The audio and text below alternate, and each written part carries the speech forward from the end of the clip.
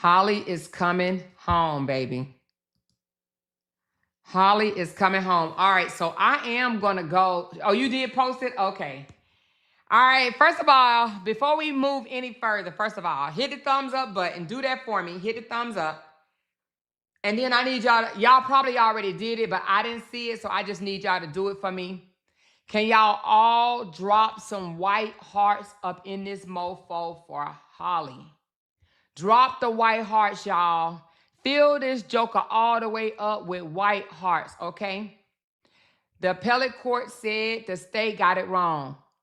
They are ordering them back to court, circuit court, for them to allow her a release and set some conditions to allow her a release, okay? Now, I have not read the entire thing. I read the first page, and I ran it through ChatGPT. I'm going to read it all, though, okay? I ran it through ChatGPT, and ChatGPT told me that the appellate court said the state got it wrong, y'all. The state got it wrong. Now, a young lady called me before I went live, and she was bawling her eyes out. I know she in the chat. I ain't going to bust her out. But she was bawling her eyes out, and I was just like, OMG. So, which means that this case affects a lot of people, more than you know, all right? Now, to know that the state got it wrong, and listen, I'm not really here to just beef back and forth with no Romika support or anything like that. I'm not doing that. But I will say this. Y'all know I always felt with the evidence and from talking to Holly, okay, herself, and talking to Carlos and their parents, I just knew in my hearts of hearts that what they were telling me was true, okay? And I knew in my hearts of hearts, hey, Real T, I know you done heard the news by now, girl. She said, Amora, yes, girl. What'd you say, girl? Yes, yes, yes, yes, yes. All of that, yes, yes. But we already knew it, though, right? We knew it already. I'm about to go over all 16 pages. Do you have the 16 pages, T? Hey, Shaysky. So she said, drop the link. You ain't even gonna let me. Come on, girl. Come on up. Come on, come on, come on, come on, come on. But listen, we knew it already because from the evidence, and we kept saying that, like, you know, we was like, you gotta follow the evidence. You gotta follow the evidence. You have to follow the evidence. Hold on, let me put it on this right quick because I know someone's gonna come up and I gotta do echo cancellation.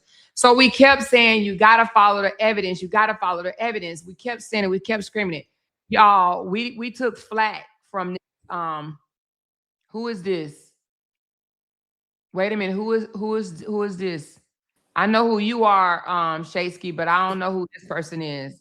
Are they trying to let me just see who this person is. I don't know if this is friendly or foe. Hold on. You come in peace? That's Jock. That's Jock. Oh, girl, I was about to say, because I thought I was gonna have to cuss early, girl. Listen.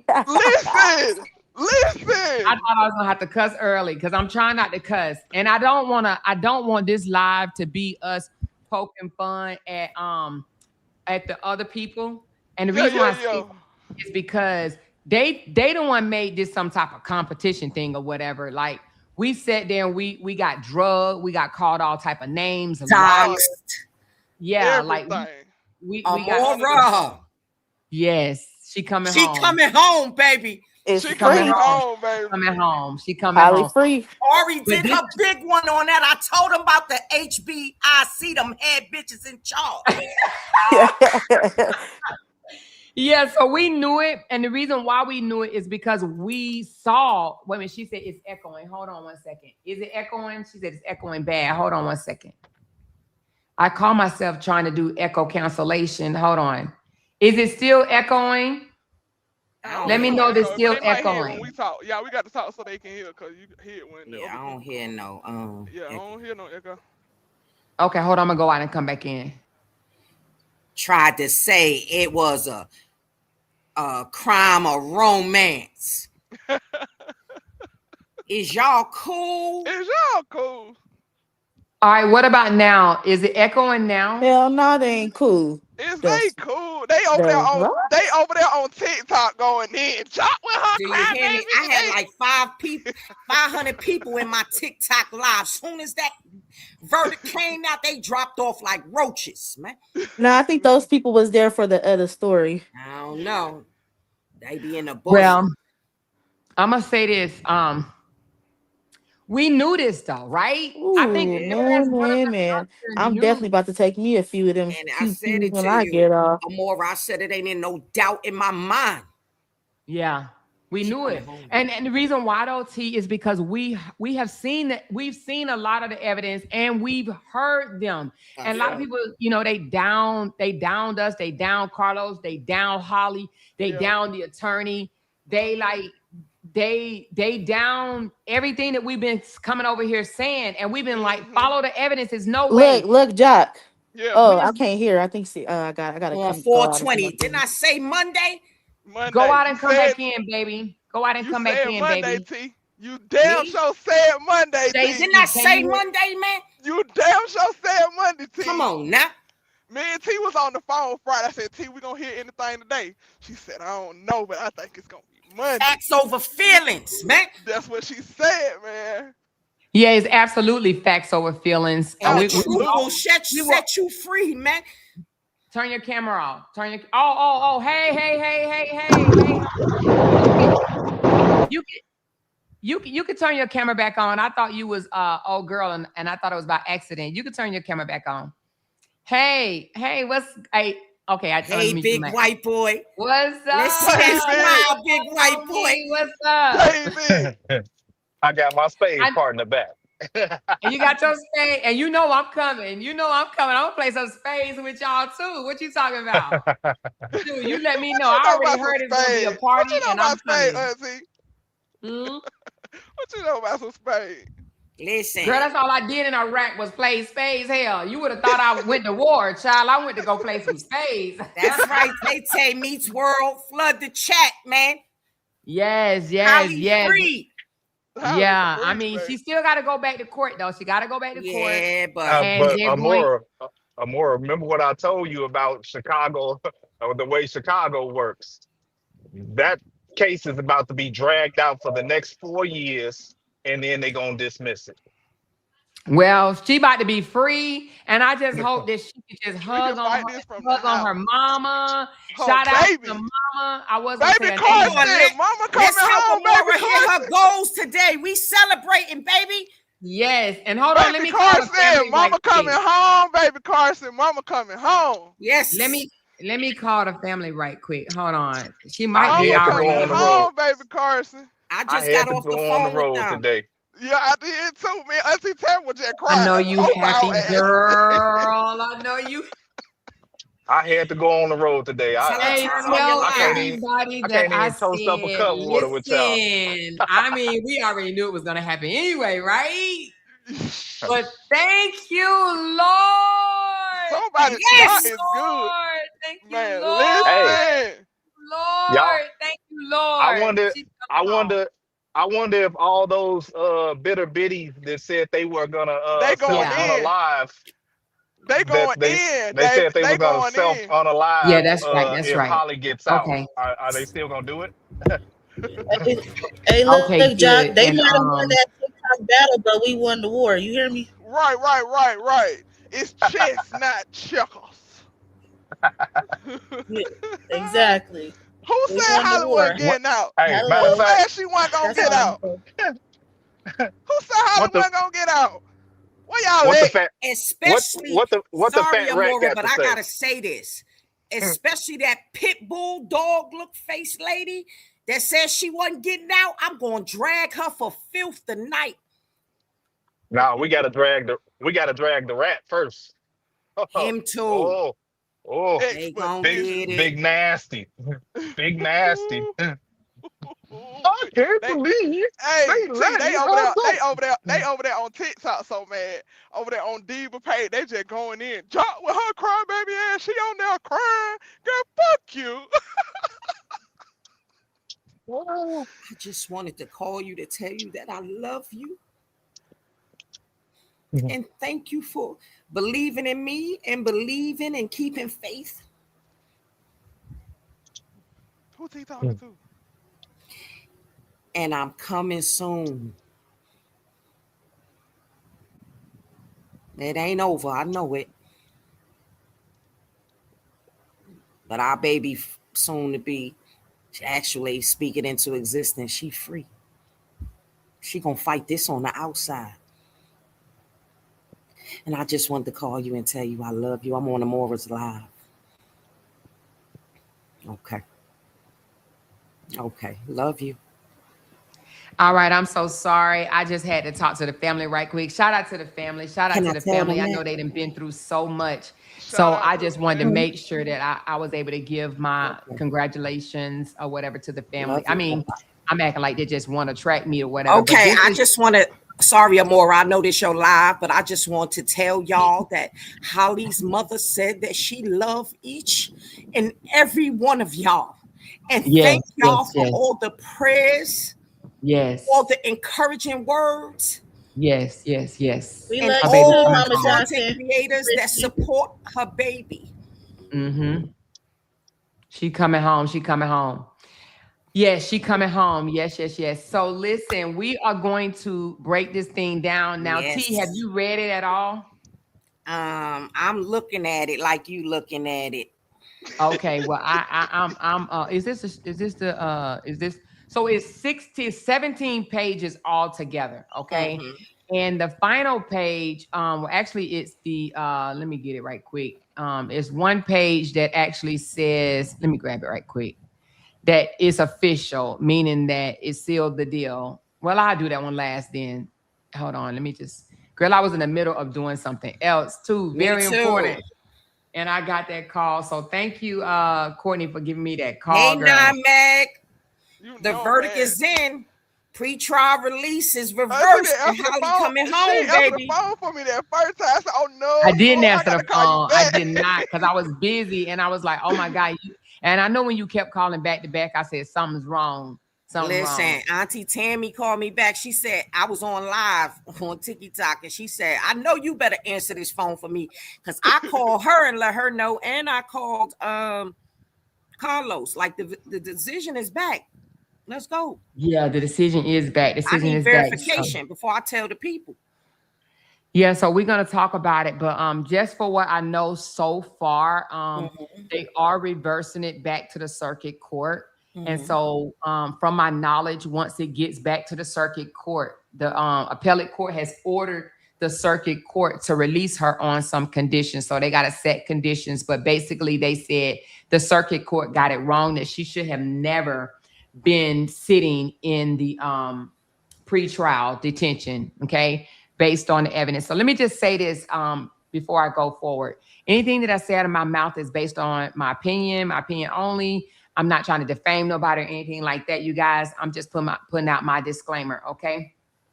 So I'm going to take this banner down because we're going to get into this document. It is 16 pages long, you know. And if y'all can, I mean, this is a very emotional time for us, to be honest with you. So if you hear a crack in my voice, please understand that it's out of happiness, not sadness at all, okay? She said watermark it more. Oof, girl, it's too late. We don't even got time for that. Yeah, I we was ain't just got about to time. say it, Sorry. They can have it. They can have it all. They can Yeah, I'm frame sure- it, God dang I'm it. sure- They can frame I'm it. Tell sure them put they'll it in try a to picture find frame. 15 ways of saying that this don't mean nothing. She's still gonna get found guilty at the end. They let everybody, you know, whatever, right? You know, we're gonna hear something like that or whatever. But nevertheless, it was so many people doubting that she would ever see the daylight again. She would never hold her child again. See, now I'm about to get fucking emotional. Hold on, y'all. This ain't even my family member, and I'm about to get emotional. Hold on, let me drink some water. Drink some water, Auntie. Drink some water.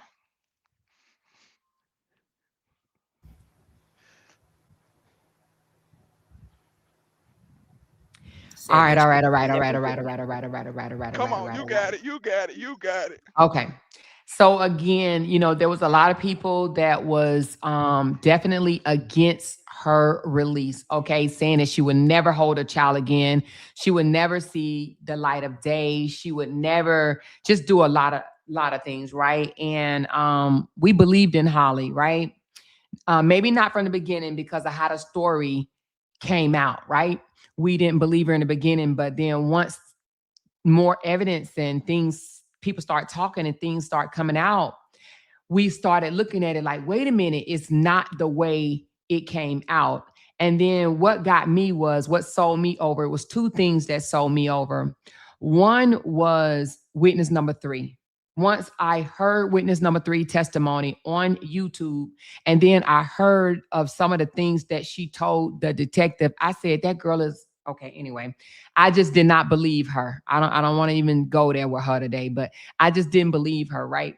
And then the next thing that sealed it for me was Carlos himself. Carlos himself.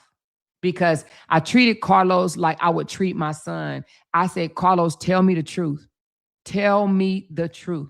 And he said, I'm telling you the truth. I'm telling you the truth. This is how it happened. This is how it happened. So once I heard that, I did not waver. I said, this man is telling the truth. People can think anything they want about Carlos or Holly, but after listening to him, I said, this man is telling the truth. And then, you know, of course, I seen some evidence on my own. However, let me just say this. This is not the be all do all. So let's just say that, okay? She still has to go to trial, but for right now to be able to fight her case and to hold on to her loved ones, right? She's going to be able to do that as a free woman. She will be able to do that as a free woman. So let's get into this and let's find out the mistakes that the state made. Now, when I did the last live of me coming out here saying the state messed up, right? I knew then too that she was going to come home because I was like, oh my God, the state really just jacked up real bad or whatever. And I said that she will be released. She will be released. And, you know, people were saying, oh no, she'll never be released. She'll never be released. She'll never be released. But nevertheless, she's going to be released. The appellate court said the circuit court got it wrong. They got it wrong. Okay. So let's get into it. All right. So here it's the people of the state of Illinois, the plaintiff Appellate versus Cordesia Johnson. We call her Holly over here, you guys. All right. So right here it says, defendant, I'm just going to say Holly, appeals from the circuit court order granting the state's petition to detain her before trial. Okay. So this is the state wanted to detain her before trial, but the defendant, which is Ari Johnson. Shout out to Ari too. Let me just say this before I get into this. This is Ari's first degree murder trial that she will be, what is that called? What is it? Is it called liberating? No, not liberating. It's called whatever, but going to trial. Did I say the word wrong? No, you said it deliberating, right. deliberating over. Is it deliberating or liberating? Okay.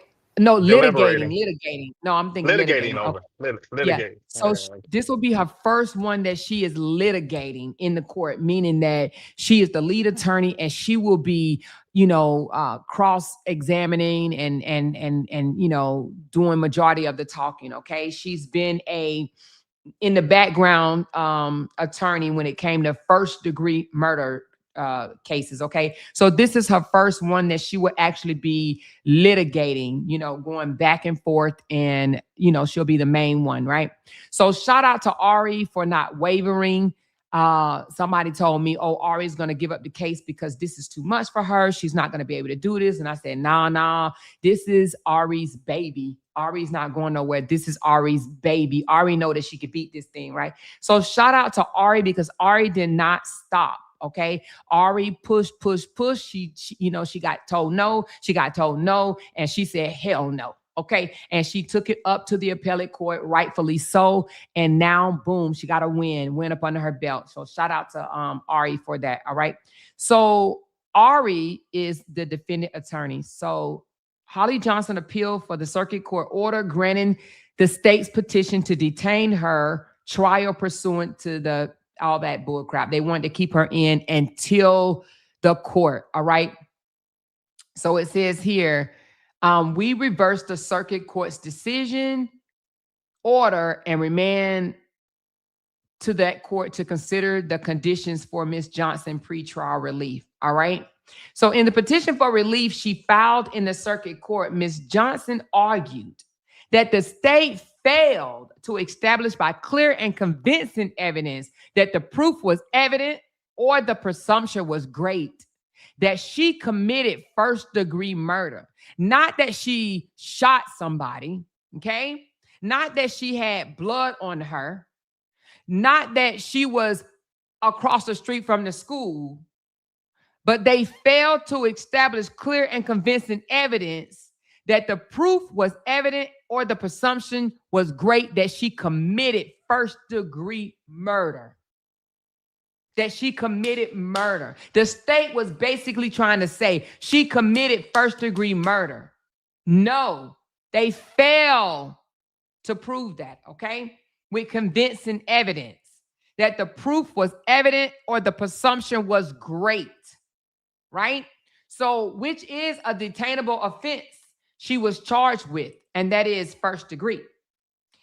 They also said that she posed a real and present threat to individuals or the community, and that no conditions could mitigate that threat. However, the appellate court said, we agree with Mrs. that's down at the bottom. We agree with Ms. Johnson that the state failed. Can I get hashtag failed in the comments? We agree with Ms. Johnson that the state failed to carry its burden of showing that her release poses such a significant threat that she cannot be released pending trial with conditions. They failed, you guys. The state failed. Okay? They failed to carry that burden. Now, let's give a little background of what's going on. On December the 3rd, 2025, Holly was arrested and charged with 6 counts of first-degree murder for shooting and unaliving Romika Blackman several months earlier. The day after she was arrested, the state filed a petition seeking Ms. Johnson pretrial detention. They wanted her locked up, away from her family, away from her son, away from her friends, away from her supporters. They wanted her locked up, pretrial detention, which means that if she would be found guilty in court, then meaning that pretrial, she would never, I ain't gonna say never, but for a long time, see outside again, right? Be able to come outside again. But the evidence that the state proffered at the hearing was that on September the 8th of 2025, Ms. Johnson was in a relationship with Carlos Smith, the father of her 6-month-old child, and the child she was pregnant with. Mr. Smith was also the father of Romika Blackman's 6-year-old son. Just before the hours of 8:30 a.m. on September the 8th, Mr. Smith drove Holly Johnson and their baby from his home to Holly's car, which was parked nearby. He double parked his car, and the two of them moved their 6-month-old son from Carlos's car to a car seat in Holly's car. Romika had just dropped off Lilos at school across the street. Shortly after Holly secured her child in the backseat of the car, Romika drove past Holly's car, made an immediate U-turn, and stopped with her car double parked just behind Holly's car. This put Holly's car between Mrs. Blackman, which is Romika, and Carlos's car. It was between the two, which means that she was what? Blocked in. She was blocked in. Hashtag blocked in down in the chat, please. Hashtag blocked in. This put right here. This put Mrs. Johnson's car between Mrs. Blackman's and Mr. Smith's car. I told them it was blocked in, but they kept calling me a liar. Man, it's F my dead mama, they said. Romika got out of her car, and there were words exchanged between her and Holly. This confrontation was observed at various points by a number of witnesses, including Carlos. Hello, somebody. Carlos was a witness. Talk your shit, Amora. Carlos was a witness. He was there. So again, this confrontation was observed at various points by a number of witnesses, including Carlos.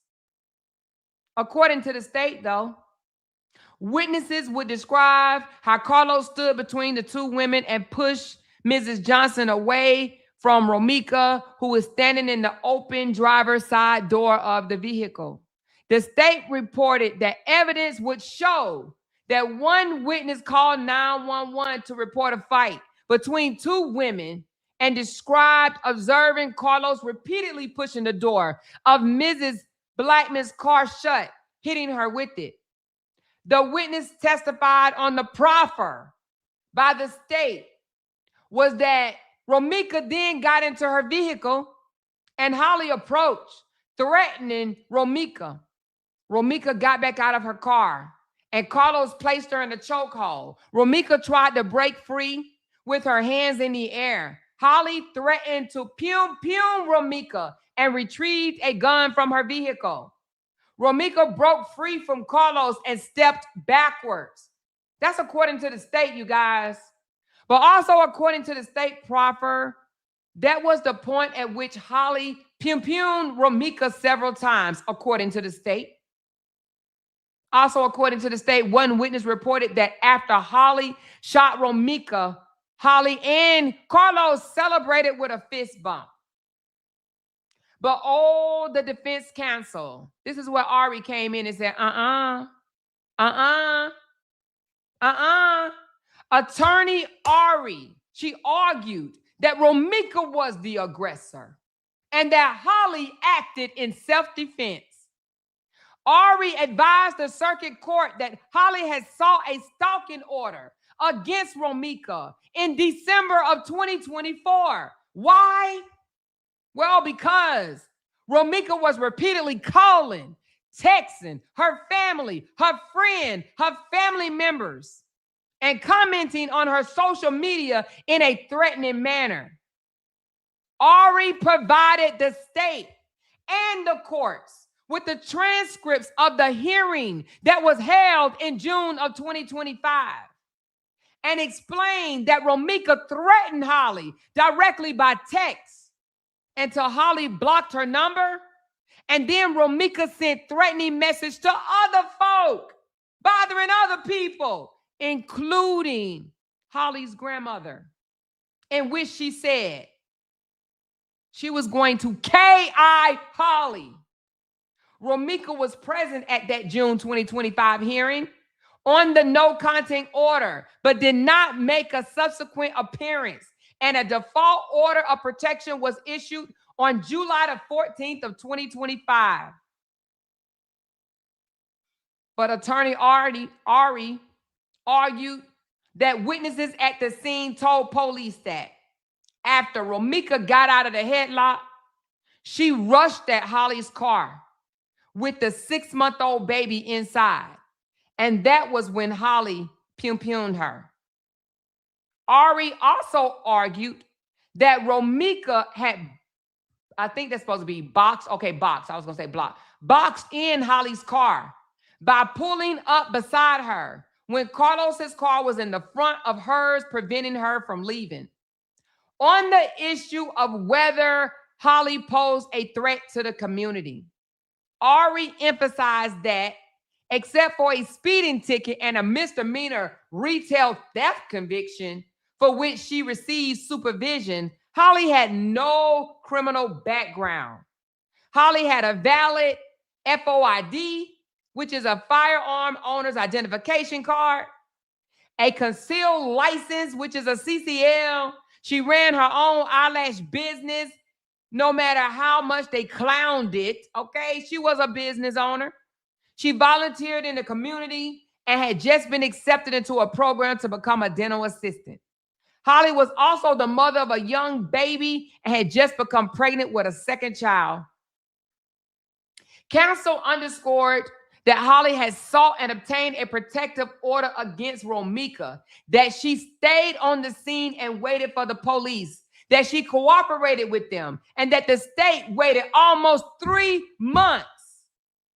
How many days was it? Was it 87 days to be exact? Almost 3 months the state waited to arrest her. They waited until December the 3rd. The court granted the state petition for pretrial detention. On December the 22nd of 2025, Holly filed a motion for relief pursuant to Illinois Supreme Court Rule 604. On January the 7th, 2026, Holly filed an amended motion. At that hearing on the motion, the defense counsel, Ari, provided the court with several exhibits, which are also part of the record of this appeal. Defense attorney Ari argued that the video footage showed that the state's star freaking witness could not have seen or heard as much of the incident as they claimed. Didn't I say it, Upper? Come on. And that particularly witness number 3, who was the only witness to report the fist bump, was not even in a position to have seen Holly after the shooting and did not report this alleged fist bump to the police when she spoke to them at the scene. At the scene. Ari went on. She advised the court that Carlos had reported to the police that Romika approached Holly, threatened her, and then swung at her. Carlos also reported that Romika told Holly, "I told you I was going to catch you."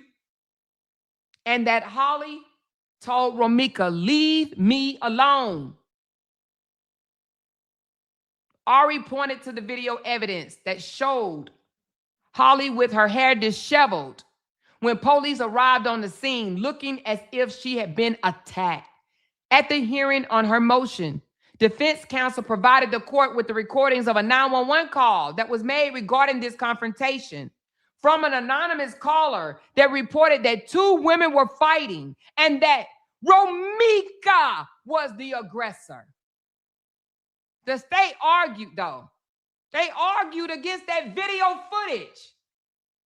The state argued that video footage from the officer's body-worn camera after the shooting showed that Holly's car had room to drive away. Defense counsel countered that her office had been contacted by an individual witness who saw Carlos start moving his car, and that was when Romika charged at and attacked Holly, and Holly pimpuned her. Counsel argued that based on that witness testimony, until Carlos moved his car, Holly could not have driven away. That's what the state said. The state said she could have drove away. Ari said, no, she could not. Not until Carlos moved his car. At the hearing on that same day in January of 2026, at the hearing on Holly's motion for relief, the state reiterated the proffer, same old proffer they read back in December, that it had made at the initial detention hearing, which was December. The state also noted that the default order of protection was never served on Romika. So while she knew of Holly was seeking an order of protection, she may not have known one had been entered when she stopped her car and approached Holly, which would have violated that order. We all know that's bullshit, but let's continue, right? The state also noted that an additional witness not included in the previous proffer, that would be witness number 5, you know, the one that was riding by, then she got out of her car, walked into her office, and then looked out the window and saw everything else. Okay. She wasn't on the previous proffer, right? But the state said that her testimony would support the state characterization of Holly that she was the aggressor. The court denied Holly's motion for relief.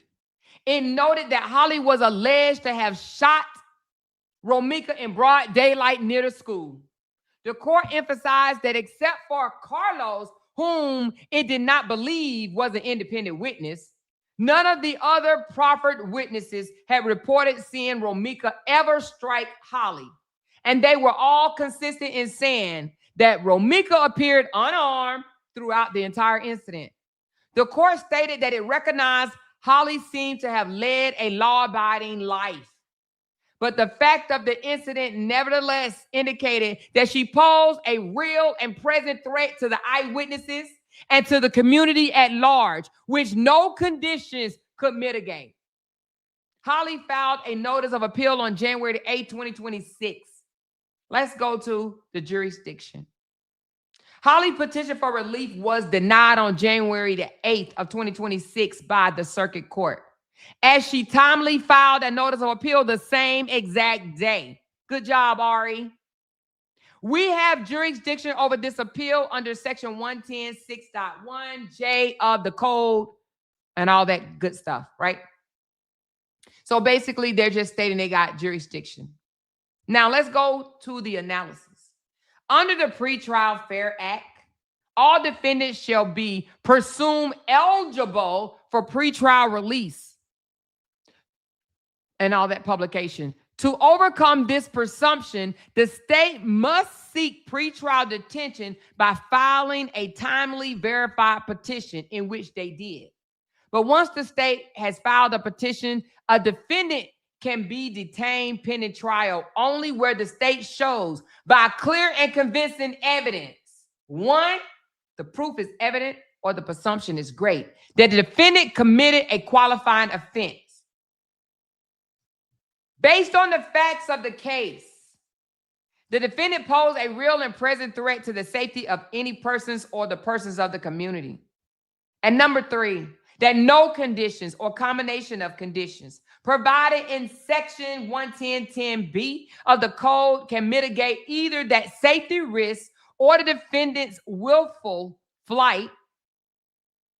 Whereas in this case, the circuit court made its detention decision without hearing live testimony. We are not bound by that court factual findings and should make our own de novo determination of whether the state has met its burden on each of the statute's three requirements. People versus Morgan, 2025. The Pretrial Fairness Act presumes that the pretrial release is available for all charged crimes, including murder. People versus Robinson. Detention and the calling the suggestion that a murder defendant posed a threat to the witnesses per speculation, where there was no threat or contact of any kind between the defendant and the witness during the 15-month period between the offense and the arrest. People versus Thomas. I'm going to leave some of this out, y'all. Let's get down to the real nitty-gritty. All right, let's get down to the real nitty-gritty. Okay? Do y'all mind? Because I ain't about to go through all these case files. Okay. As these cases reflect, do your thing, talk your shit. Yeah, the case, they can go back and look at the case laws. But as these cases reflect, even in murder cases, a criminal defendant is to be released pending trial unless the state has shown the charge of the defendant poses a real and present threat to the safety of the person or the community, such that no condition could mitigate that safety risk. Because we find, the appellate court, because we find that the state failed to carry its burden of making this showing as to Holly Johnson, we remand to the circuit court to consider the appropriate conditions for release. All right? The specific factors that courts are directed to consider in assessing whether a defendant awaiting trial poses a threat are as follows. Before I get into what they said to identify whether she opposed a threat, I just got to say this. Holly was out for 87 days. Yeah. How the hell can she be a threat now when she wasn't a threat for those 87 days that they said they didn't even have enough substantial evidence or anything for probable cause? Right. They couldn't even get her on probable cause. But yet now she's supposed to be a threat. Even me. Slick throw the witnesses in there.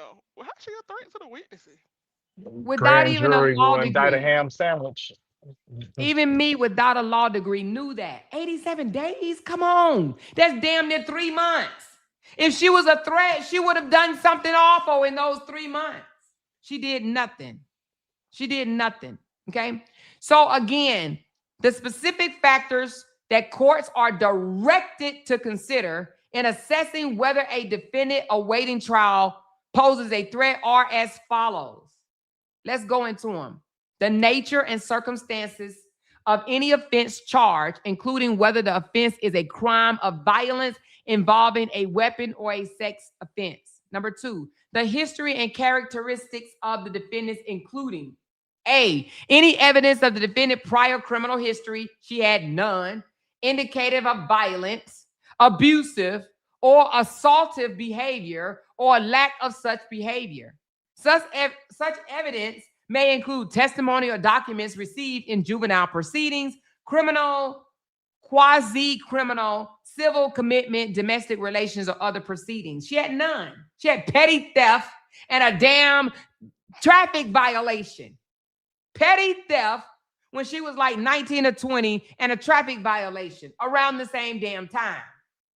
She had no violent criminal offenses whatsoever, despite what anybody else told you. B, any evidence of the defendant's psychological, psychiatric, I think how you say it, psychiatric, or other similarities, social history, which tend to indicate a violent, abusive, or assaultive nature, or lack of any such history. Was she violent? Was she cuckoo for Cocoa Puffs? No, she was not. Number 3, the identity of any person or persons to whose safety the defendant is believed to pose a threat and the nature of that threat. Number 4, any statements made by or attributed to the defendant together with the circumstances surrounding them. 5, the age and physical condition of the defendant. 6, the age and physical condition of any victim or complaining witnesses. 7, whether the defendant is known to possess or have access to any weapon or weapons. They took a weapon, remember? 8, whether at the time of the current offense or any other offense or arrest, the defendant was on probation, parole, aftercare release, mandatory supervisor release, or other release from custody pending trial, sentencing, appeal, or completion of sentence for an offense under the federal state law. She had none. Okay.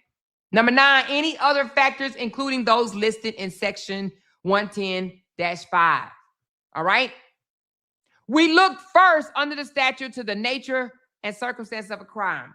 While Mrs. Johnson has been charged with an extreme, serious, and violent crime, this alleged, hashtag alleged, down in the comments, please. This alleged crime was the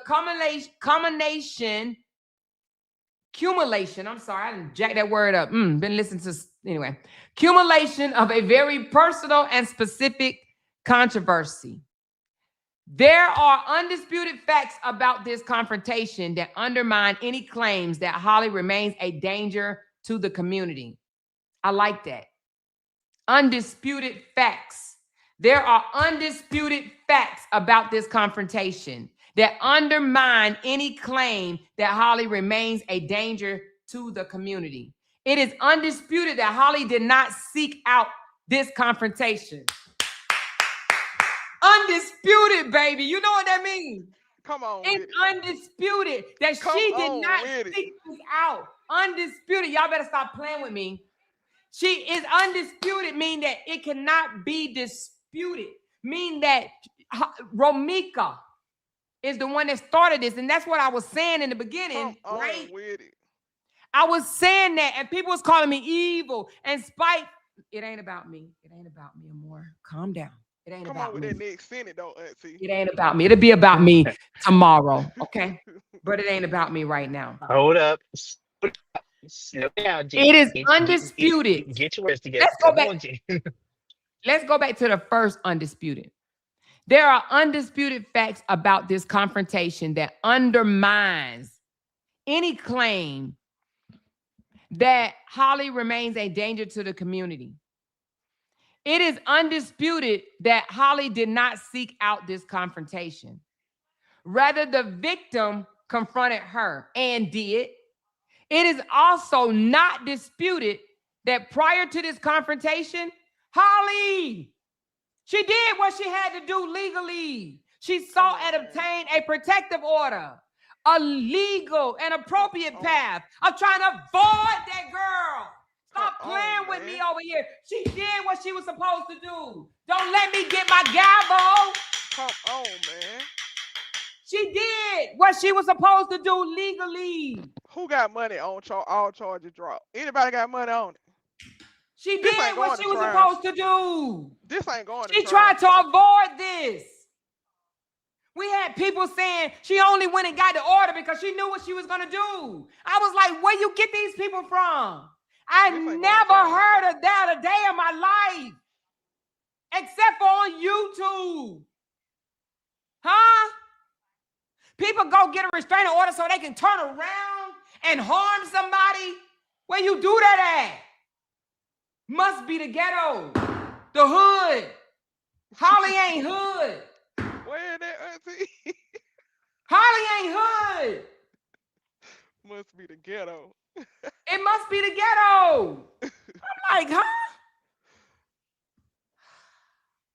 Let me oh, Jesus, hold on. I'm back on mute because you got to catch your breath after that. Come on, man. Girl, let me drink some water. I like the way they said it's undisputed. Stop playing. Said, bro. This dismissed. They going to dismiss this. What you say? Let me finish. We'll see. These 3 judges that done wrote this up. I know. I love it. Every bit of it. Every bit of it so far. This is 3 judges. Let's finish. So it said, rather the victim confronted her, meaning Romika confronted her. It is also not disputed that prior to this confrontation, Holly sought and obtained a protective order, a legal and appropriate path for avoiding any violent confrontation.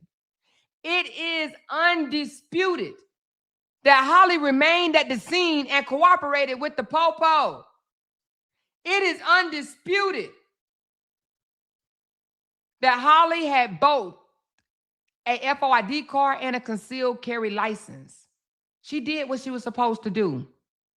In many murder cases, the nature of the crimes itself provides strong evidence that the defendant presents a danger to the community or to other specific people. In a case involving a murder, incidental to a violent crime, gang activity, domestic violence, a mental health crisis, or a random act, it is a relatively straightforward line from the state's proffer of the expected trial evidence to showing that the defendant is a danger to the community.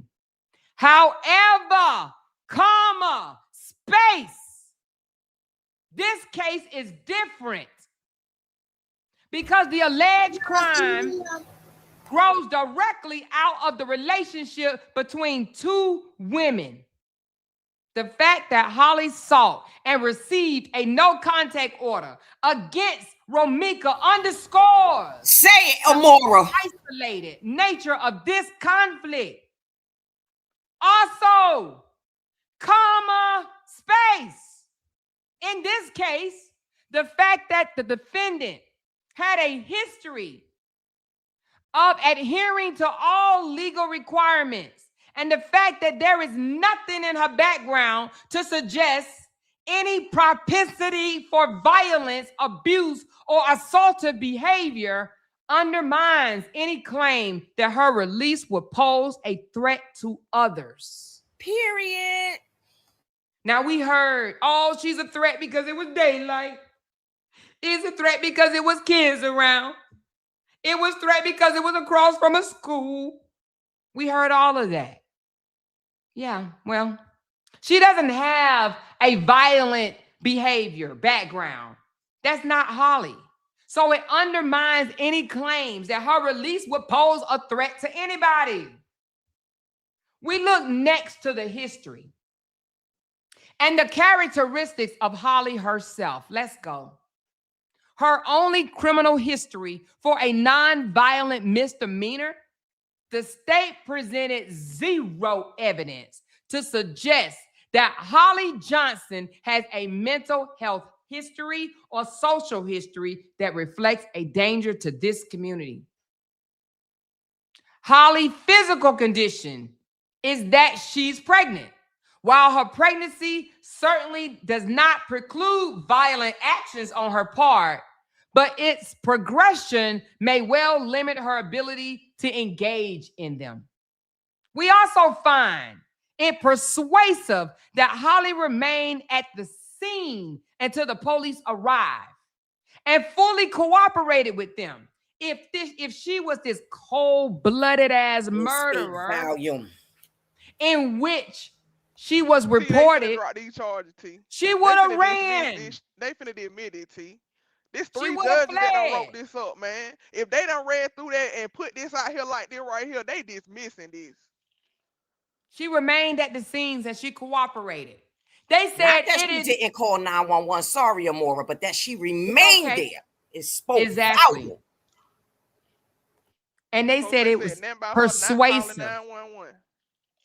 In addition, although these events all occurred on September the 8th of 2025, Holly was not arrested until 87 motherfucking days later. Thus, for almost 3 months, she remained out of custody, but she stayed in touch with the police as they continued to investigate this case. This fact also demonstrates that she had not posed then and likely will not pose, if released, a threat to others, witnesses involved in this case, as the circuit court suggested that she might. How dare you? How dare you suggest that she's going to threaten the damn witnesses? How dare you? How freaking dare you? Let's continue. We also find this to be a case where conditions could be imposed that will mitigate against any possible threat. And we remand to the circuit court for consideration of those conditions. Very significant to us is the fact that Holly had both a FOID card, they keep saying it, and a concealed carrier license for the gun that she used. Very significant to us is the fact that Holly was legally covered. That's what they're saying. This suggests that she would adhere to a court order banning her possession or use of any firearms, which surely would be a condition of her release. For those defendants who have been arrested and are waiting trial for offenses involving illegal gun possessions, a ban on the possession of the firearm is often viewed as an effectual condition of release. However, for Holly, who it appeared from the record has never owned a gun illegally, this is a condition that could and should militate strongly against any threat. Finally, we note that there is an additional consideration in this case, because if the detention order remains in place, Holly could have to give birth while in jail. Before Pretrial Fairness Act was intact, a separate 2019 provision in the bail statute required a hearing before any pretrial defendant was required to give birth in custody.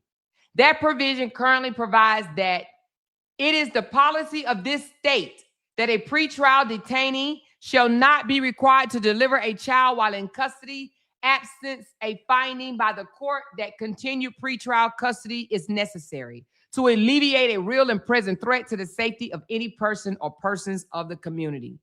The trial court, citing this section of the statute, suggests that Holly's pregnancy would require renewed consideration of whether Holly should remain in custody as her due date approaches. However, for the reasons outlined above, we believe that Holly should be released sooner rather than later to prepare for and give birth to her baby and to prepare with her counsel for trial. Period. Our Dissenting colleagues suggest that we fail to appreciate the dangerous situations created by Holly firing shots on a public street with children around. When she shot Romika on September the 8th of last year. Of course, we do. And that may well be appropriate consideration at trial. But this is not the question right now. Rather, the question under the Pretrial Fairness Act is whether Holly would be such an ongoing threat to public safety that she must remain in custody while she awaits the trial. Trial will also be the right time to choose between the competing narratives of the confrontation between Holly and Romika. The dissent paints Holly as the clear aggressor, motivated by jealousy or anger at a romantic rival, rather than by fear for herself and her 6-month-old child. We have briefly laid out some of the contrary evidence in our recitation of the facts, and we recognize that it will be up to the trier of facts, not us, to decide if this was murder or self-defense. Finally, the dissent cites People versus Gag and People versus Martinez as supports for its suggestion that this court is asking the trial court to do the impossible in remaining to determine what conditions should be imposed on Mrs. Johnson release to protect the community. Those cases are, of course, totally different. Ms. Gage was already on pretrial release in another case when she was arrested in case cited. Neither of these defendants waiting for the police to arrive. Neither of these defendants waited for the police to arrive, which means they left, they fled, cooperated fully with them, and were released for several months following the shooting. These very different facts in Holly Johnson's case suggest that she will fully comply with whatever condition of release that's imposed, including but not limited to possessing no firearm, a condition that we direct the circuit court to include. We trust that the trial court will be in the best position to decide which other conditions are feasible, fair, and protective. In conclusion, for the above reason, we reverse the circuit court order granting the state petition for pretrial detention and remand with directions to the circuit court to determine the conditions of Mrs. Johnson's release. Reverse and remand it, okay?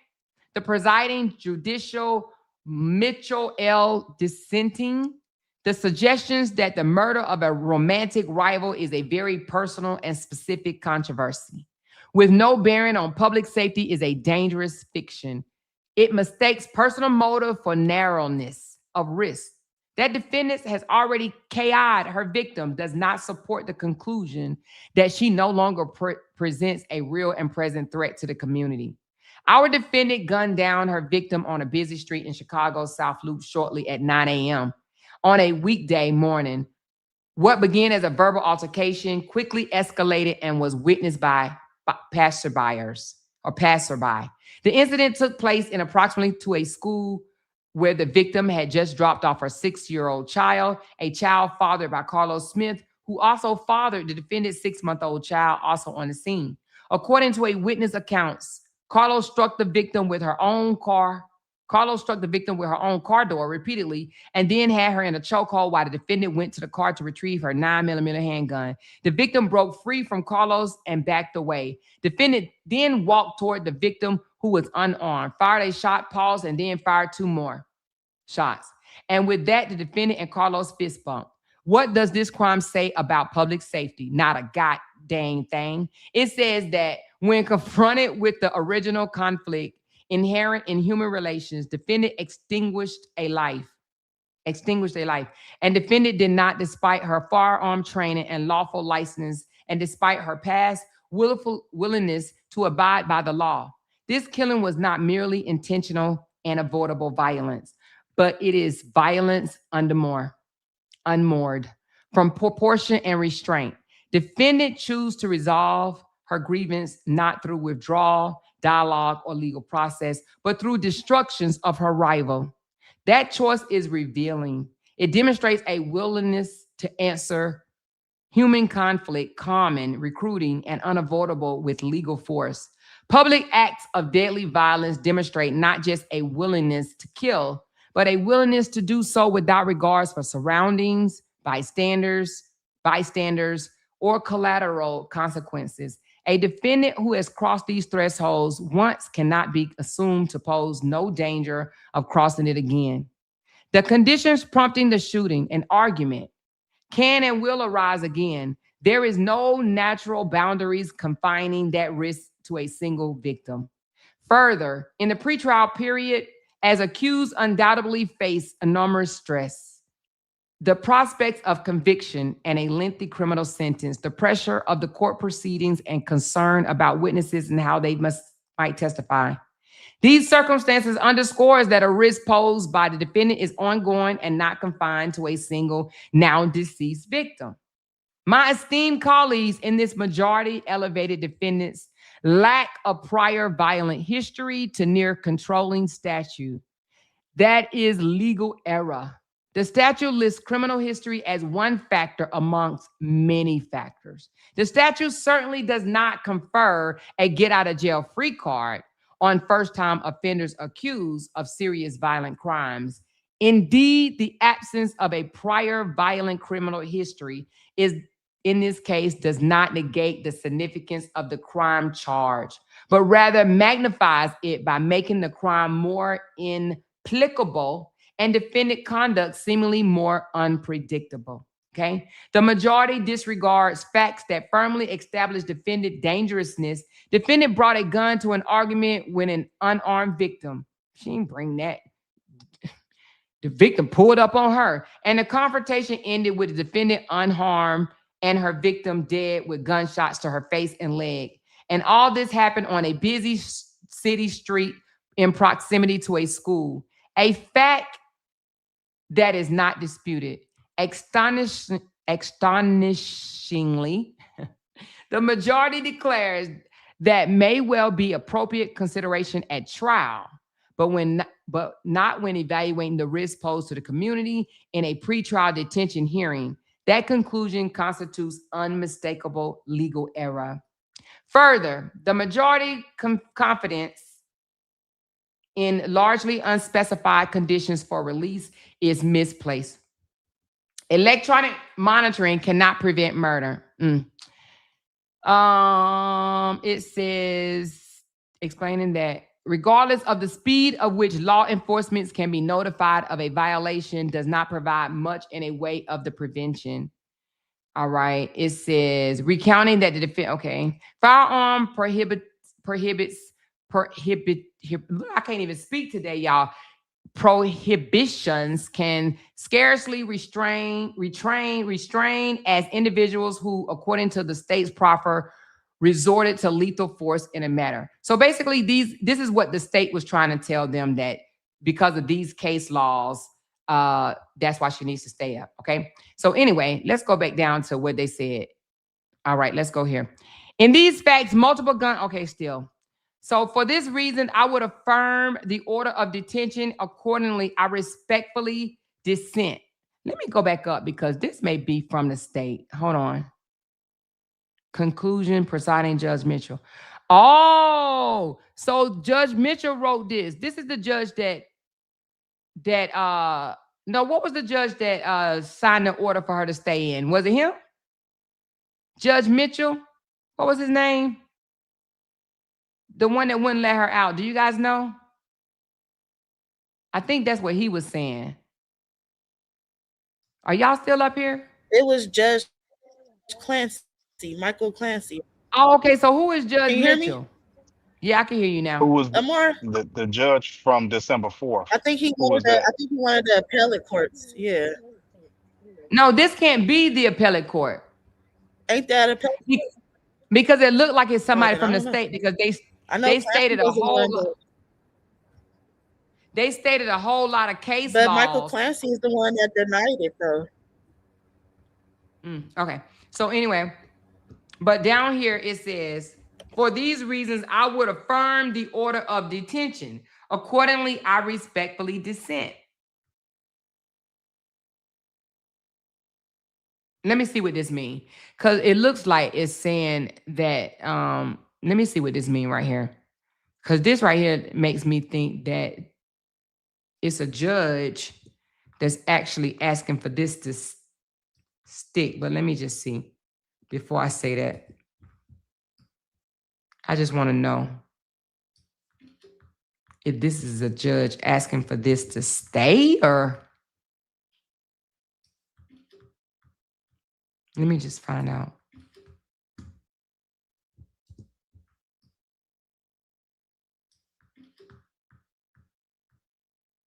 All right, let me just see what that means. I'm curious now.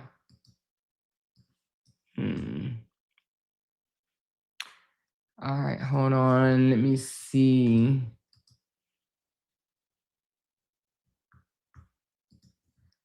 What page that was on? On page, starting on page 12, the presiding judge.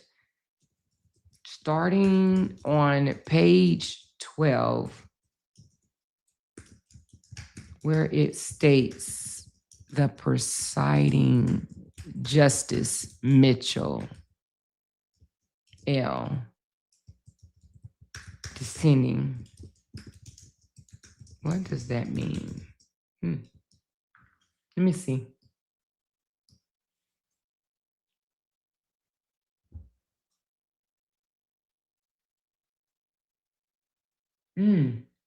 So, okay, it says this judge disagrees with the majority decision of the court. So, is this a circuit judge or an appellate? That's how it was reading. It was reading that they disagreed.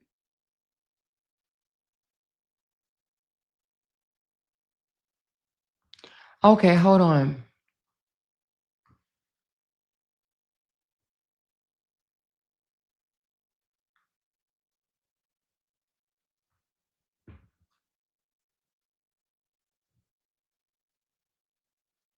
Okay, I'm gonna let it read it to you guys. This is interesting. This is very interesting. Let's hear it though.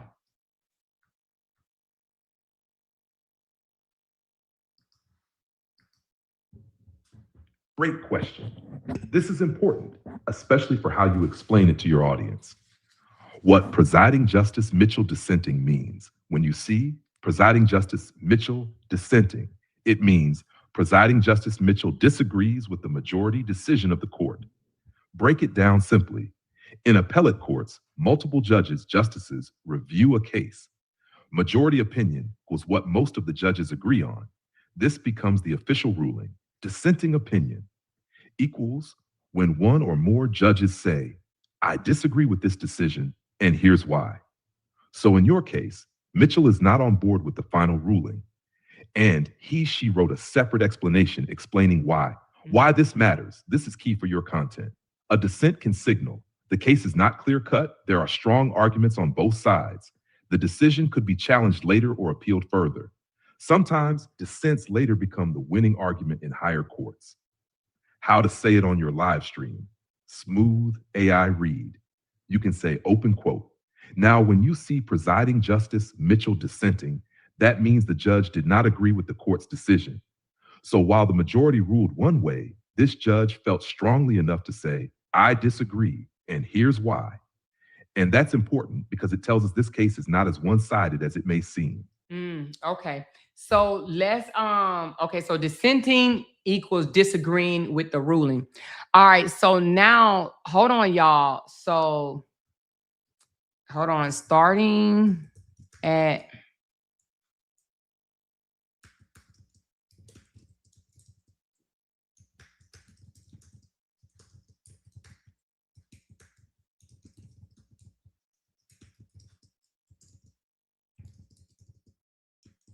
my audience.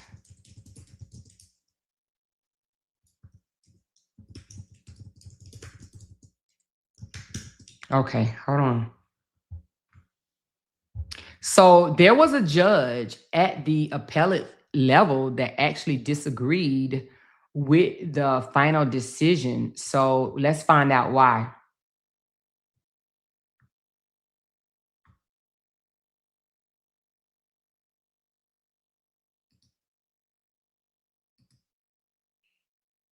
Got you. I'll do this the right way for your stream. Clear, smooth, and easy for your audience to follow.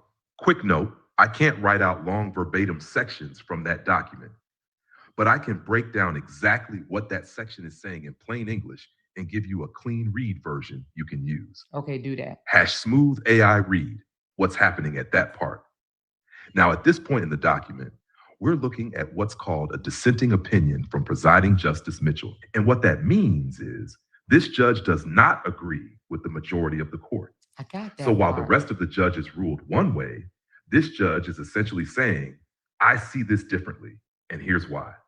In this section, the justice is breaking down their reasoning and explaining why they believe the lower court's decision should not stand the way it currently does. They may be pointing out issues with how the law was applied, concerns about the evidence, or why they believe the defendant should have been treated differently. So as you're listening to this part, understand this. Okay, wait a minute. So are they saying they don't agree? Okay, hold on. Okay. They saying This that judge one saying that they don't agree with the circuit court, or is this judge saying they don't agree with the appellate court? I believe don't agree with I get it appellate. right.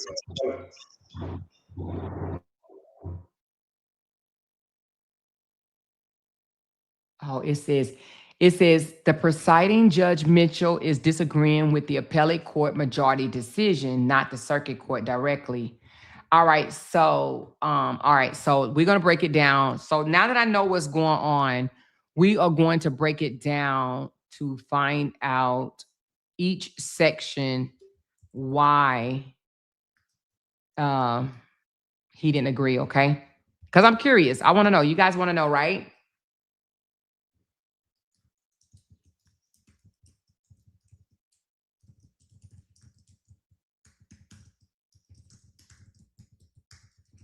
Okay.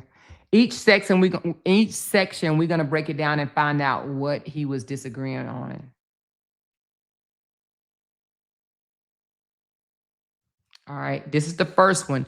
Okay, so the first one says the suggestion that the murder of a romantic rival is a very personal and specific controversy with no bearing on public safety is a dangerous fiction. All right, let's find out what he's saying. Oh, it says a lot, all in that one sentence. Damn. Okay, hold on.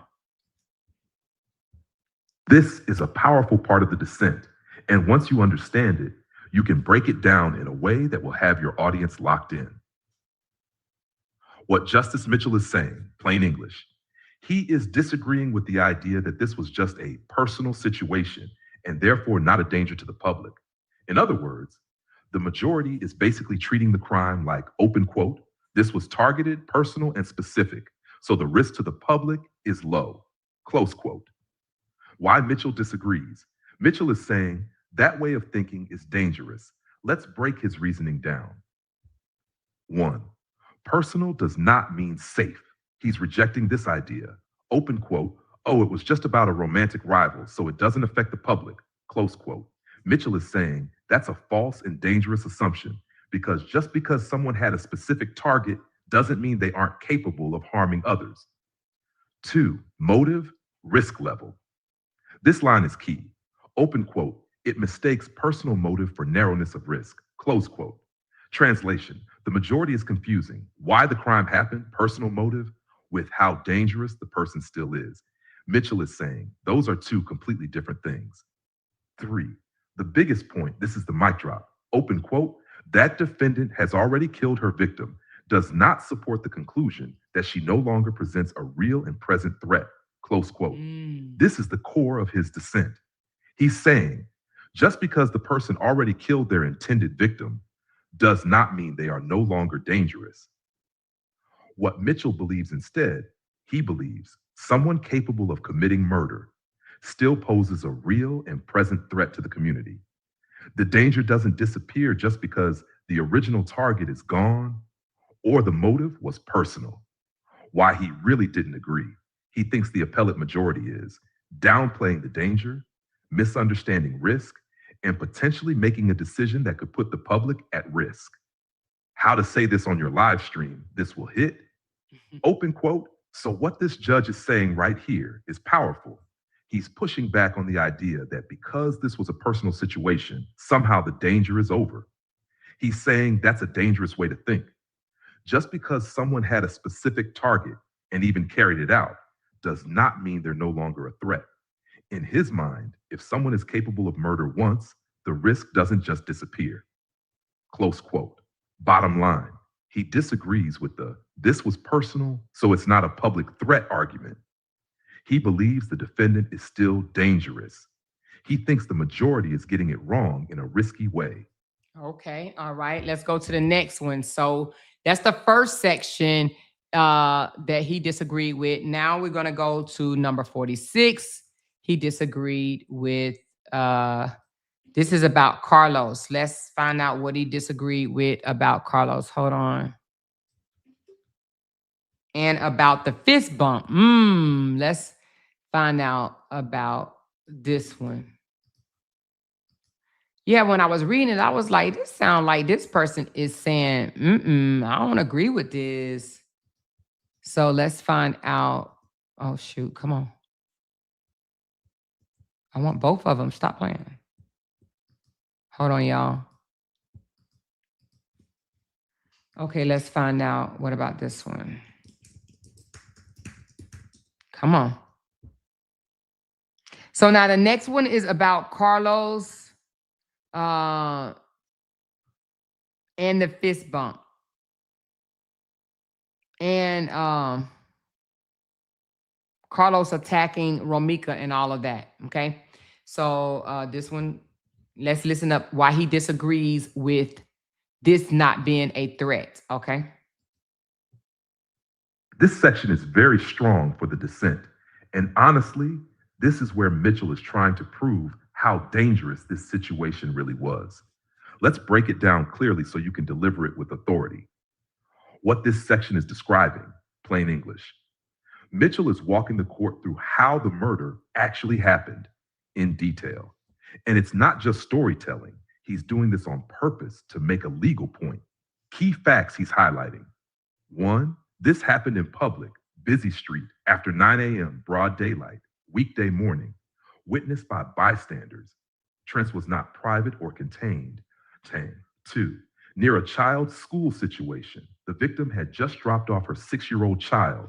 A 6-month-old baby was also present. This introduces innocent bystanders, children in danger. 3, it escalated from a verbal argument, started as a verbal altercation, quickly turned violent, meaning this was not pre-contained or controlled. It spiraled. The violence was extreme. Victim was hit with a car door repeatedly, put in a chokehold. Defendant went to get a gun, came back, shot the victim, unarmed, paused, then shot again. That pause is important. Shows intent, not panic, not reflex. The most shocking part, open quote, after the shooting, they fist bumped, close quote. This is huge. Mitchell is using this to show lack of remorse, possible coordination, cold, calculated behavior. Why Mitchell included all this? He's building a case that this was not a personal, isolated incident. Instead, he's arguing this was public, this was reckless, this endangered other people. This shows a serious ongoing threat. His overall point, connected back to 45, remember what he said before, open quote, don't treat this like it's just personal and not a public threat, close quote. Now he's proving it by showing, look at how this happened, look at where it happened, look at who was around, how to say this on your live stream. This will hit hard, open quote.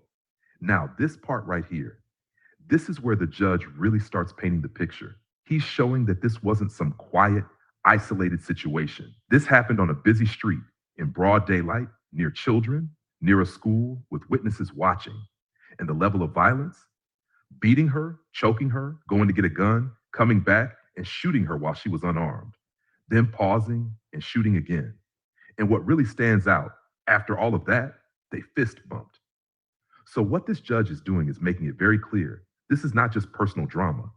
This is dangerous behavior that puts the public at risk. Close quote.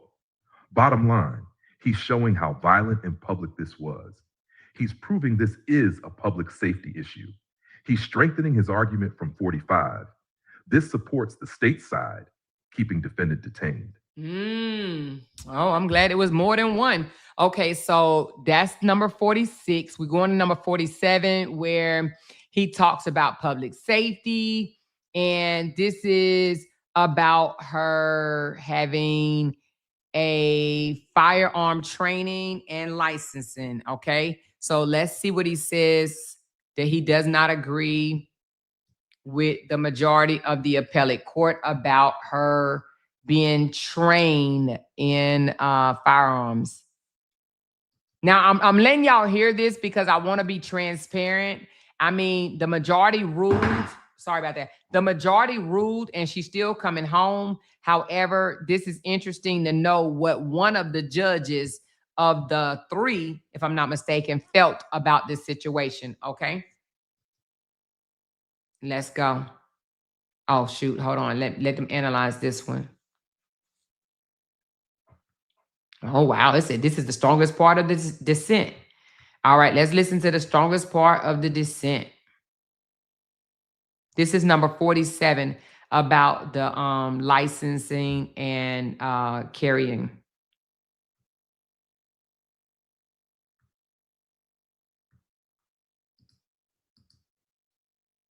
This right here, this is the strongest part of the dissent.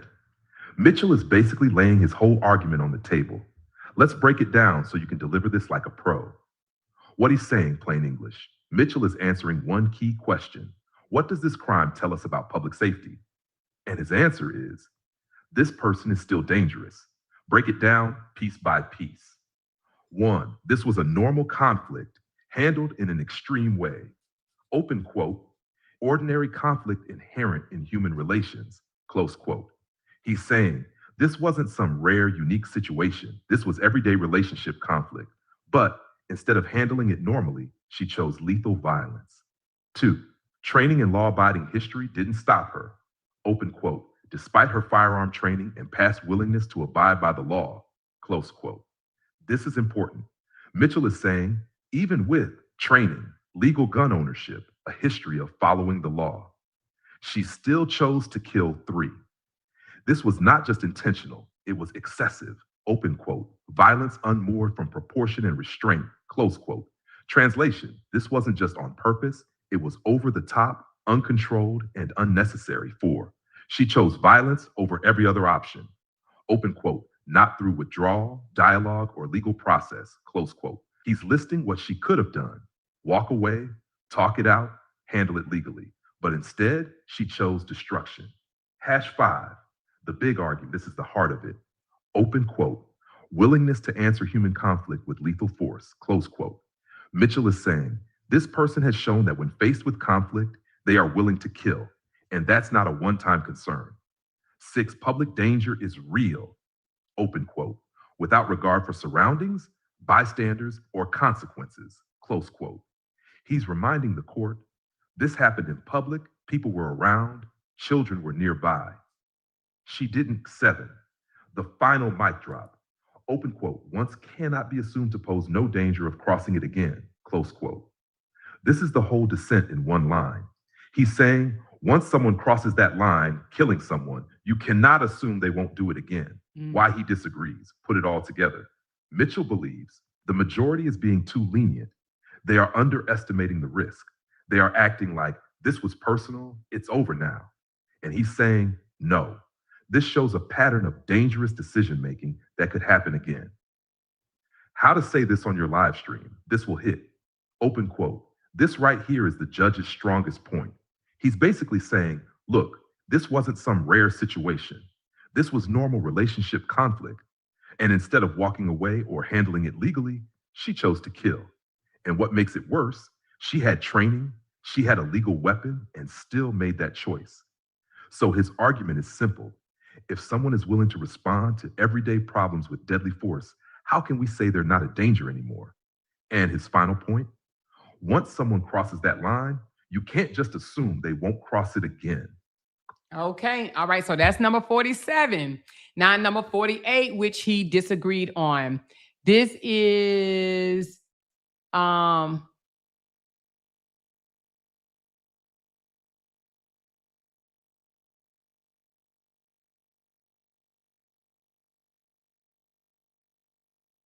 So this is number 48 is about basically saying that just because the victim is deceased, that there's no more threat. And he's saying just because the victim is deceased does not mean that she can't be a threat to someone else. Okay, let's listen to this. I'm gonna do 48 and 49 together. 48 and 49. Can you run these together? And let me tell you what 49 is. 49 is violent history, saying that because she doesn't have any violent history, then she's no threat. So one, we have violent history, and the other one is the argument of since basically she's already eliminated the person that there, nobody else should be afraid because this was just a single victim. Okay, she wasn't after multiple people, so that she shouldn't be a threat. And he's like, no, that doesn't mean that. Okay, so let's find out why he disagree about these two.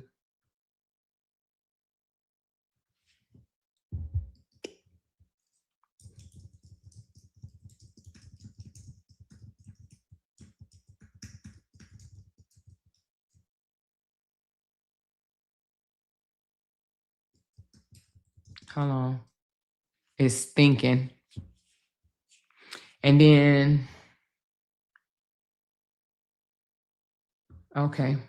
And then after 48, 49, then 50 and 50, well, it goes all the way to 53, but 53 just being him saying that he affirmed the order of detention, meaning that he thinks that she should stay in detention. Okay, let's listen. Hey, I'm here. Let's run 48 and 49 together because this is where the judge really goes in on the majority. What Mitchell is saying. Oh, what combined plus simplified, 48. All right, hold on. Let me get it clear. I needed a clear AI version because he's speaking in Spanish again. Can you give me a clear AI version?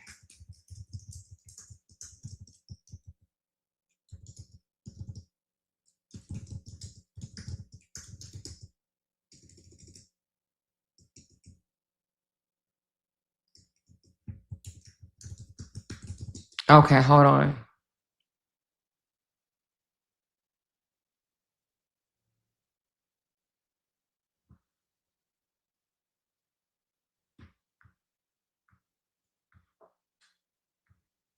All right, here we go.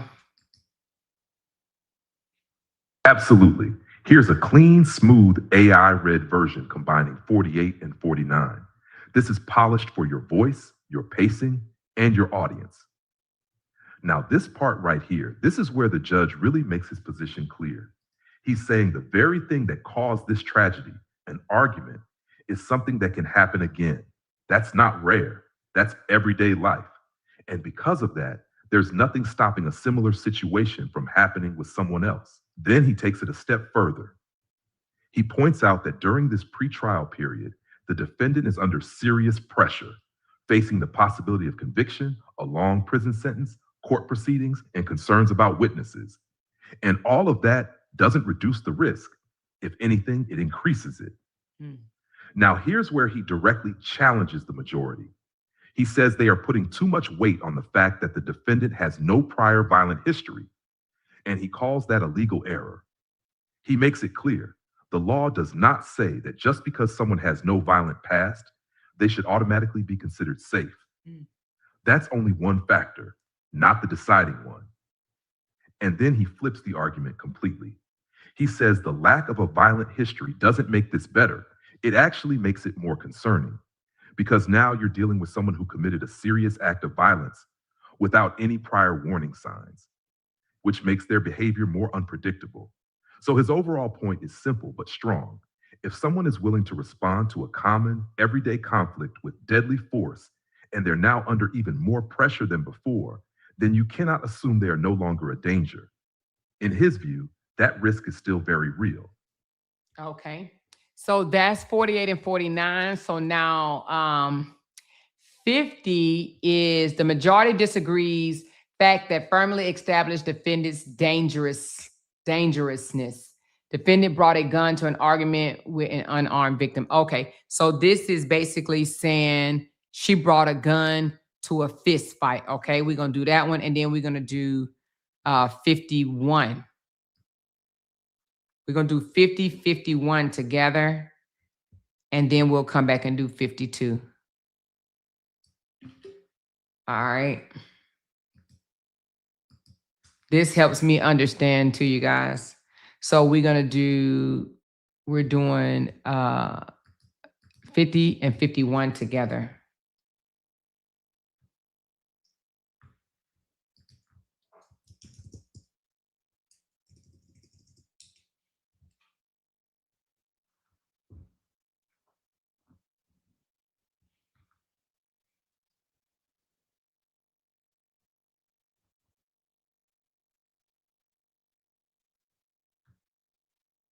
Okay, let's see what he's saying.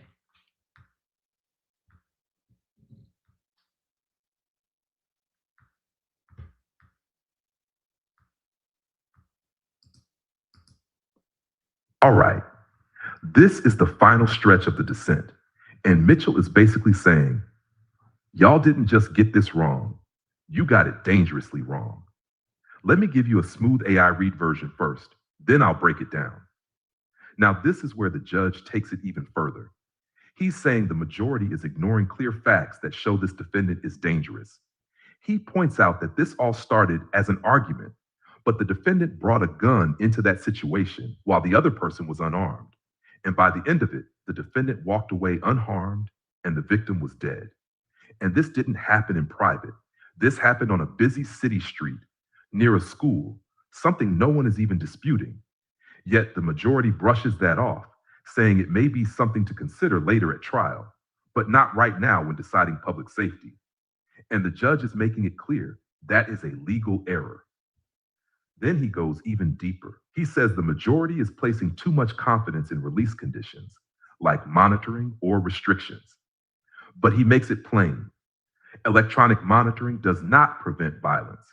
It only tells you after something has already happened. He even points to other cases where people committed serious crimes while being monitored. And his argument is simple but powerful. If someone can go from an argument to deadly force in a matter of moments, then no condition is going to stop that from happening again. Because you can't predict when the next confrontation will happen, and you can't stop someone from acting on impulse in that moment.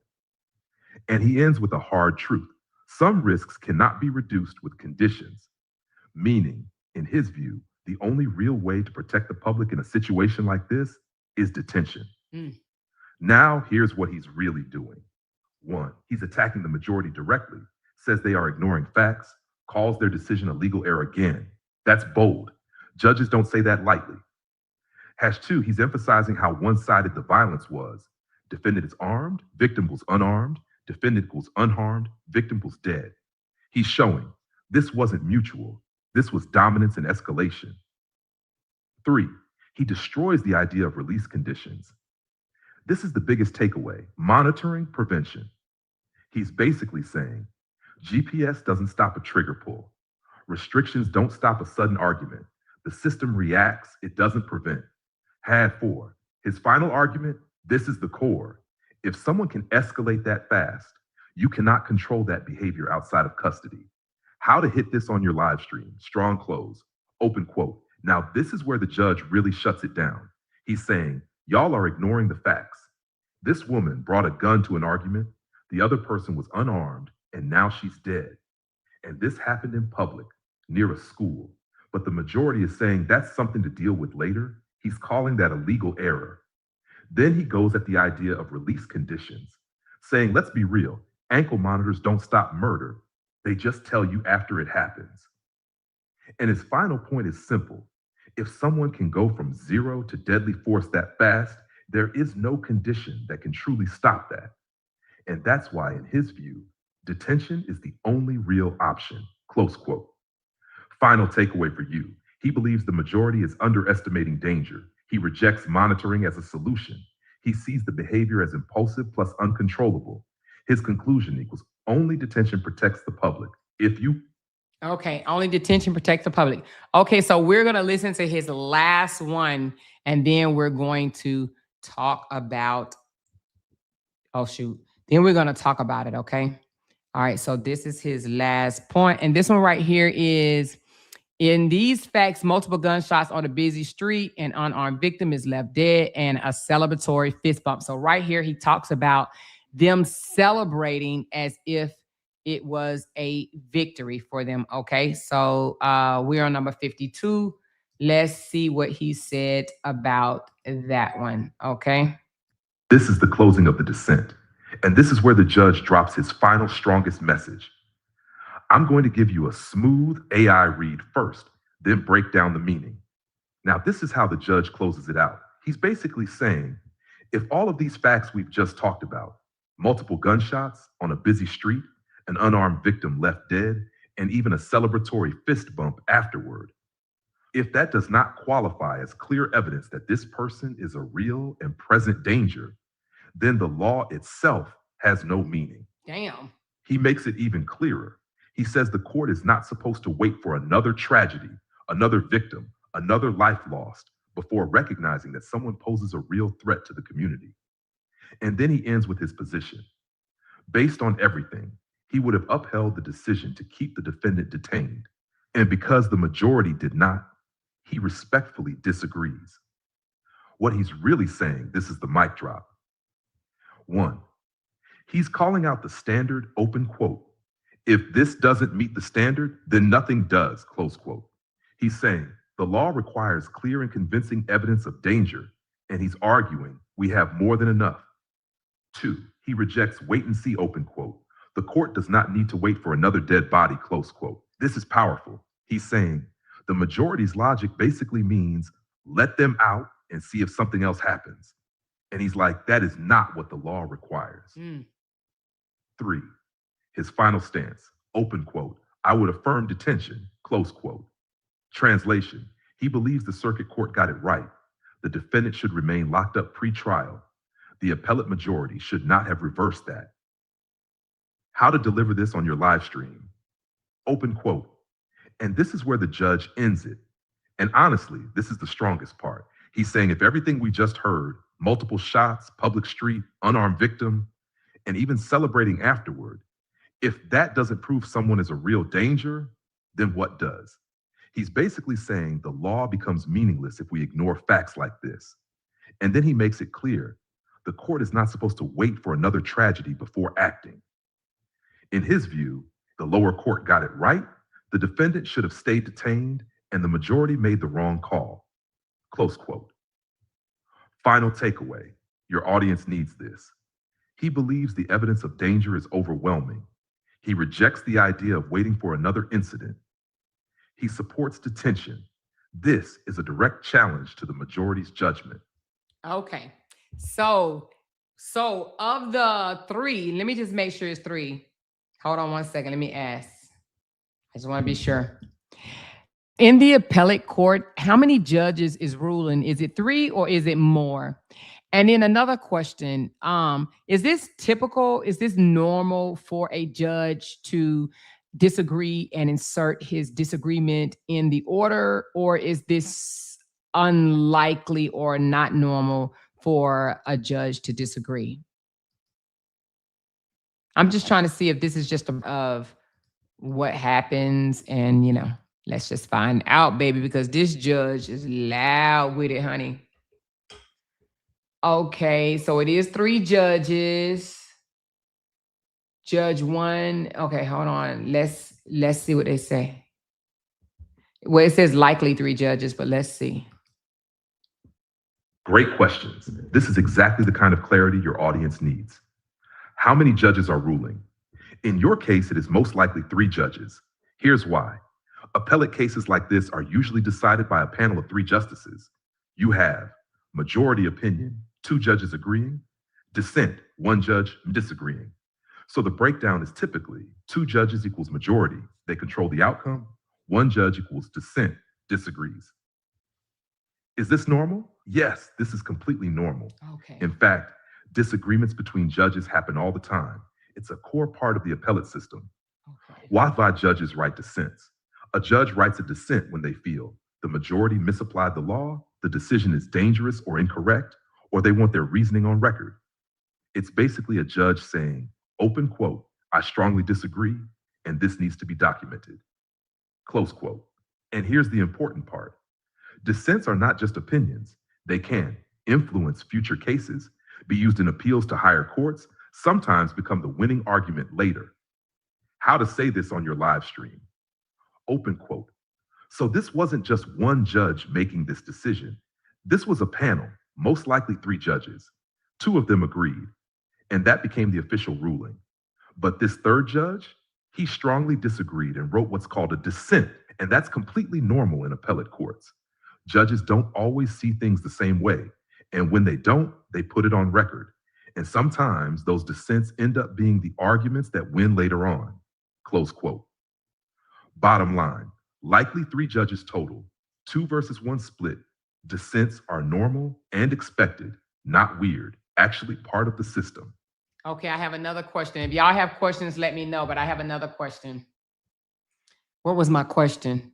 Okay, here's my question. Oh, will the dissent be a consideration when it goes back down to the circuit court, or because the 2 judges majority ruled, is it automatically that they have to reverse and allow Holly Johnson to be released, or does the dissent get taken into consideration at the circuit court? This is a really important distinction, and getting it right will level up your analysis. What happens after the appellate ruling? The majority opinion controls, period. So yes, if the appellate court reversed detention, the circuit court must follow that order. The trial judge does not get to pick a side. They cannot say, open quote, I agree with the dissent instead, close quote. So what does that mean for Holly Johnson? If the appellate majority ruled she should be released or that detention was improper, the case goes back down. The circuit court must follow the appellate court's instructions, likely set conditions of release. Does the dissent matter at the circuit court?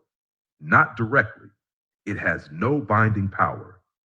The circuit court cannot use the dissent to override the ruling, cannot ignore the majority. But here's where it does matter. Even though it's not binding, the dissent can still influence things indirectly, framing future arguments. Prosecute. Okay. All right, I understand that. So it doesn't, so they have to go with the majority. The dissent can be used later on, like maybe during the trial, but not for release. But I wanna go back to where the majority, the 2 judges, actually ordered her release. Let me just put that in there. Before we get to the part where the dissent came in at. I had never heard of dissent before. So that was, I think it's the conclusion actually. Oh, right here. All right, so.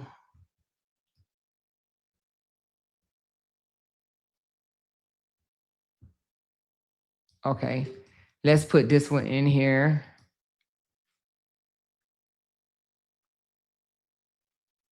I'm gonna check y'all comments in a minute, y'all.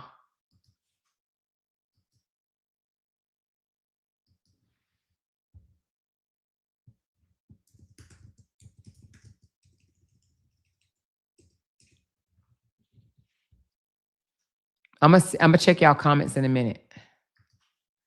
We learning together, baby. We learning together, y'all. We are learning together.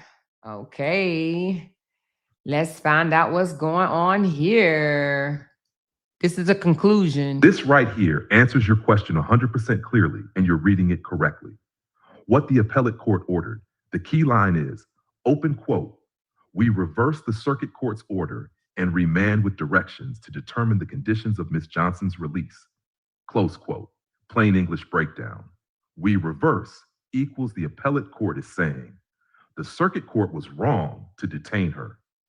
Remand, send it back down to the lower court.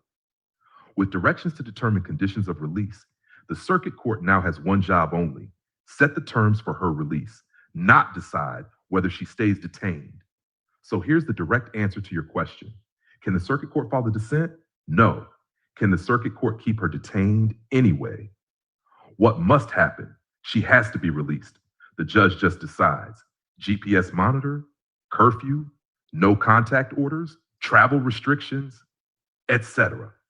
What this means strategically, even though Mitchell's dissent was strong, the majority overruled detention completely. So legally, the dissent equals powerful opinion. The majority equals binding order.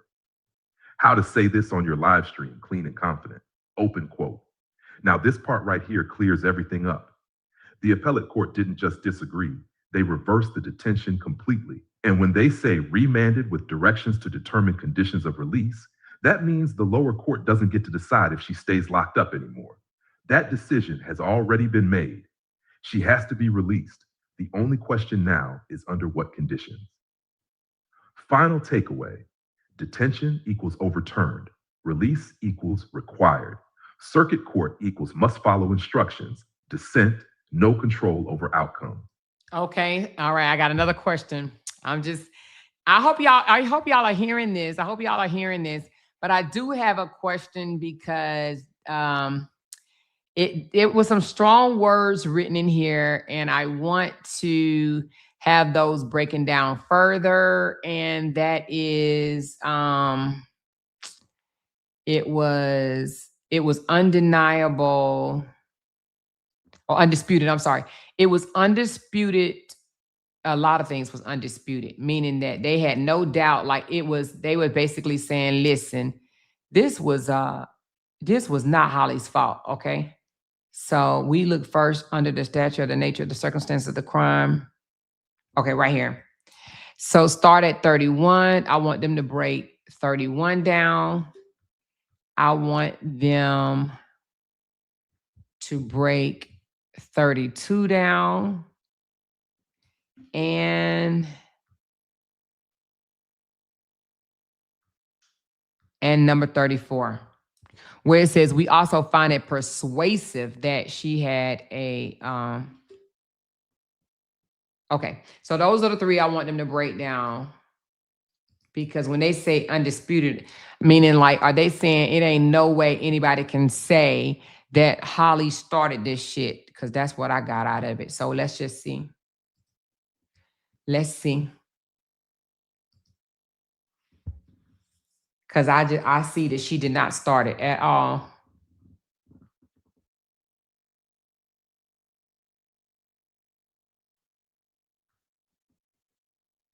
Okay. Let's see what the two judges, the majority, had to say in the breakdown analysis of how that reads. Because, baby,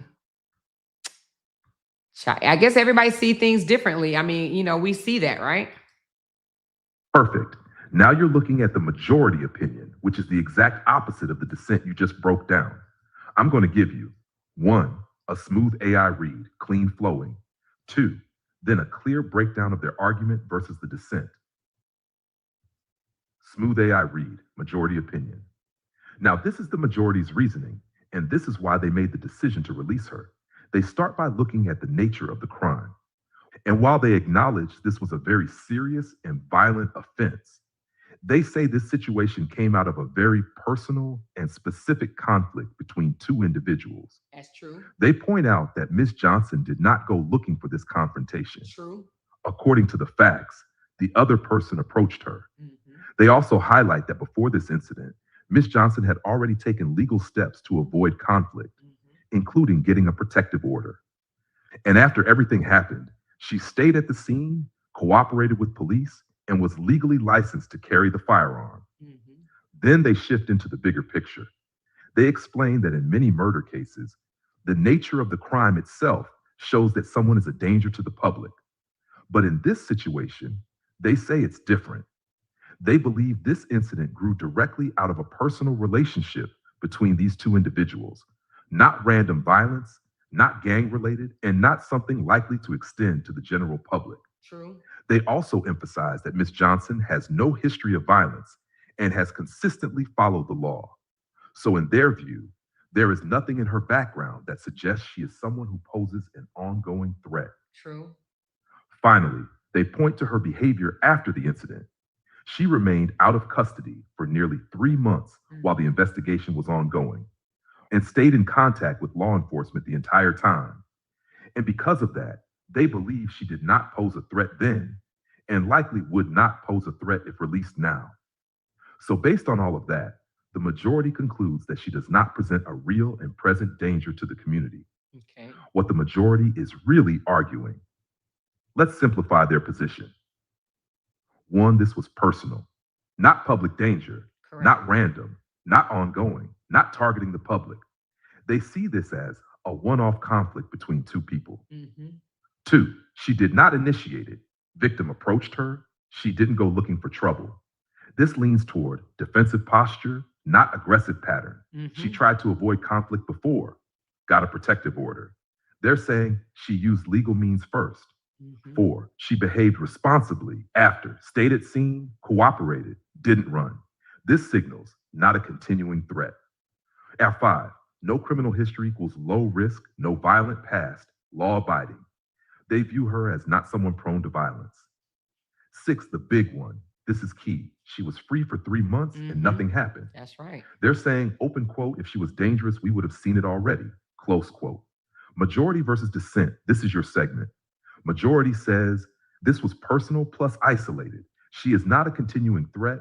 Her history shows law-abiding behavior. She was already free, no danger shown. Dissent says personal does not mean safe. Violence shows future risk. No history equals more unpredictable. Conditions won't stop her. She is dangerous. How to say this on your stream? This will hit. Open quote. Now this is where the split happens.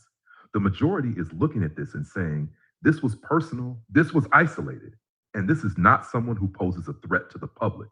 They're focusing on her past behavior, her cooperation, and the fact that she was already out for months without incident. But the dissent, he's looking at the same facts and saying, that doesn't matter. If someone can respond to conflict with deadly force, the risk is still there. So this really comes down to how you view danger. Is it about past behavior or what someone has already shown they're capable of doing? Close quote. Final takeaway. Majority equals release, not a threat. Dissent equals detain, ongoing danger. Same facts, 2 completely different interpretations. Yep. So the judges interpreted different. The 2 judges interpreted that this is just personal. This was a one-on, one-off type situation, meaning that, you know, nobody else is going to be involved. This was just between 2 people. But the dissent, which is Judge Mitchell, says, no, they feel like the way she escalated it, it could happen to anyone out there. You know what I'm saying? Like, basically saying that they're looking at it like this wasn't just a personal situation, that she's just a hothead and she just don't know how to resolve conflict. So we glad that Mitchell stood alone on this because Holly coming home, y'all, because Holly coming home. Okay, big guy. Can we say big guy? So do y'all have any questions that she said, Judge, what you say, them 2 judges not with that bullshit? April said they not with the bullshit. Oh, thank you, Ms. White. Appreciate you, girl. She said, Queen Khadijah, Queen Khadijah, Queen Khadijah. Holly is human and Holly is coming home. Big guy, big guy, big guy. So I want, if y'all have questions, y'all ask the questions in the chat. I wanted to read one more thing for me up here. I think this might just be, that's just opinion, the background. Well, you know what? Is this the opinion of justice is not related to defendant? It says Justice Odin Johnson is not related to defendant Quaid. So one of the judges' last name was Johnson, spelled with 2 H's. And I'm just noticing down here, it said Justin Odin Johnson is not related to defendant Johnson. Hey, Johnson. So one of the concurring judges' last name was Johnson. And they definitely wanted to, you know, just say, hey, he's not a part of the family. Shout out, Johnson. You know you part of the family. Stop playing. You know you are, uncle. But I wanted to break this down, the opinion. I want to know, is this the opinion of the court, I get it is because it said we agree with Ms. Johnson. That's what it said. The opinion said we agree with Ms. Johnson. So let's have them break the opinion down. All right. A little bit more. Okay. Let's break these two down right here. Well, just the opinion. He said Justice Odin Johnson is not kin to Holly Johnson, Kadasia Johnson. Distinguish those two. All right, so this is the opinion of the appellate court right here. All right, so they're giving their opinion on early on before they gave the background. So let's listen to the opinion. Even though I read it, you know, doing the analysis on it to me is just much better because it, you know, can tell a clearer picture than I can. This right here is the opening of the majority opinion, and it actually tells you everything about why she's being released in just a few lines. Let me give you a smooth AI read first, then I'll break it down. Okay. Now, at the very beginning of the opinion, the court lays it all out. They explain that Ms. Johnson is appealing the lower court's decision to keep her detained before trial under the Pretrial Fairness Act. And right away, they make their position clear. They say they are reversing that detention order and sending the case back down to the lower court to set the conditions for her release. Then they explain why. They say Ms. Johnson argued that the state failed to prove by clear and convincing evidence that she should be held without bond.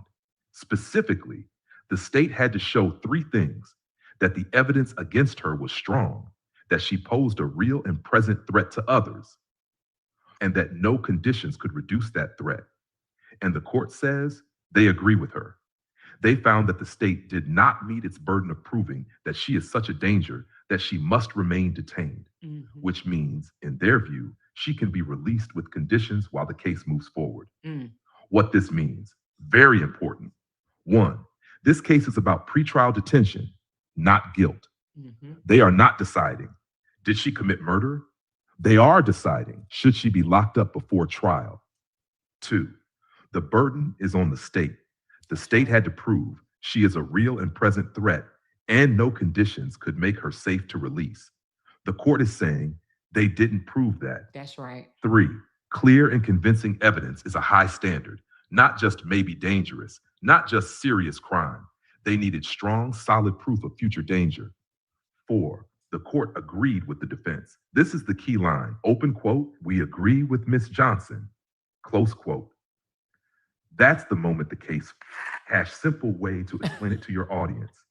Open. This joker said that's the moment the case is supposed to be flipped. That's the moment the case flipped. And then it says simple way to explain it. So what the court is saying right here is this is not about whether she's guilty or innocent. This is about whether the state proved that she's too dangerous to be out before the trial. And the court is saying the state did not meet that burden. They did not prove she is such a threat that she has to stay locked up pending trial.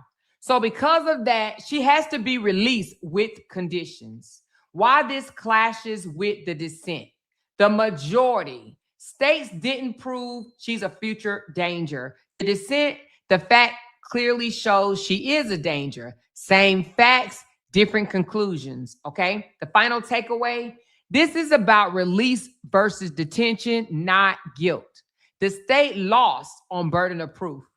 The court agreed with the defense, Holly Johnson and her attorney, Ari. What's Ari's last name? Ari Williams, that's right. That is why she is being released, okay? So they pushed it back down to the circuit court, whatever that court date is going to be. After that, she will be released, okay? So hopefully that'll be soon. I'm not quite sure. Do I want to go over the background again? I don't think so, because the background came from the defendant and the state, okay? So that was the background. I wouldn't mind, let me see, filed a petition. Do I want to go over the analysis? Where's the case? The circuit court made its detention decision without having heard the testimonies. We are not bound by this court factual findings. Okay, I kind of read that. I think we understand that. as these cases reflect, even in murder cases. Okay, I read that. So I think we got the gist of it right here, right? And then there was another, so there was 16 pages, and then there was another page that was released. Let me grab that one right quick. It was a standalone. Did it download for me? I think it did. Here it goes. Let's see what this says. I didn't even read it, so we're about to see it now. Let's see what it says.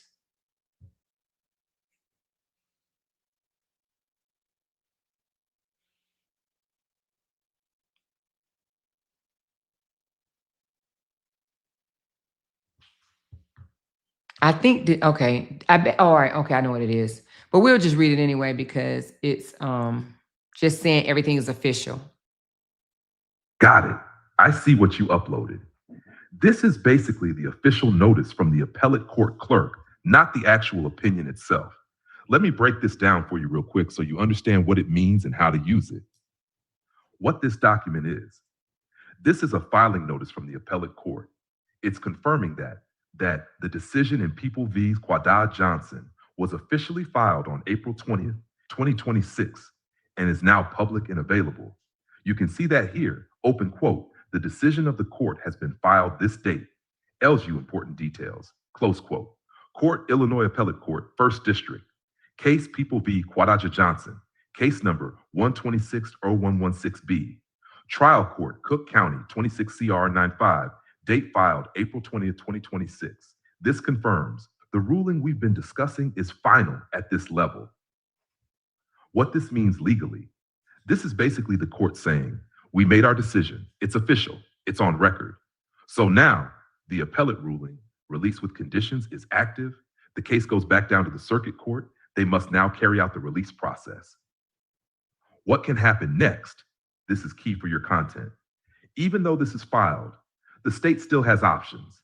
1, petition for rehearing. They can ask the same appellate court to reconsider. Deadline is usually short, like 21 days. 2, appeal to Illinois Supreme Court. They can try to take it higher, but the Supreme Court chooses whether to hear it. How to say this on your live stream. Open quote. So this document right here is basically the court making it official. The appellate court has filed its decision, and that means the ruling is now in effect. So at this point, the lower court has to follow those instructions and move forward with setting conditions for her release. Now, the only thing left is whether the state tries to challenge this further, either by asking for a rehearing or taking it up to the Illinois Supreme Court. Close quote. Bottom line, decision is official and filed. Release ruling is in motion. Circuit court must follow it. State may still fight it. Okay, I have a question. All right, hold on. Given all evidence of this case uploaded today from the state and the defense, do you see the state taking it up further to the Supreme Court and trying to fight it, or do you see them just allowing the appellate court rule to go forward?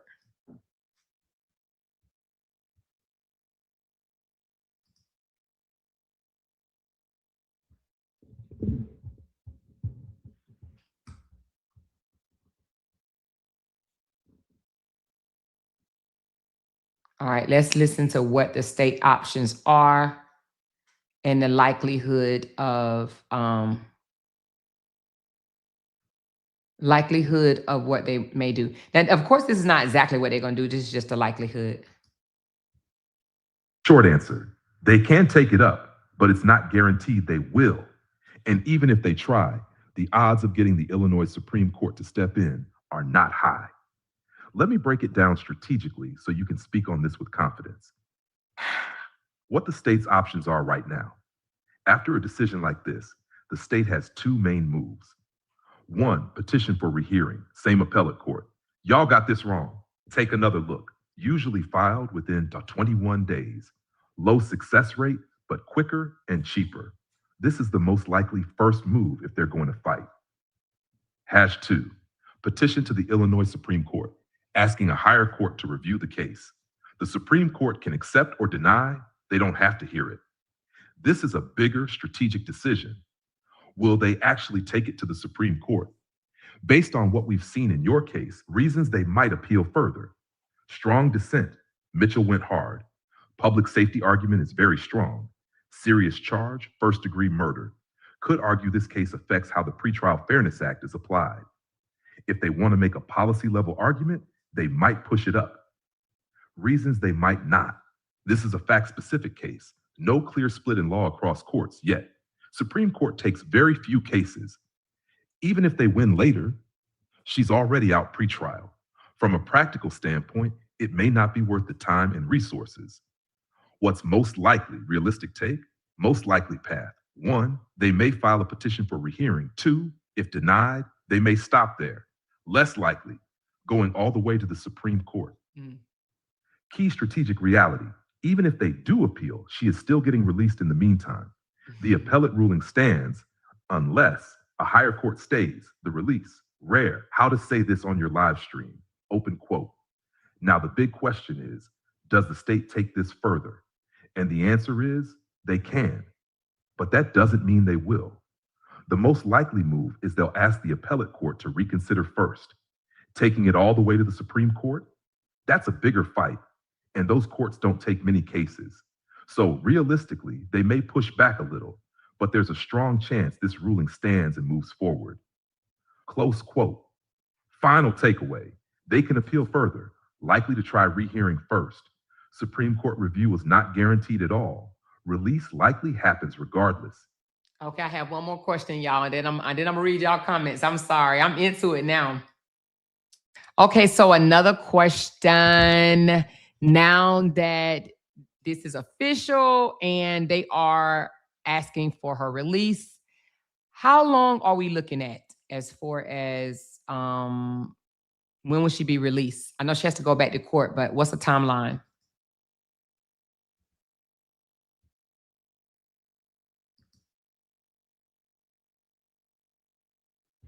Let's find out, y'all. Let's find out. Oh.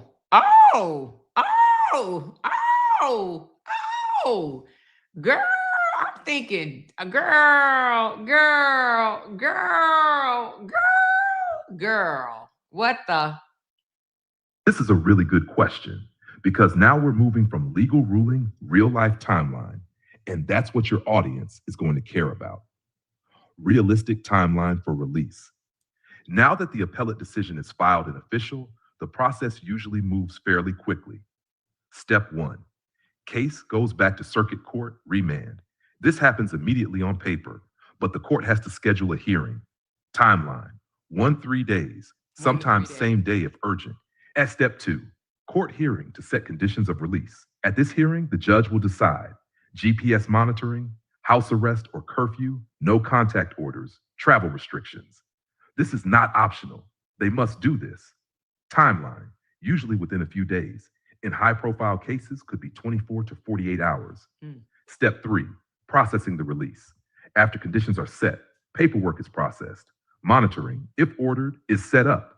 Jail processes the release timeline, same day or within 24 hours after hearing. So overall, what are we looking at? Fast scenario, 1 to 2 days. Hearing, same day or next day release. Typical scenario, 2 to 5 days total. Slower scenario, weekends, delays, admin issues, up to about a week. What could delay it? Court scheduling backlog, state filing a motion to stay, pause release, logistical delays, GPS setup, paperwork. But without a stay, release is moving forward regardless. Key reality, she is not just sitting waiting indefinitely. Once that order is filed, the system moves, and it moves pretty quickly. How to say this on your live stream. Open quote. Now, as far as timeline, this is not something that's going to drag out for weeks. Once that appellate decision is filed, the lower court has to act pretty quickly. Realistically, we're looking at a few days, maybe 2 to 5 days, for a hearing to be set, conditions to be decided, and then release to actually happen. In some cases, it can even move within 24 to 48 hours, close quote. Bottom line, not weeks, days. Hearing comes first, release follows quickly, likely within a few days. Y'all. Holly will be home in some days, okay?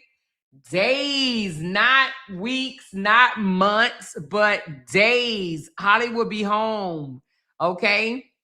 Holly will be home in days. Days. Can we say days? Y'all, days. Okay, Holly will be home in days. All right, what questions do you guys have? I pretty much have broken this whole entire thing down. So I think I got it all. I don't think I left any stones unturned. We was fair with it, right? We understand that there is a judge that did not agree with the majority. It's okay. It's normal. That's what they do. All judges don't see things the same, just like we don't see things the same, right?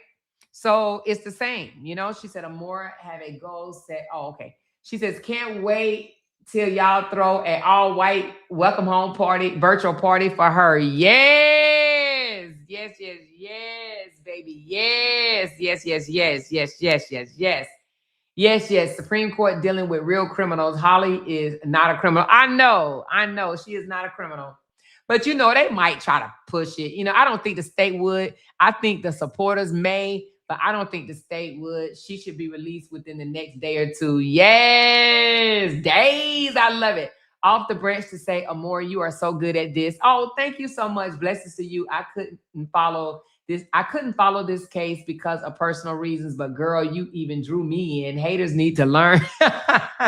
Thank you so much. I appreciate you, love. It can also be used if the appellate court decision is appealed to a higher court. When you say it can also be used, what do you mean? Are we in the same? What do you mean? Tell me. So anyway, we are looking at days, okay? Like 5 days or less, all right? Now, I know, we already know this. We know that the people that really, really, really wanted her to stay locked up, they're going to be focusing more on the judge that did not agree with her, the dissent. We learned that's called a dissent, and that just means that they did not agree with the majority, okay? And they're going to be focused on that. But we're going to be focused on the win, while they are going to be focused on that. The win here is that she did win her appellate. They did agree with her that the state did not prove, they did not prove that she was a threat, okay? That she posed such significant threat that she cannot be released pending trial with conditions, okay? They did not prove that. So because they did not prove that, Holly's coming home. And I like the fact that they was like, she should not have been locked up. She should not have been held in detention in the first place. You know what I'm saying? Past the second time she asked to get out or whatever. Now, all three judges did not agree. One of the judges said that, they do think she's a threat, blah, blah, blah. We know that might be one of the judges' brothers or cousins or uncles or who knows. But however, two judges, the majority said that they agree with the defense that it was not proven. I'd rather be fighting a case out in the street than in jail. You got a better chance of winning your case. I've always heard that, Miss Dimples. I've always heard that it's better to fight your case out free than to be locked up. Because when you locked up, it's a mental thing. So much is going through your mind or whatever. And you may just be like, F this, just forget it. I'm here, right? But I'm glad that she's going to be getting out, because I do not believe that she deserves to be there. I do not. I absolutely do not believe that Holly deserves to be there. And I am overjoyed that she is coming home. She said, Amor, have you talked to Carlos yet about this? But I'm about to right now. I'm about to call Carlos right now. I'm going to call Carlos right now. Hope Carlos listen. I hope he ain't over there getting too drunk being happy. No, I'm just kidding. I don't even know if Carlos drink like, oh yeah, I think he do. I don't know. Anyway. Hold on, y'all. She said, Amor, is it true that Holly is only getting released to have her baby? This is what they're saying on the outside. That's not what it says. I'll read it over again. Congratulations. What you mean, what happened? You've been in the gym, so you haven't heard? Stop lying. You better stop lying. Holly getting released. Carlos, stop playing. Are you for real? So I gave you the good news.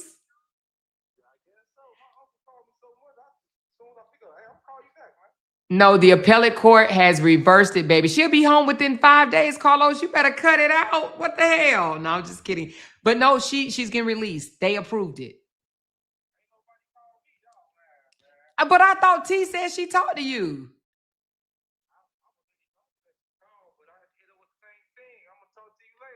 Oh, well, I'm so glad that I was able to tell you, though. Holly is coming home.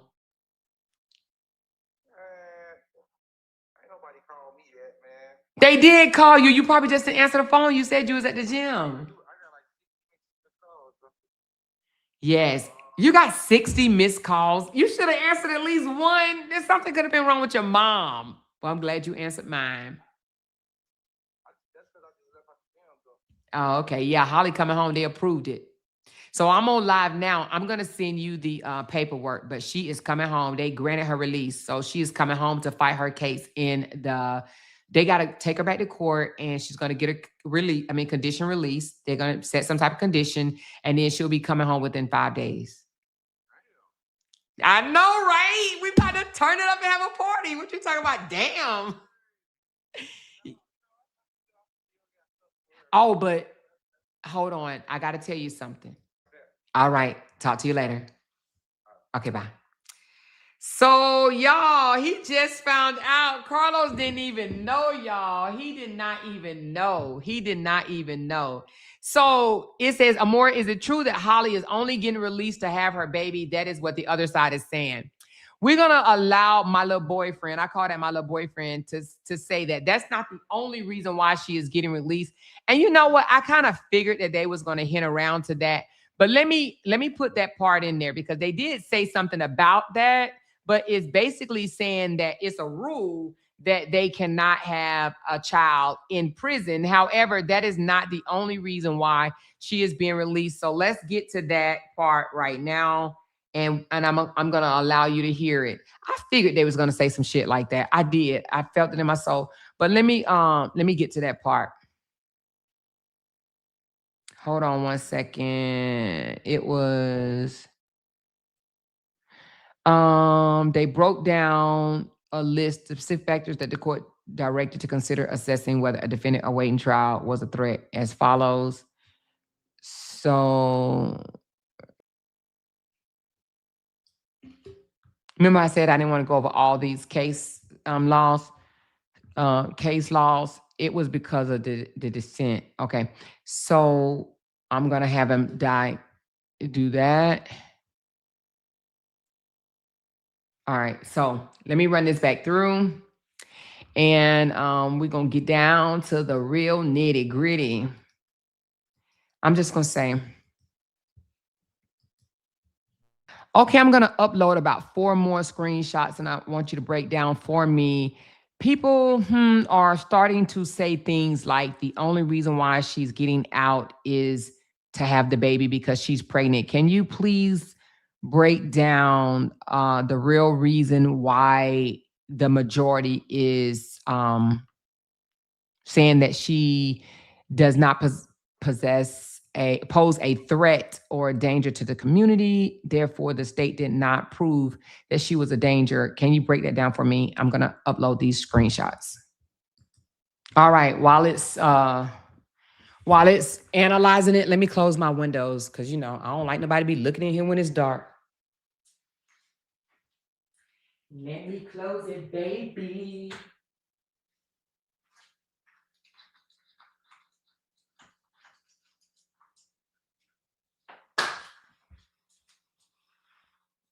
All right, let's see what they say about her being pregnant. All right, here we go. This is exactly the narrative that needs to be corrected because people are oversimplifying it and getting it wrong. She is not being released just because she's pregnant. That is not the legal basis of the ruling. Let me break this down clean so you can shut that down with authority on your platform. The real reason she's being released. The majority's decision comes down to one legal standard. Did the state prove, by clear and convincing evidence, that she is a real and present threat to the community and that no conditions could reduce that threat? The court said, no, they did not. The majority's actual reasoning from your pages. Let's walk through it step by step using what you uploaded.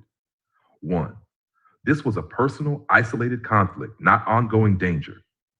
From 31 to 32, they say this came from a very personal and specific controversy, not random, not public targeting, not a pattern of violence.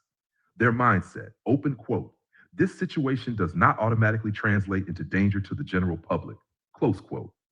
Now 2, she did not initiate the confrontation. From 31, the victim approached her. She did not go seeking conflict. That matters legally because it suggests situational escalation, not ongoing aggression. 3, she tried to avoid conflict beforehand. She obtained a protective order, used legal means first. The court sees this as, open quote, this is someone who tried to handle things the right way before it escalated, close quote. She stayed, cooperated, and didn't flee. From 31 and 34, stayed at the scene, cooperated with police, didn't run. Court interpretation, not someone acting like a continuing threat. 5, she was free for months and nothing happened. From 34, she was out for almost 3 months, stayed in contact with police. This is huge. The court is saying, open quote, if she were truly dangerous, we would have seen it during that time, close quote. 6, no prior violent history. From 32, no background of violence, history of following the law. Court interpretation, no pattern equals lower risk of future harm. 7, the court separates this decision from guilt. From 38 to 39, they say clearly the question of murder versus self-defense is for trial, not for pretrial detention. 8, they believe conditions can manage any risk. From 40, no firearms specifically ordered, other conditions to be set. This is critical. Open quote, the state had to prove no conditions could make her safe. Close quote. The court said they failed to prove that now. What about the pregnancy? Let's address this directly because this is where people are getting confused. Pregnancy was mentioned, but it was not the deciding factor. From 36 to 37, the court says she could give birth in custody. The law discourages that unless necessary, but they also say, open quote, for the reasons outlined above, close quote. That line matters. Translation, the decision was already made based on the legal analysis before pregnancy was even considered. What pregnancy actually did, it served as an additional consideration, not the foundation. Think of it like the legal argument equals 90%. Pregnancy, extra context, timing factor. How to shut down that narrative on your stream. Here's your clean, authoritative delivery. Open quote, let's clear this up right now.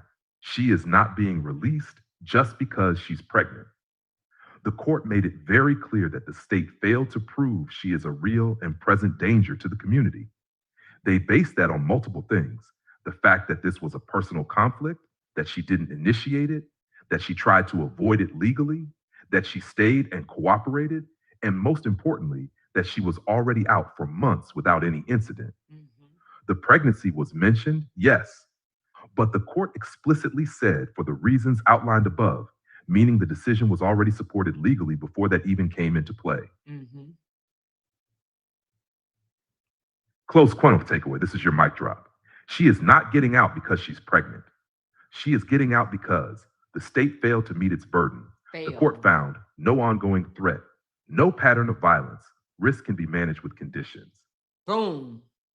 Final takeaway. She is not getting out because she's pregnant. She's getting out because the state failed to meet its burden. The court found no ongoing threat, no pattern of violence. Risk can be managed with conditions.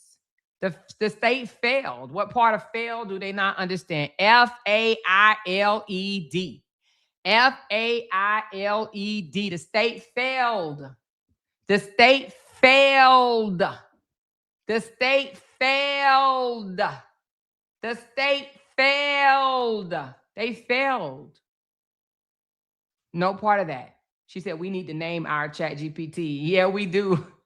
They don't like my chat GPT. And yes, I do pay for my chat GPT every single month. Yes, I do, baby. It's a bill. It's another one of my bills, baby. You hear me? But the state failed. The state failed. They absolutely failed to meet their threat, violence, and conditions, you know, that she can't get out with any conditions, right? She said, I'm confused, chat. I thought a few months ago they said she had an abortion. If she's pregnant, I'm glad she kept her pregnancy.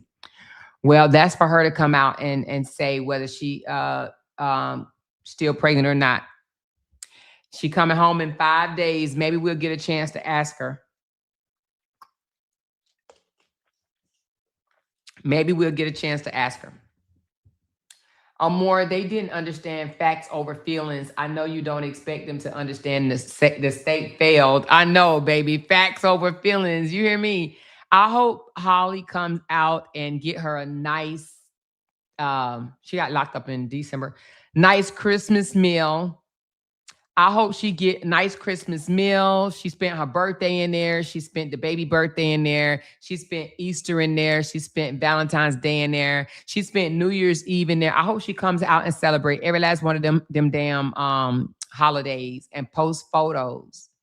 I hope that she celebrates every last one of those holidays, baby. Do you hear me? Every last one of them, like back to back. Valentine's Day, Easter Day, New Year's, Christmas, birthday, every last one of them. Every single last one of them. I hope she comes out, all right?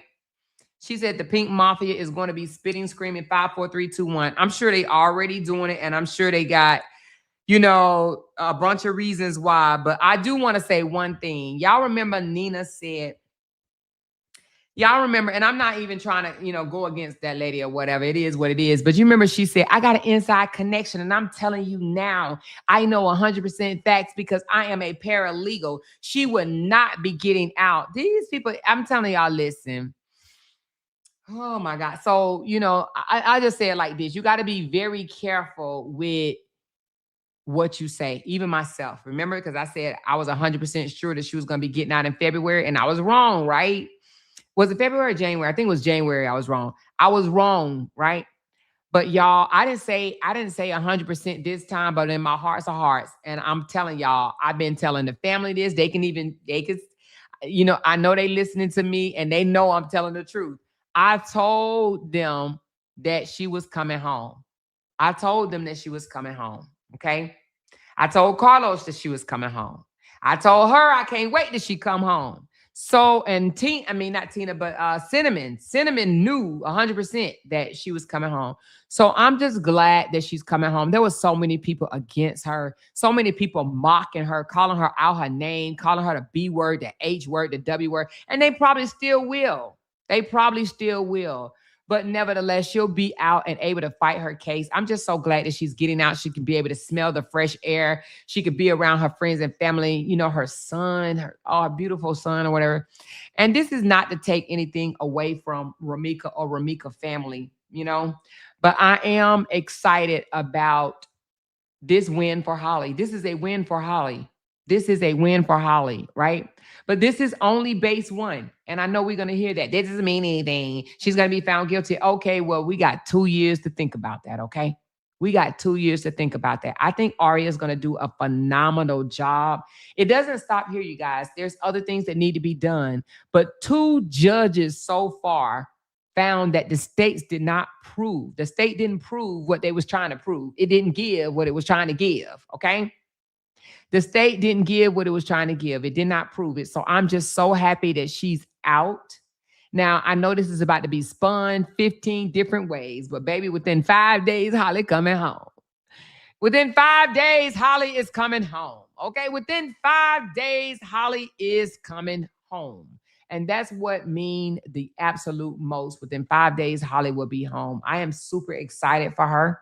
I'm super excited for her family. They deserve this. I do not believe Holly should have been in there. I agree with the appellate judges, the majority anyway, that said that this was a one-on-one incident. You know, this is not, Holly thought she was a badass, so she went around bang, bang, bang, bang. Holly didn't ask for this, and I said that from the beginning, you know, and I don't want to make this a issue, but people, child, don't get me. Ooh, child, listen, I said that from the beginning, Holly didn't ask for this. Holly didn't wake up September the 8th and say, I want to go KI someone. Holly didn't ask for this. She was minding her business. She was minding her business. And I kept saying, this would not have happened if Romika did not stop. I kept saying that. However, people were, you know, oh no, this was, listen, this young lady didn't ask for this. She didn't ask for that day. She didn't know this was about to happen. She didn't know. But nevertheless, 2 judges actually agreed and said that she was not the aggressor. Now, whether they're going to say she's the aggressor in what, and I want to read that part again. I want to read that part again because they did say that she was not the aggressor. 2 judges. Now, one of them said that she was, but 2 judges said that she wasn't. Hell, that gives me solace. That makes me feel great, right? So hold on. Let's get to the part where the 2 judges said that she was not the aggressor. Hold on one second. Despite what witness number 3 that was all the way down on the other end of the damn street had to say. Let's look at the part where it says that she was not the aggressor. Hold on one second. I like that there are undisputed facts, baby. Hold on. Here you go, right here. What does this mean?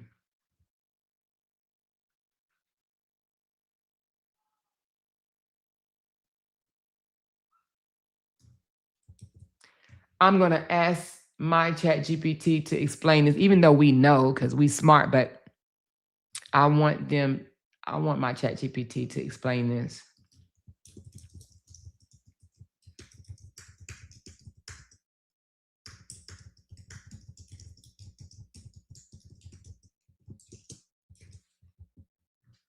All right, hold on.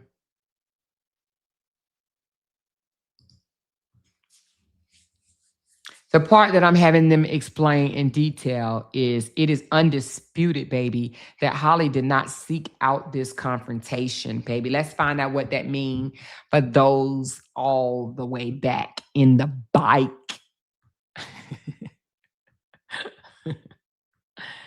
In the bike.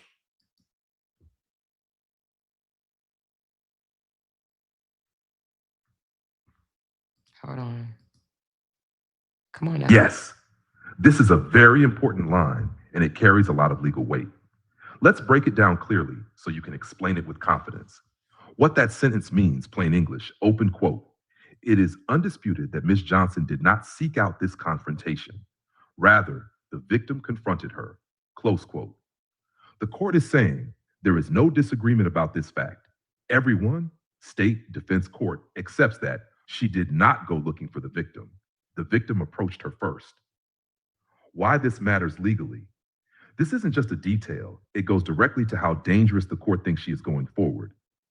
1, it suggests she is not an aggressor by pattern. If someone hunts people down, initiates confrontations, that looks like ongoing danger. But here, the court is saying she wasn't out here starting problems. 2, it supports a situational event, not ongoing behavior. The majority is framing this as a conflict that happened in a specific moment, not a person who goes around creating violent situations, #3. It weakens the state's argument of future danger. Remember, the state had to prove she is a real and present threat. The court is basically saying, open quote, if she didn't even initiate this, how do we say she's a continuing threat to others, close quote. 4, it ties into possible self-defense arguments without deciding it.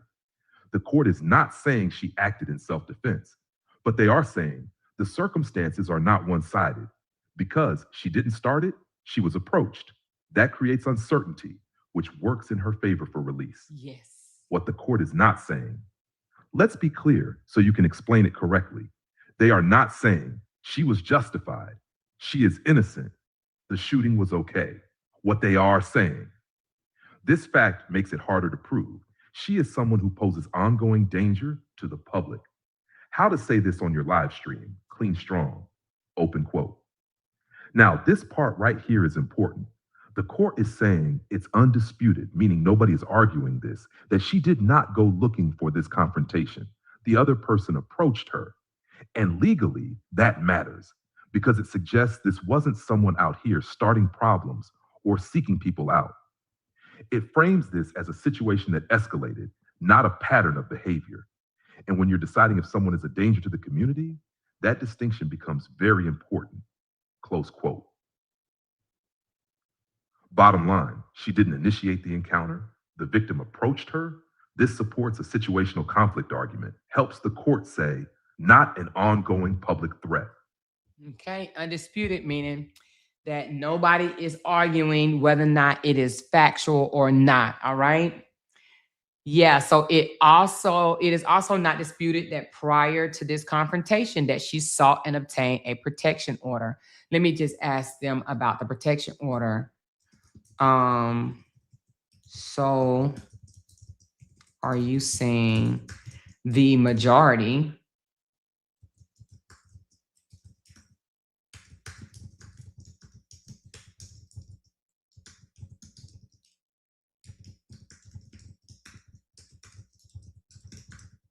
pre-trial?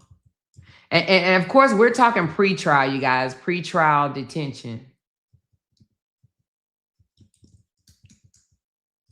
And the reason why I'm saying that is because, you know, the trial and detention release is two different things, right? So we're basing this off of what they use as for pretrial detention. Okay, so I asked, are you saying that the majority ruled that the protection order carried weight in the pretrial detention? Because the only reason I'm saying that because a lot of people felt like that protection order did not carry no weight. Okay, and if I'm not mistaken, I think the circuit court tried to dismiss. Oh, matter of fact, let me add that. Circuit court.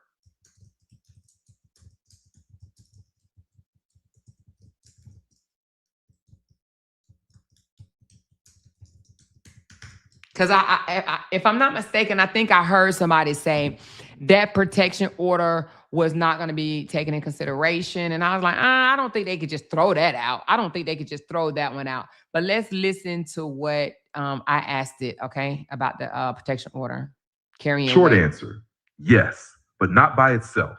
The protective order carried weight, just not enough to decide the case alone.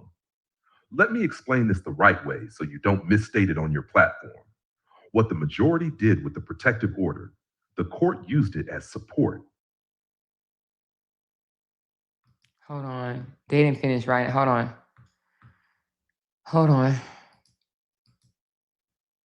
Good question. And this is where you want to be precise, because the answer is no. The circuit court did not dismiss or invalidate the protection order. What actually happened? The protective order still exists as a fact in the case. Nobody said it was fake. Nobody threw it out. Nobody ruled it invalid.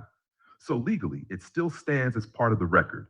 What the circuit court did do, instead of dismissing it, the circuit court basically did not give it much weight. Meaning, the trial judge focused more on the violence of the incident, the public nature of the shooting, the risk to the community, and still decided she should be detained. What the appellate court majority did differently. The appellate court said, wait, that protective order actually matters.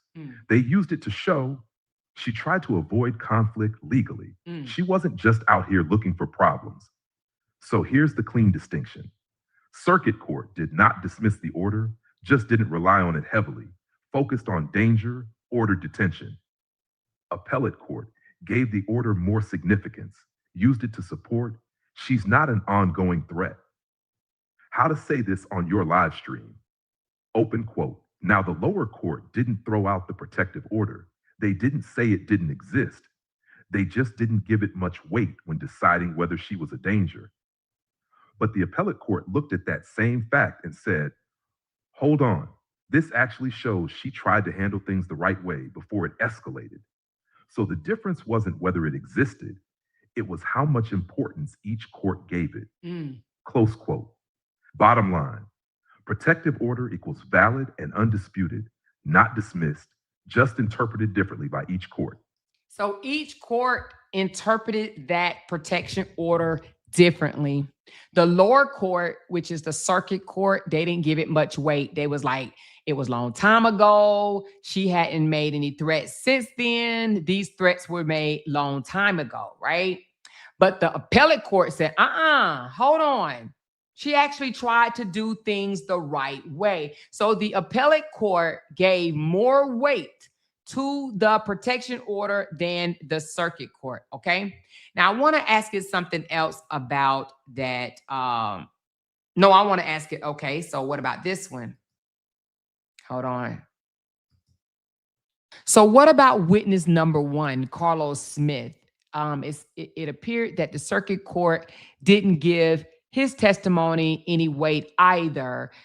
What would you say about the appellate court when it comes to witness number 1? Were there even any consideration about the witnesses at the appellate court? And I asked because he mentioned a couple of times, so let's find out. Because, you know, the circuit court was trying to throw him out too. They was trying to throw the baby out with the bathwater. They was trying to throw everybody out. You know what I'm saying?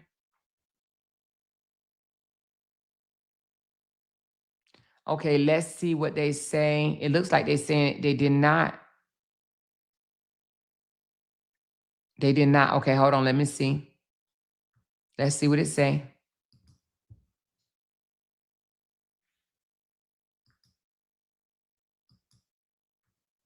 This is a sharp question, and you're picking up on something real. Short answer, the appellate court did not reweigh witness credibility the way the circuit court does. So no, they did not heavily rely on or break down Carlos Smith or any witness like the trial court would. Why that is, this is key. Circuit court, witness testimony, live accounts, decides who do I believe. So with Carlos Smith, the circuit judge could believe him, discredit him, give him little or no weight. Appellate court, what you're reading, does not re-interview witnesses, rejudge credibility. Instead, they look at the record as a whole, whether the state met its legal burden. So what did the appellate court do with witnesses? They stepped back from individual witness credibility. Instead of saying, we believe Carlos Smith, or we don't believe him. They focused on undisputed facts, broader circumstances, legal standard, danger to community. What that means for Carlos Smith specifically, if the circuit court gave him little weight, the appellate court did not correct that, did not rely on him heavily either, because their job was not who's telling the truth. Their job was, did the state prove she is a future danger? What you're seeing in the opinion, this is important. The appellate court keeps using phrases like, it is undisputed. There is no dispute that. That's intentional. They are avoiding messy credibility battles between witnesses. Why they did that? Because credibility fights equals trial issue. Danger to community equals pre-trial legal issue. How to say this on your live stream, open quote. Now, when it comes to witnesses like Carlos Smith, the appellate court is not sitting there deciding who they believe and who they don't. That's the trial court's job. The appellate court steps back and looks at the bigger picture, whether the state proved she's a danger to the community. That's why you don't see them really weighing his testimony heavily. They're focusing on what facts are undisputed, not who told the better story. Close quote. Bottom line, circuit court weighs witness credibility. Appellate court reviews legal standard. Witness number 1, Carlos Smith, equals not central at appellate level. Focus, undisputed facts, burden of proof. Real talk, this will elevate your content. The appellate court avoided witness credibility because the more disputed the facts are, the harder it is to prove clear and convincing danger pre-trial. The more The more disputed the facts are, the harder it is to prove clear and convincing danger pre-trial. So the state failed. They failed to prove with clear and convincing evidence that she was a danger to the community. That's just what it is. That's just what it is. Somebody said the Ramika squad is on here upset. Are they in here? Well, they can't say that we're not just, we're not reading and analyzing, what we already have. She said the judge that disagreed with everything, he relied heavily on one witness, witness number 3. Yes, he did. The proffer. He relied. Matter of fact, he did. Absolutely. Let's go over that right quick, you guys. Let's go over that. Hold on one second. So at the circuit court, it seems that the judge at the circuit level relied heavily on the state's proffer. Is that common? Is that something that they normally do? Because it seems like they just kind of went with whatever was written down for that proffer. And can you explain exactly what a proffer is and why is it weighed so heavily during detention?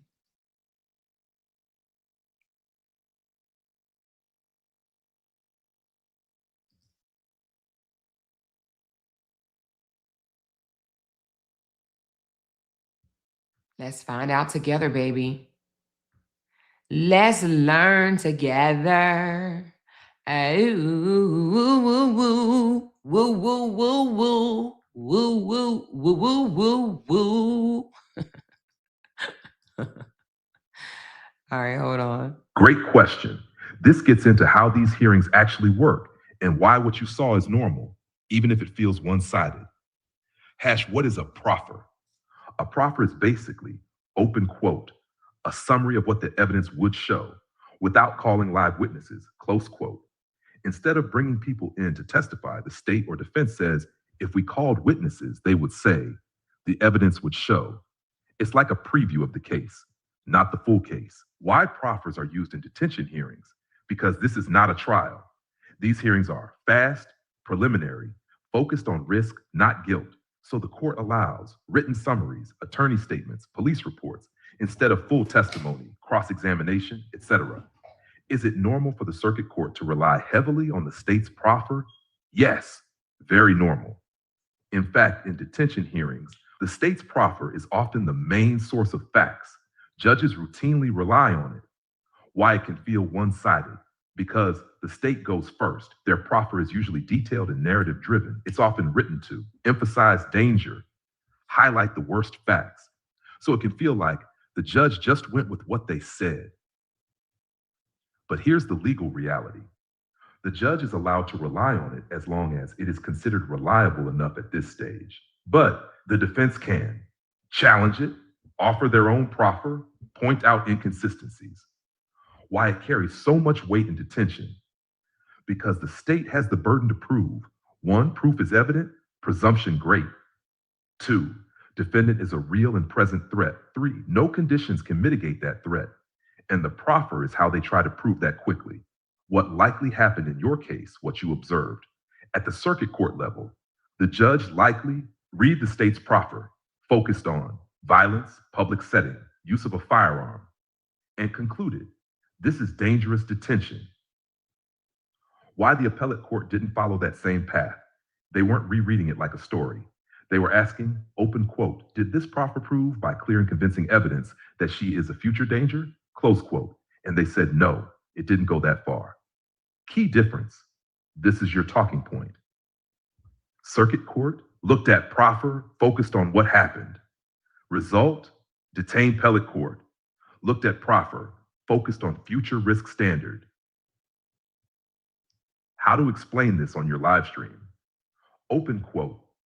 Now, a lot of people are... Let me go back because it skipped some. It said the key difference. This is your talk. Okay, the key difference. Circuit court, they looked at the proffer and focused on what happened. The results, detained. Appellate court, they looked at the proffer, focused on the future risk standards. Result, release.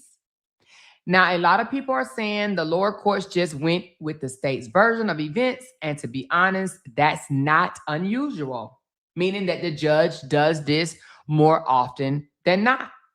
In these detention hearings, the state presents what's called a proffer, which is basically a summary of what the evidence would show.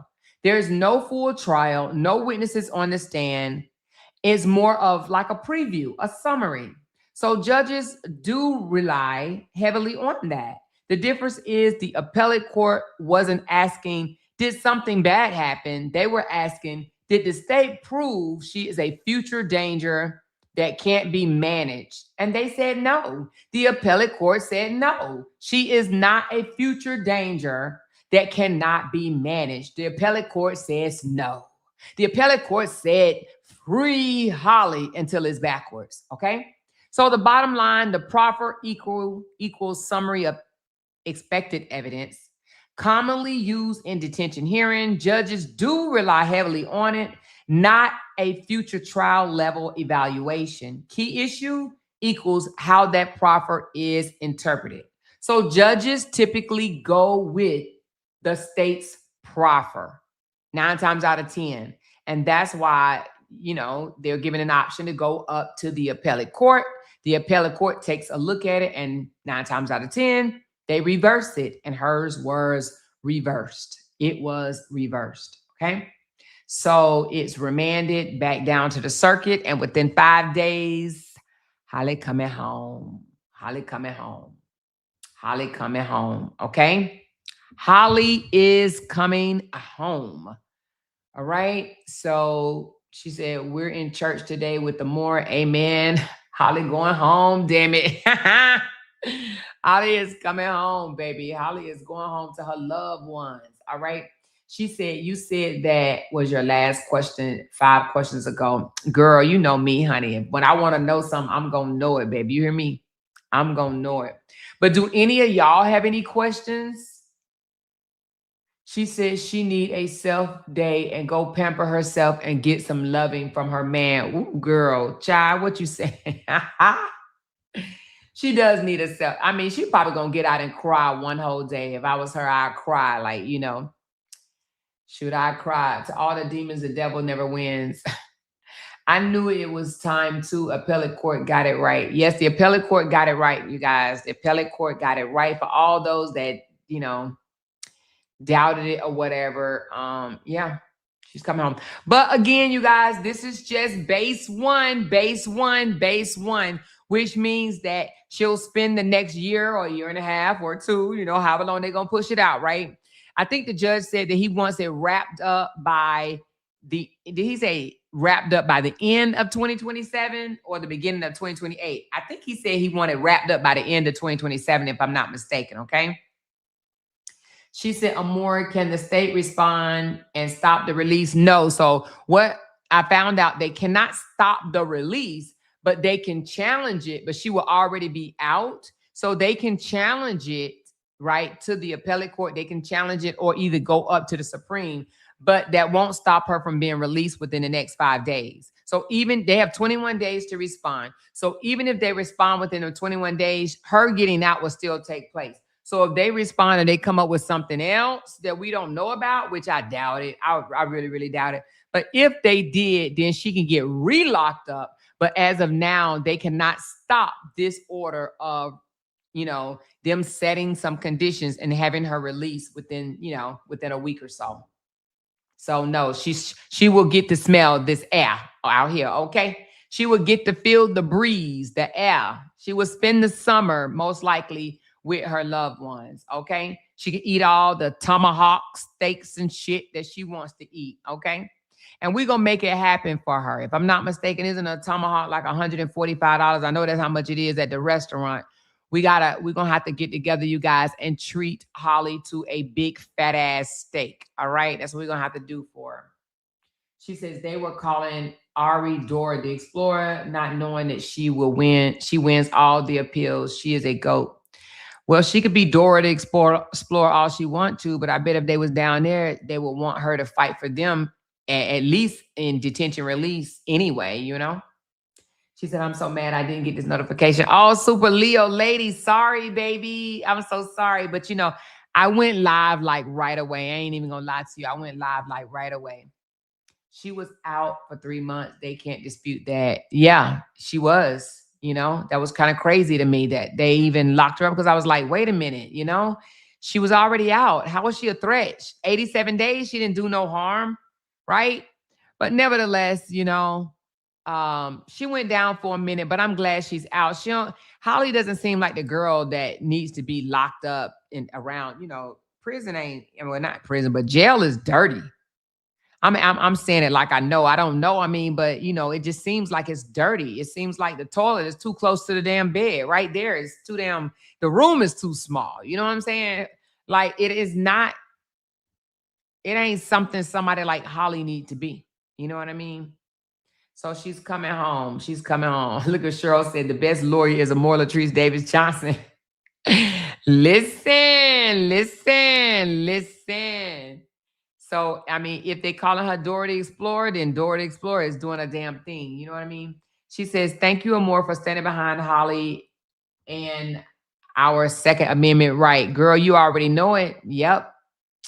Rights to bear arms. You are welcome, though, baby. I just really feel that people should keep their hands to themselves. Since this incident, we have heard of so many other incidents that people have lost their lives by just fighting. No weapon whatsoever, just fighting.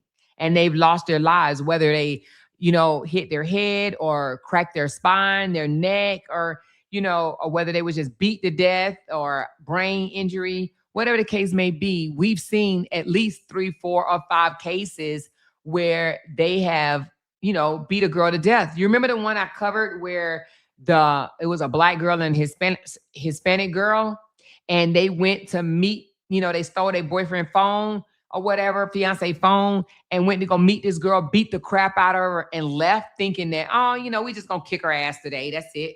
They unalived this young lady, and now they're spending 20 years in prison for it, right? So you got to keep your hands to yourself. You just must. Keep your damn hands to yourself. Just please do, right? But I'm glad that she's out, because there's so many people screaming and yelling and calling her all type of filthy, disgusting names, and just, you know, calling us liars and all types of sick shit, you know, and I'm sure they are today, you know, tucking their tail, or, you know, who knows what they're doing, eating crow or what, I don't know what they eating. They need to go eat a can of fucking Spam or Vienna sausages or something. I don't know, but, you know, just don't, and this is a lesson for all of us, don't count your eggs too soon. Don't be so. And you know, when I say that she was coming home in January and she didn't come home, they said your channel is not reliable. You are a liar. You are a liar. So should we call their channel liars? Because it was a whole lot of them saying she ain't getting out. She ain't getting out. She ain't getting out. So are they liars? I mean, I'm just asking for a friend, because they told everybody, don't rely on my channel because I am a liar, because I said she was getting out in January and she did not get out. So are they liars that Holly is actually coming home? I don't know. Y'all tell me. Y'all tell me. Y'all tell me. She said, Amor, I need to send you some information from Collins County. Yes, send it to me. Talk about it with Amora at gmail.com. Talk about it with Amora at gmail.com. One of the moderators, can you drop my email address for I Am My Sister's Keepers? Thank you, baby. So, you know, she says, yep, they are liars. They said I was a liar. No, I'm serious. They said I was a liar because I said she was coming home in January and she didn't come home. And I was deemed a liar, y'all. A liar. A liar. So we got to be careful. We got to be careful with calling people liars, because you might turn around and become one, you know? You might turn around. And I wonder they're going to do what I did, because I did a whole video, y'all. You remember? The very next day, or was it the next? I think it was the next day. I came out and I apologized. I said, y'all, I was wrong. Did I not? I did a whole y'all, I was wrong video that got over 11,000 views on that. I was wrong, y'all. I was wrong. And that's what I said. I wonder, will they be honorable enough to get on their platform and say that they were wrong? I don't think they will. I don't think not one of them will get on their platform and say, I was wrong. I was absolutely wrong for saying that she wasn't going to get out, and she did. I wonder where they do it. It's so many of them. I wonder where they actually do that. So right there tells you the credibility of a person. If a person can't get on their platform after calling other people liars, right? And if they can't get on their platform and boldly say that they were wrong, don't trust those people. Don't trust those people, because I ate crow. I got on my platform and said, y'all, I was wrong. And I learned a valuable lesson from that. Don't say 100% unless you know 100%, right? But don't put 100% behind it, in which that's what I did. I banked on it 100%.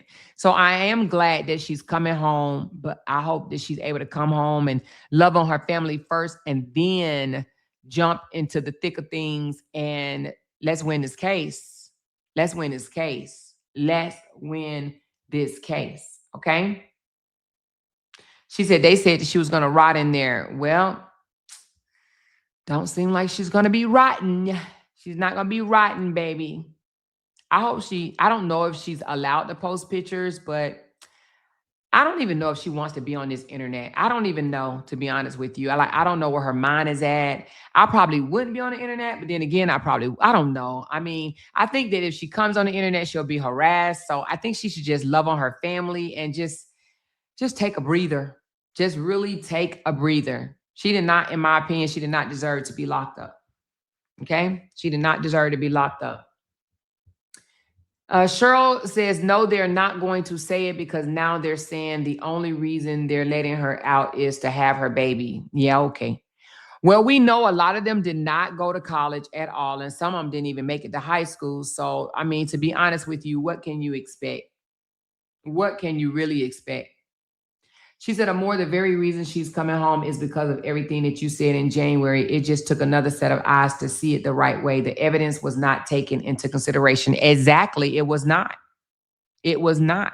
They were saying the hell with that restraining order, like it wasn't nothing. And I'm just like, wait a minute. You cannot say the restraining order was nothing. She had proof. She had proof of those. She had the text message of the threats. So how can you threaten somebody's grandmother?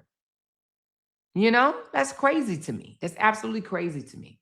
You know how grandmothers are, baby. We'll stab somebody over our grandkids, like straight stab you in your throat over our grandkids. Hell, sometimes we go harder for our grandkids than we do our own children. Hey, we be ready to stab our children over our grandkids. Okay, stop hitting him. Put that down. Leave him alone. Let him come here. That's my grandbaby right there. That's me, my baby. Don't be yelling at her. She said, get ready. It's going to be a lot of flip-flopping like we've seen in the last 3 years. Girl, child, woo, baby. Definitely didn't deserve to be locked up. No more Free Holly. Yes, definitely did not deserve to be locked up at all. Free Holly. Let's go, let's go, let's go. She said, where Q at?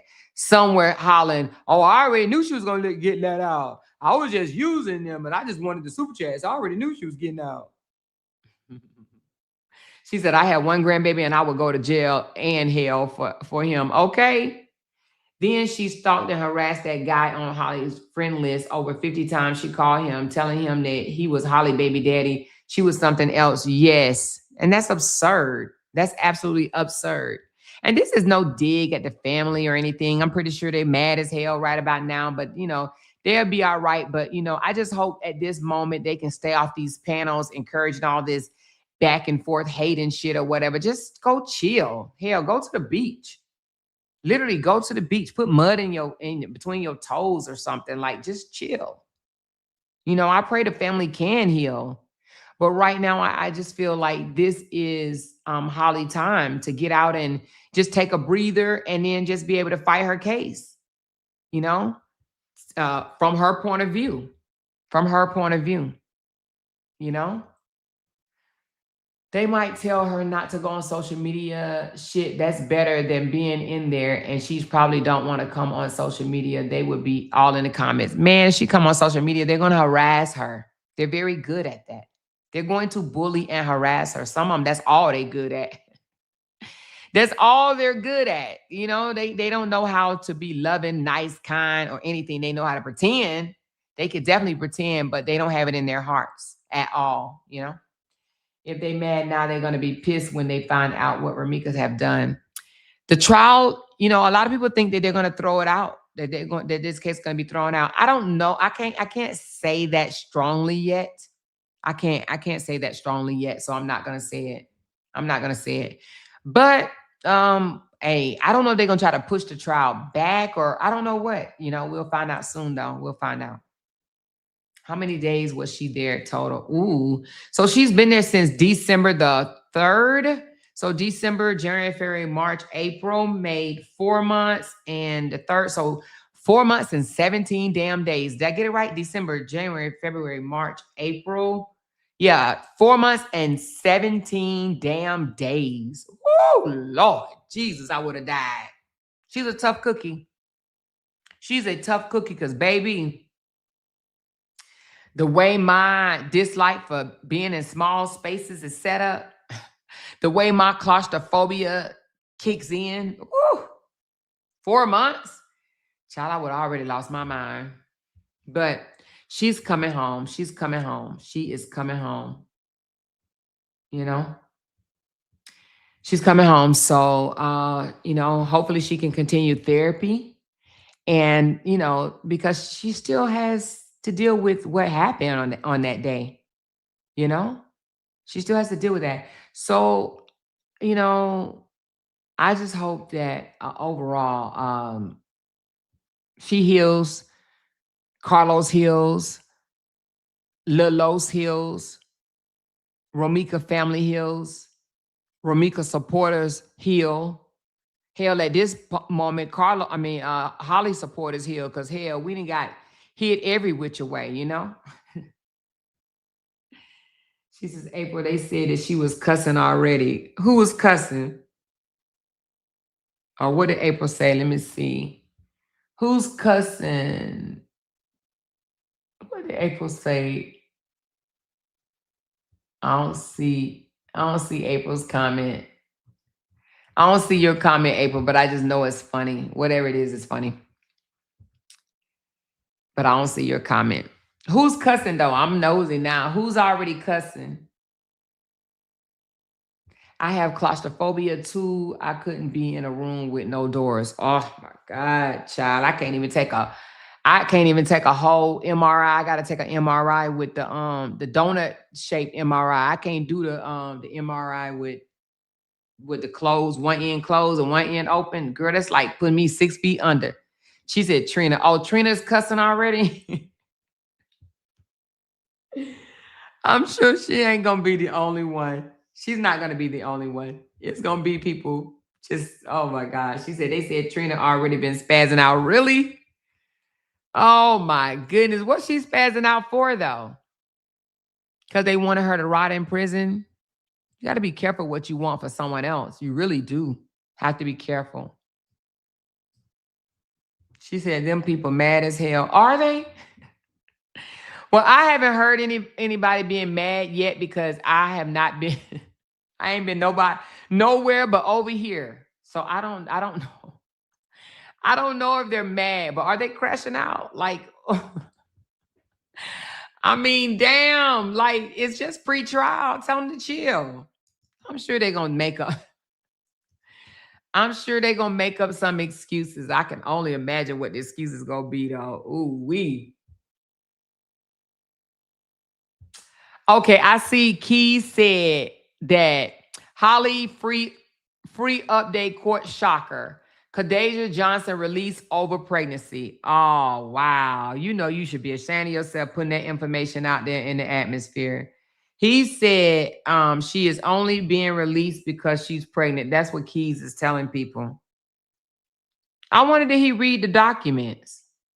He know he should be, you know, in my opinion, I just feel like at this point, Key should tell them whatever he think they want to hear, honestly, because that's what he's been doing anyway. So why stop it? Why stop it? You know? I'm about to do something, y'all. only because his video is 4 minutes long, okay? I'm about to do something for y'all. This is going to be extra. This is going to be the extra chocolate on the cake. All right? Raise your hand in the chat if you like chocolate. Tell me if you like chocolate. This is about to be the chocolate on the cake, okay? The extra chocolate on the cake.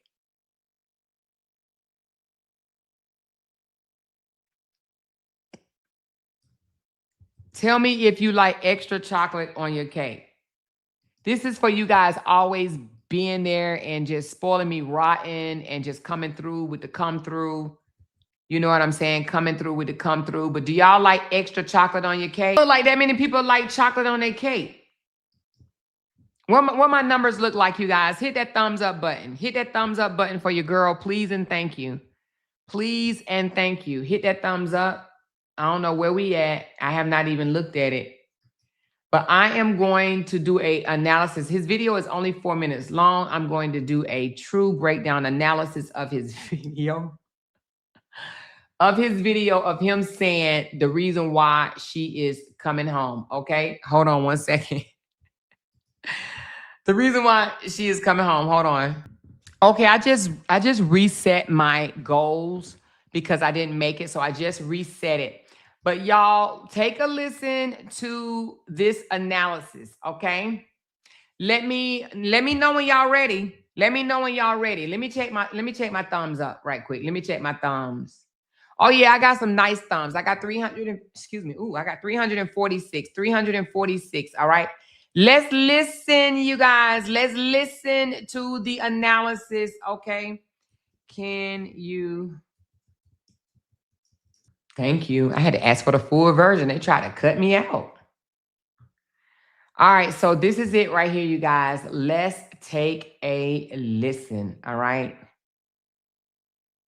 Here we go. This is analysis on what Keys just put out to his people 2 hours ago, that she's only being released because of her pregnancy, okay? Good catch asking that. And no, that wasn't the full extended version. That was a clean mid-length version, about 2 to 3 minutes depending on pace. Let me give you a full, polished, complete version that flows naturally, hits every point, gives you authority, has a stronger opening and closing. Let's go. Now I want to take a moment to address something that I've been seeing circulating online, because there are people saying that the only reason Holly Johnson is being released is because she's pregnant. And I'm going to be very clear, that is not what the court said. What people are doing is taking one small part of the law and running with it without understanding what it actually means. Yes, there is a provision that talks about pregnant defendants and giving birth while in custody. And yes, it says that a woman should not be required to give birth in custody. But what they are leaving out is the most important part. Hold on one second. I want you to go at an angle. Tell us what he's doing in his video. Tell us what he's doing and then give me an analysis on it afterwards, please. Okay, it's giving me a part 1 and part 2. Hell, it looked like it might be giving me a part 3. Oh, no, it's not. Part 1 and part 2. Let's go. Got you. I'm going to give you this in 2 clean parts so you can present it with clarity and authority. Part 1, smooth read. What he's doing in the video. Now let's talk about what this creator is actually doing in this video. Because if you really listen closely, he's not explaining the law. He's reacting to it.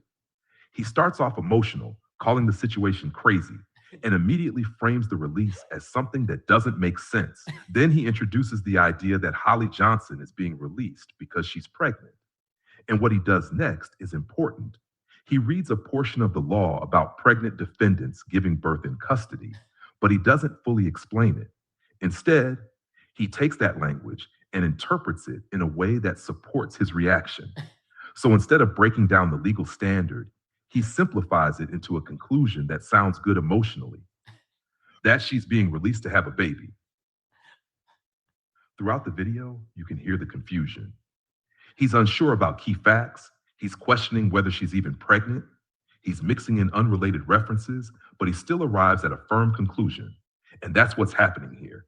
He's taking a complex legal decision, filtering it through emotion and confusion, and then presenting a simplified explanation that doesn't fully match what the court actually said.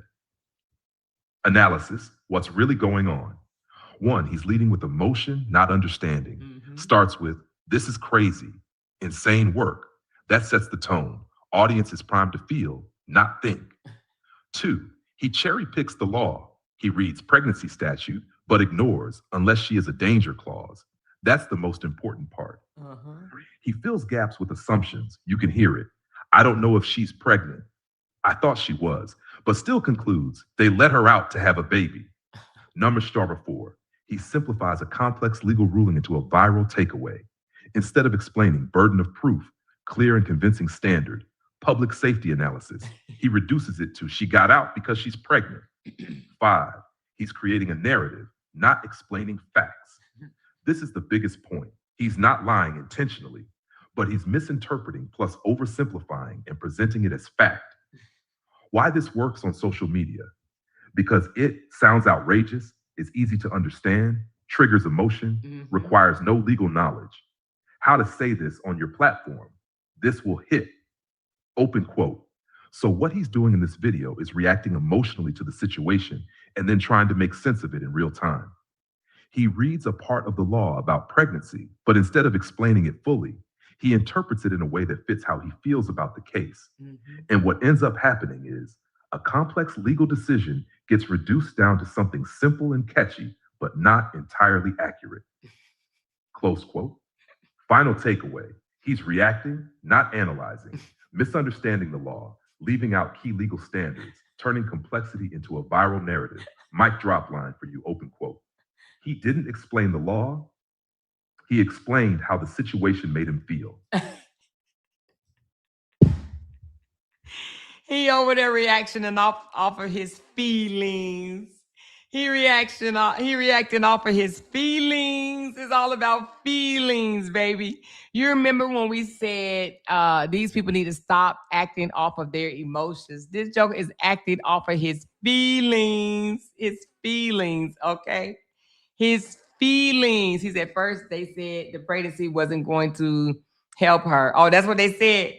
Listen, ChatGPT said Keys is acting off of his feelings, okay? His feelings. He is not, breaking down the law. He's not analyzing. He's basing his opinion off of his feelings. He literally left off the fact that they did not prove clear and convincing evidence that she was not a threat. He left all of that off. And went straight to they're letting her out because she's pregnant. They're letting her out because she's pregnant. 16 pages. I went over 16 pages. And the thing about it is, y'all know he would have went over 16 pages if it was in favor of Holly standing in. He would have went over all 16 of those damn pages, right? But he only did 4 minutes and he focused solely on the pregnancy. But that's, in my opinion, let me ask. I'm going to ask. I do have an opinion. I'm going to ask. So is he misleading his audience? I know you say he's not intentionally lying, but is he intentionally misleading them to think that it's just about the pregnancy for the simple fact that he didn't mention any of the other stuff? The reason why they found that she should be let out pre-trial? Oh, crap.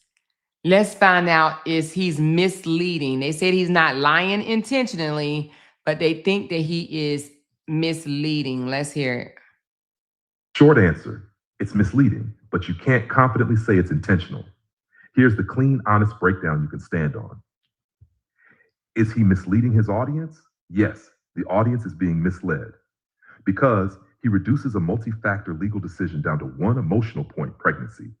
He leaves out burden of proof, real and present danger, standard, her conduct before, after, the 3-month period out. That creates a distorted understanding. Is it intentional? You can't prove intent just from the clip, but you can say this: what he's doing behaviorally, speaking while confused, admitting uncertainty, I don't know, I thought, still reaching a firm conclusion anyway. That, short answer, it's misleading, but you can't, short answer. Okay, hold on. It didn't finish. Hold on. It started over. It didn't finish it. Hold on. Let me see if they're gonna finish it.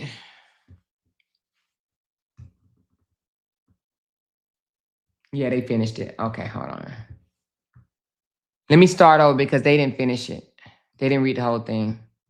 You're right. Let me finish that cleanly and give you a solid, complete answer you can stand on. Is he misleading his audience? Yes. The audience is being misled, not because he's necessarily lying, but because he's giving them an incomplete and distorted explanation. He takes one piece of the law, pregnancy, and ignores the actual legal standard, the full reasoning of the court. So the audience walks away believing she got out because she's pregnant, which is not true. Is it intentional?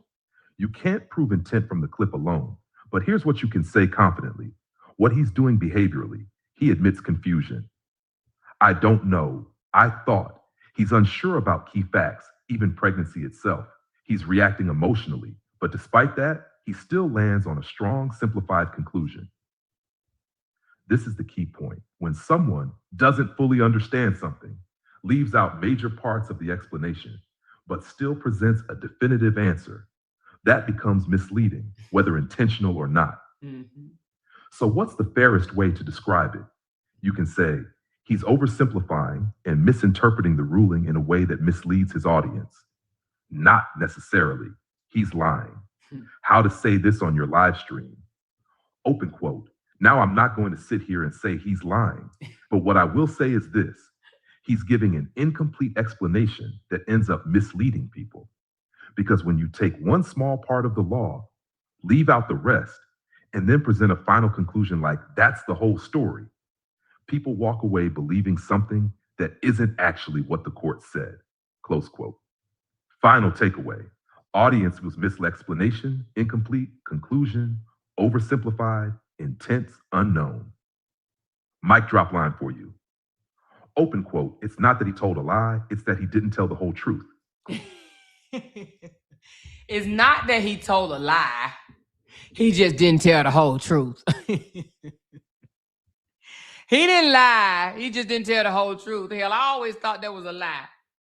What is that, y'all? If he didn't lie, right, but he didn't tell the whole truth, what is that? If he didn't lie, but he didn't tell the whole truth. He did not tell the whole truth, okay? He did not tell the whole truth. She said a few weeks ago, Key said she terminated the pregnancy. And how he know? How he know she terminated the pregnancy? She said that ninja intentionally lying like he always do. You know, ChatGPT don't like to tell you people lying. They don't. They do not like to say people lying. They so nice. She said Tia ass ain't said shit yet. But I bet if it was something negative toward Holly, she would have flew her ass out here running her mouth on the news or Facebook. She sure would have. In my opinion, I do believe that she would have came out here and said something. And I'm actually surprised that she did not say anything by now. She's going to be in there rattling all them goddamn papers and shit or whatever. She said, what's your cash app? Ooh, child, let me call Candy, child. You know Candy be running the cash app. Candy, you in here? I don't know if Candy's in here. Let me see. Adrian, you know Candy's cash app, don't you? Hold on, let me see.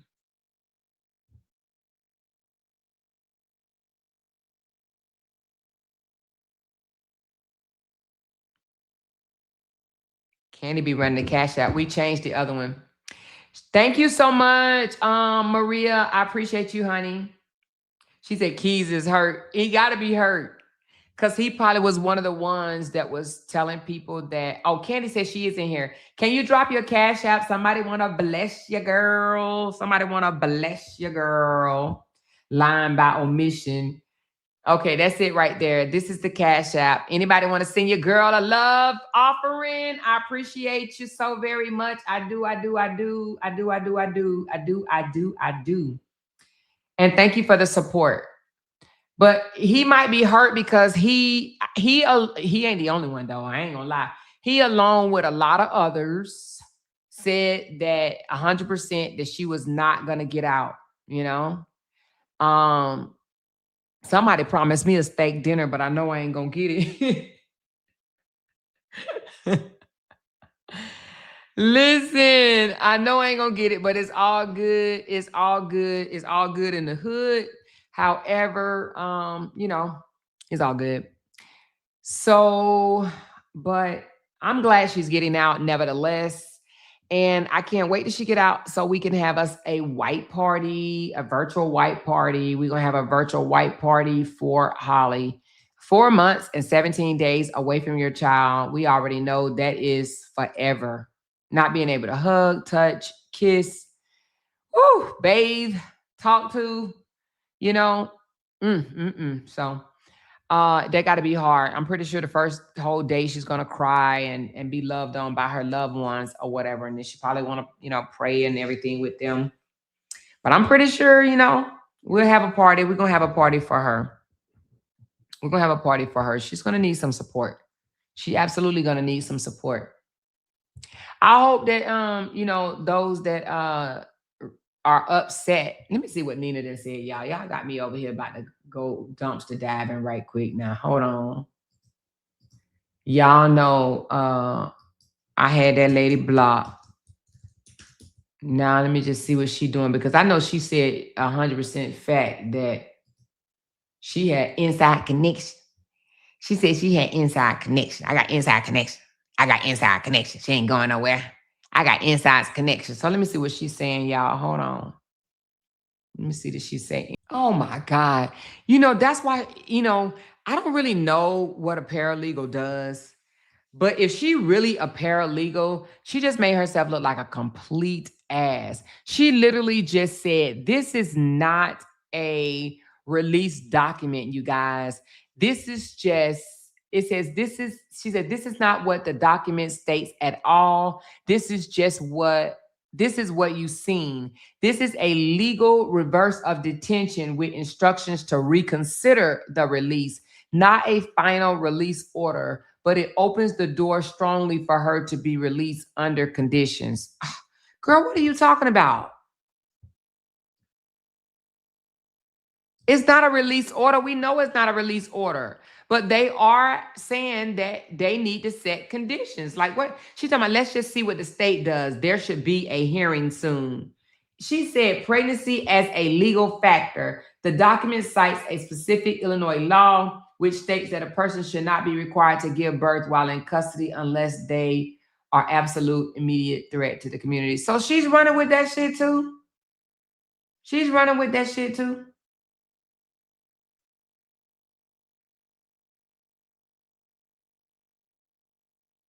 What? Oh my goodness, girl, are you telling them that? Oh my God, Nina. Oh my goodness. Okay, I'm about to put her information in there, y'all.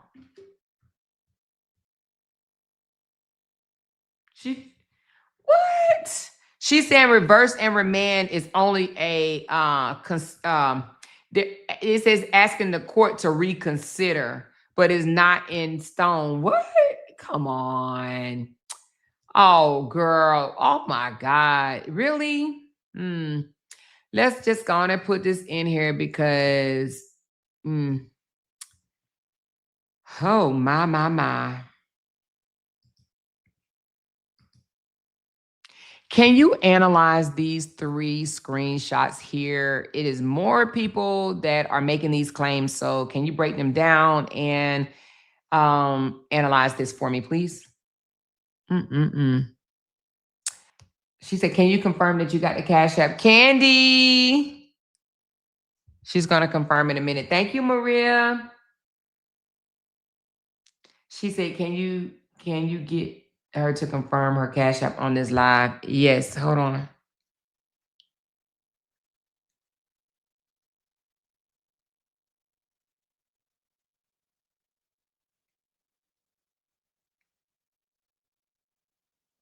Oh, there she go right there. Okay, she confirmed it, Maria. All right, let's find out why Nina is saying what she's saying. Now, Nina, you know, said that she's a paralegal, okay? And she also said she got somebody inside the court system or whatever, that she got all the juice. So, of course, she doesn't want to be wrong, But we're about to find out why she's saying what she's saying.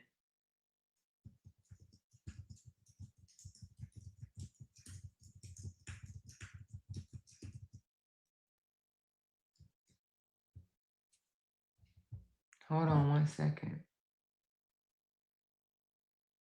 Yeah. Okay. So I'm just gonna say what it said. I'm just gonna say what it said.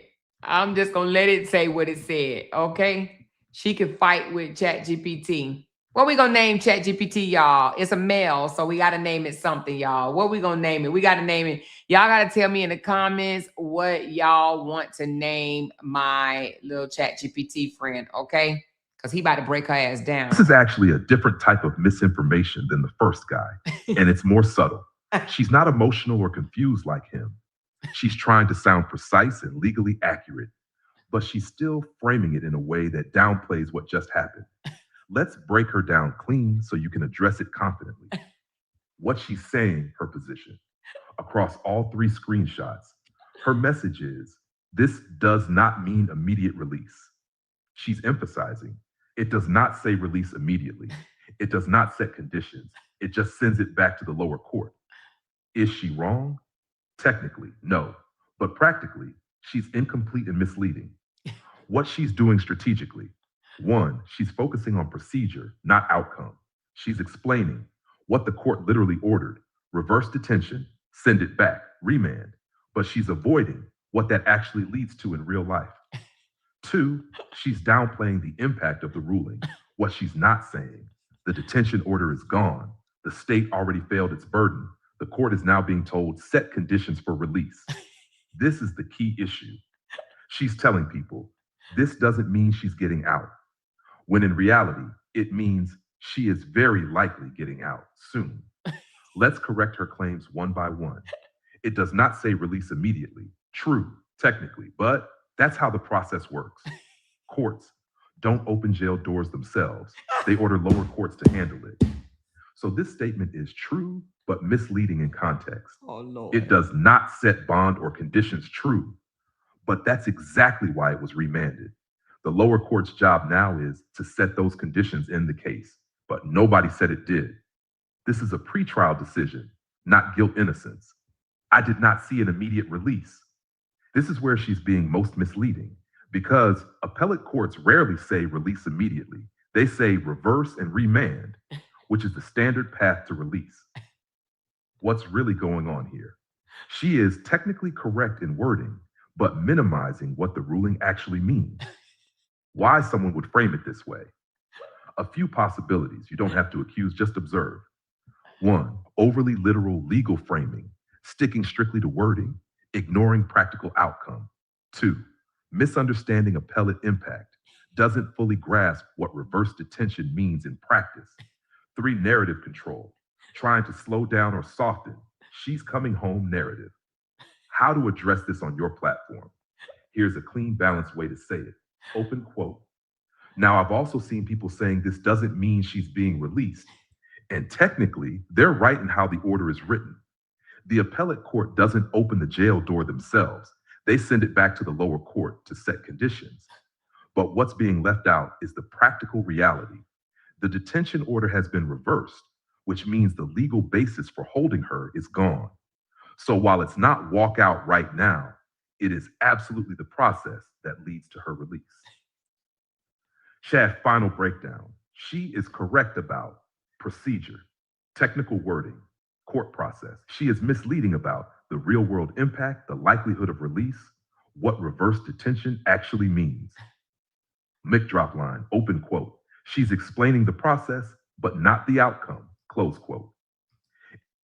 All right, so hey, I'm laughing because she's a paralegal, and I just think that she tried to dress it up all cute instead of just going and say, "Listen, Holly coming home." She tried to throw some legal jargon up there, right? But I like that my little boyfriend. We gotta name him, y'all. We gotta name him. He said that the jail doors don't open by themselves. The jail doors does not open by themselves, okay? So the appellate court cannot open the jail doors. What they have to do is push it back down to the lower court and say, open your doors, okay? Hey, Nine Mag, what's going on? I see you listening. Appreciate you. Appreciate you for listening. But listen, so she's trying to frame it like, hey, I'm a paralegal. I know what I'm talking about. She's using all these fancy words and stuff.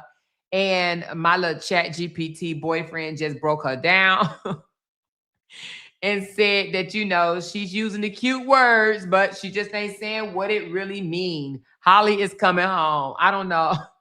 What's she going to do? Spend the next few days writing cute words? I'm not sure, but nevertheless, Holly is coming home. She can write all that fancy stuff all she wants to. At this point, she's wasting her time. I do believe people probably realize it. And it says not all judges agreed. There is still legal tension in the case. Okay. Hold on. I'm going to put that in there. Because she's right. Not all judges agreed. However, she's coming home for right now. Now, you know, no one said that this is a slam dunk win for the trial, right? We're not there yet. However, we said it's a slam dunk win for her release, okay? All right, hold on. Let's put what she just posted with there's still tension in the case. She said not all judges agreed. I believe, I'm going to let ChatGPT say it, but I believe that she's trying to send some false hope, because I think a lot of supporters were just really just banking on anything that they say for them to continue to follow them or whatever. And I think at this point, they just want to hear she's not getting out. They're going to stop it, something like that. That's what they really, really, really want to hear. But here we go. This one right here is subtle, but strategic. Let's break it down clean so you can address it the right way. What's she saying? Open quote. Not all judges agreed. There is still legal tension in the case, close quote. Is she wrong? No. This is technically correct. There was a dissenting judge. There is disagreement within the court. But here's the problem. She's highlighting something that is true, but not decisive. This is what I call true, but misleading by emphasis. What she's doing. 1, shifting focus away from the outcome. Instead of focusing on the majority ruling, which controls, she's focusing on the disagreement. Why that matters? Because in law, the majority decision is what rules, not the dissent, not key reality. She's not saying, even though judges disagreed, the majority still won, which means the detention order is reversed. The case is remanded for release conditions. What legal tension actually means. She's using a phrase that sounds important, but let's translate it. Legal tension equals judges saw the case differently. There are competing interpretations. What it does not mean the ruling is unclear, the ruling is paused, the ruling is optional, the ruling might not happen. Why people use this framing? This kind of statement creates doubt and hesitation. Yep. It makes people feel like this isn't settled. Yep. Anything could happen. She might not get out. Mm-hmm. Reality check. Disagreement in appellate courts is very normal. Judges dissent all the time, but the majority decision is still binding and controlling. How to address this on your platform? Open quote. Now, I've also seen people say not all judges agreed, and that's true. There was a dissent. But what matters legally is the majority decision. That's the ruling that controls. So while there may be disagreement, that doesn't change the outcome. The detention order was still reversed, and the case was still sent back for conditions of release. Close quote. Final breakdown. What she got right, there was a dissent. Judges did not all agree. What she's doing, emphasizing disagreement, downplaying the actual ruling. Open quote. Disagreement doesn't control the outcome. The majority does. The majority controls the outcome, okay? The majority controls the outcome. I think I said it, but I may not have said it exactly. But that's what it is. It's to control the narrative, to make people think this is not over, you guys. It's not over. This is not settled. She could actually not be released. She may not get out. Anything could happen at this point. That's what this means. So that's what they're trying to paint. Like, come on, you guys, something can happen. The state can come back and stop this or you know, something like that. So I do believe they are trying. And to me, that's selling false hope. Because I guarantee you one of the supporters, just like the young lady that called me crying because because Holly's going to be released. I guarantee you there's a supporter crying for the very same reason because she's going to be released. Do you understand what I'm saying? So, but there's one tears for joy and one is going to be tears of sadness. So I guarantee you there's people that's crying because they're going to feel like justice is not going to be served for Romika. It's just like when the presidential election, some people be excited and some people be crying. Some people cry for joy and some people cry for sadness. So I believe some of the people, they were really, really invested in this case that were Romika supporters. And I believe they probably are crying because they probably feel like, oh my God, this means that she might have a chance to beat her case. Oh my God. So they want to hear from someone like Nina. They want to hear from someone saying, nah, it's a possibility that they're going to stop this. The state's going to step in and they're going to do something to stop this, you know? So, and that's what they want to hear. That's exactly, even though I think they probably know that it's not true, that's what they want to hear. That's what they want to hear. They want to hear that the state is going to step up and throw a monkey wrench in all of this and she won't be able to get out. I guarantee you that's being talked about somewhere in these social media streets. She had better be careful if she truly is a paralegal. She is not supposed to give legal advice.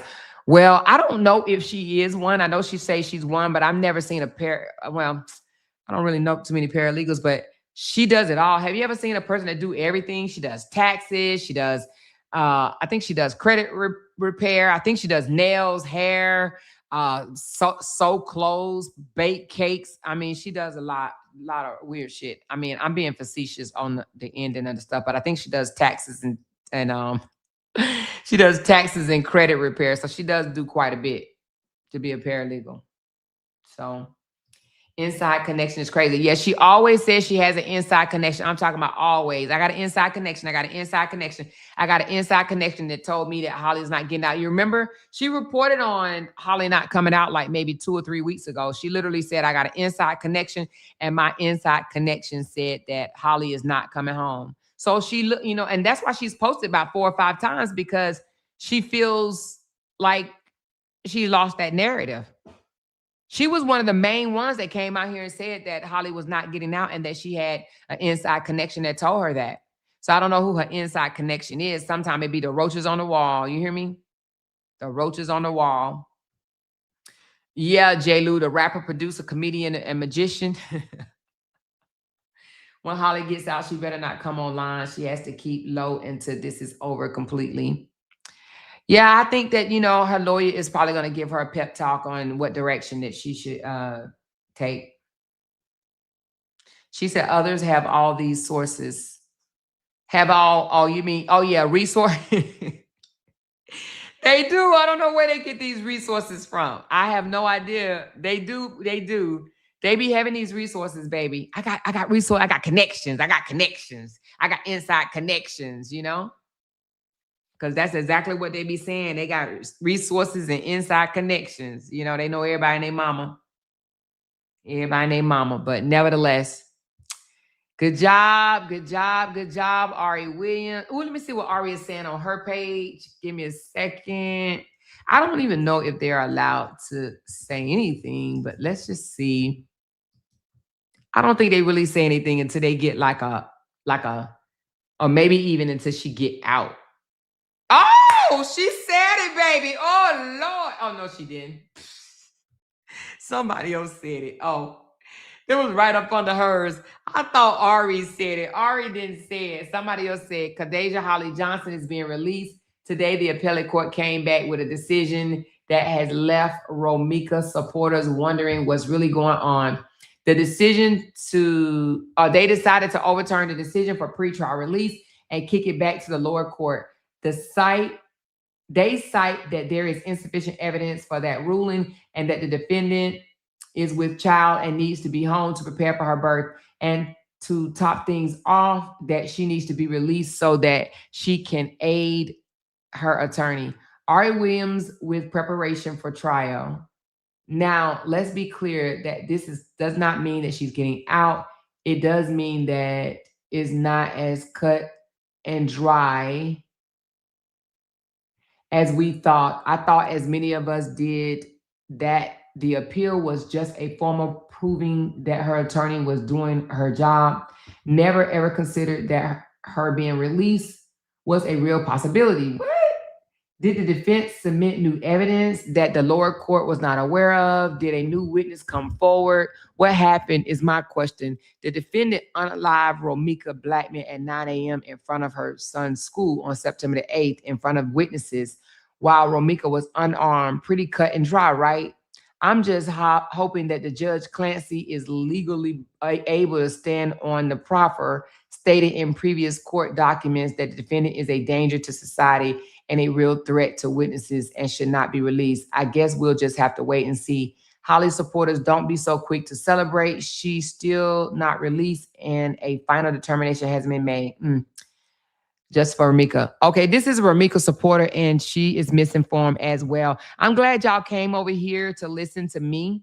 And the reason why I said that is because you see the Ramika supporters is basically telling everybody that that Judge Clancy could actually come back and say, no, he's not releasing her. That's not true. See, what they don't understand is the circuit court is below the appellate court. Once it goes to the appellate court, that's like their boss, so to speak, telling them what to do. They cannot out judge the appellate judge. They have to do what the appellate judge tells them to do. There's a chain of command that's in place. If you're like the Supreme Court is over the appellate. So if the Supreme Court came back and told the appellate to do something, the appellate would have to do it. But the appellate they oversee the circuit court. So the circuit court can't just come back and say, damn what the appellate court says, I'm not going to do that. They can't do that. And I think they're either misinformed or they just failing to tell the supporters that. They're literally failing to tell the supporters that.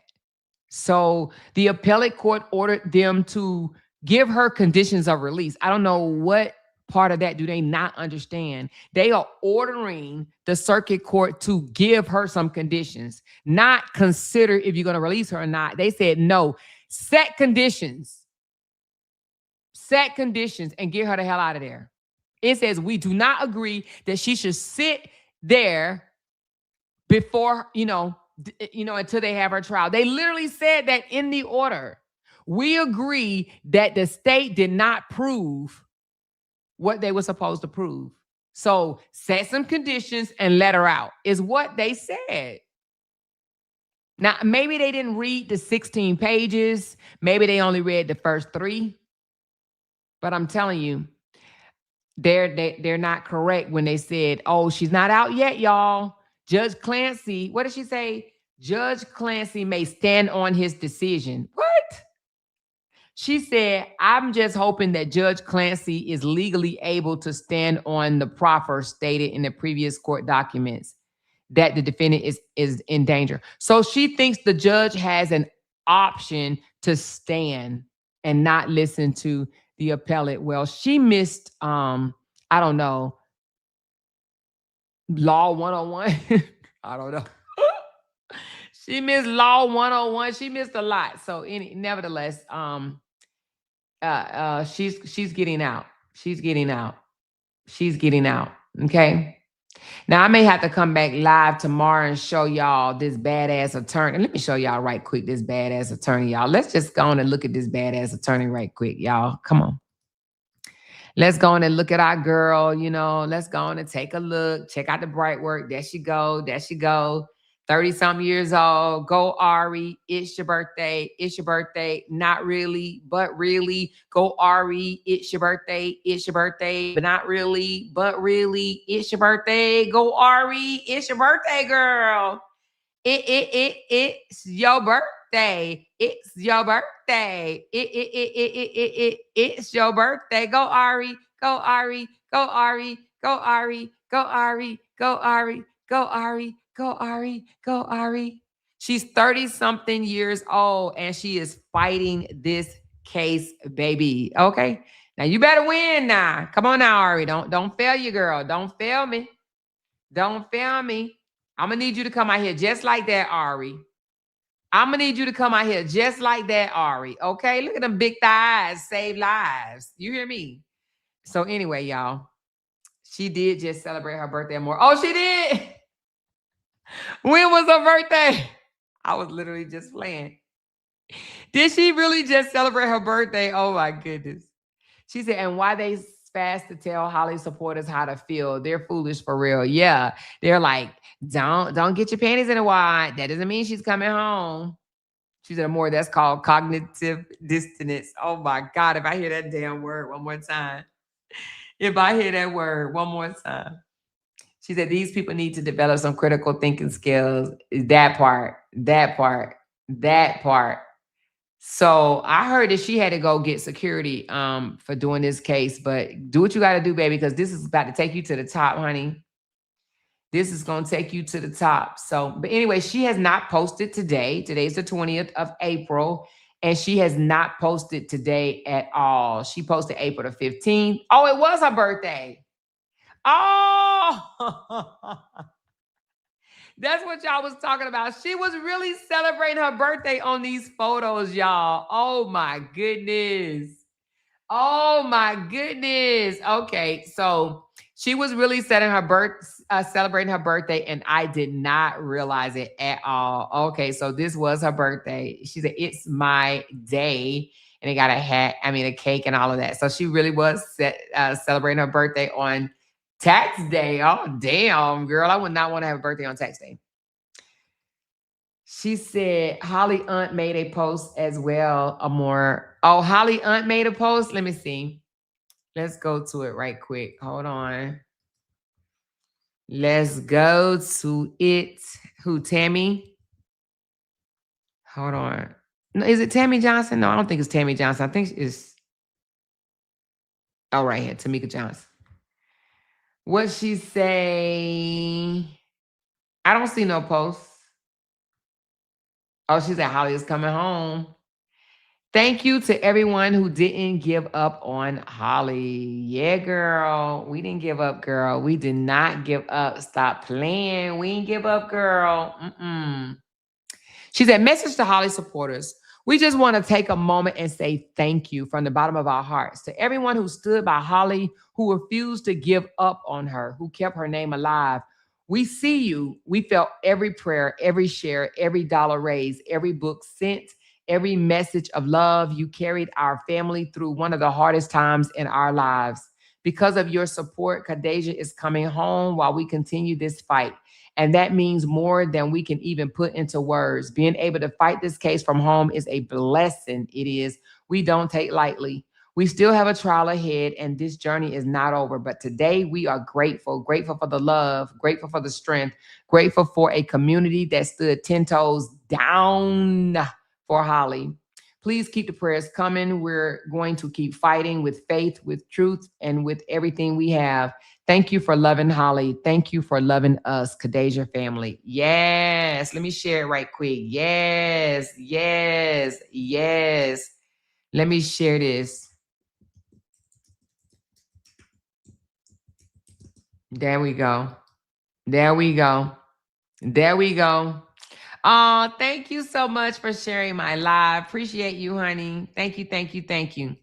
So anyway, y'all have been a pleasure. I appreciate y'all. She said the auntie made a post to a more who you mean Tamika, or are you talking about what's her name? La Leslie. Are you talking about La Leslie made a post? Let me see what she wrote, child. La Leslie. Hold on. I think that's how you spell her name.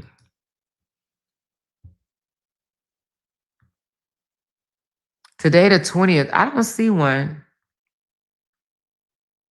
I don't see no post.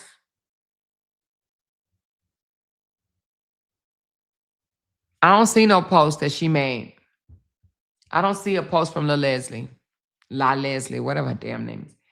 She said, and make sure she get a big steak and potatoes for her top haters that said she would never eat it. Huh? What'd you say? Oh, she must be back she must be behind. So anyway, you guys are amazing. All right. You guys are amazing. I appreciate you guys. I am excited today. And I was working on something else, like something really, really important.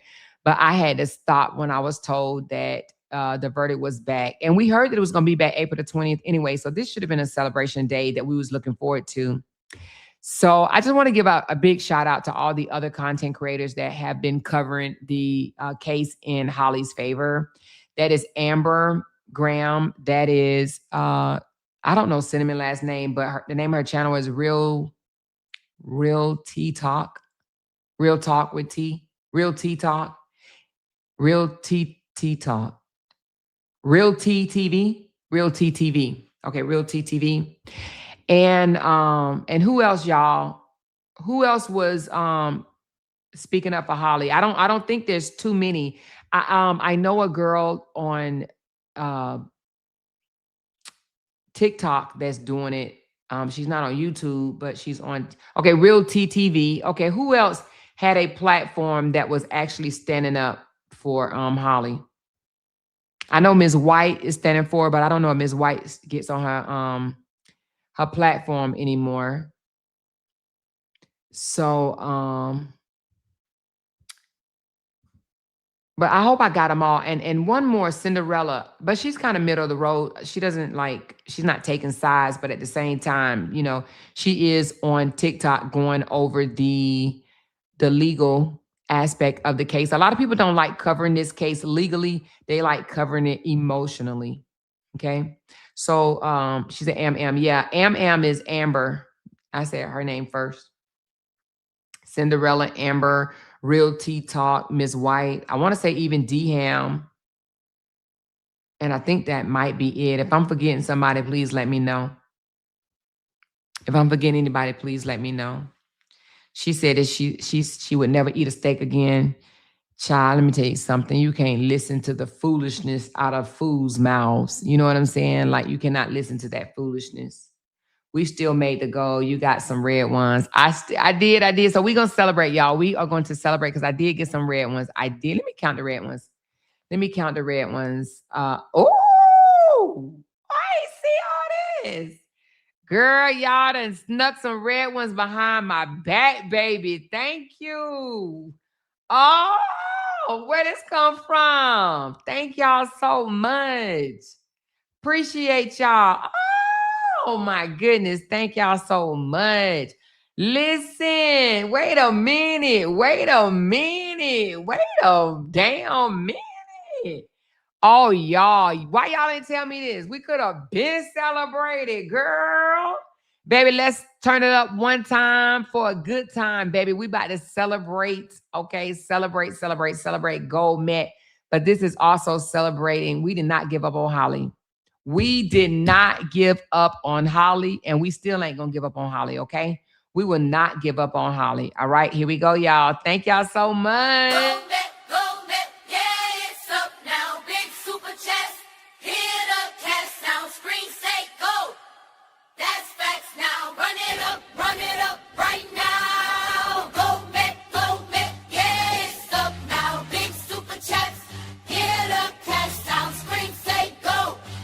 That's facts now. Run it up right now. Go net, yeah, it's up now. Big super chest, hit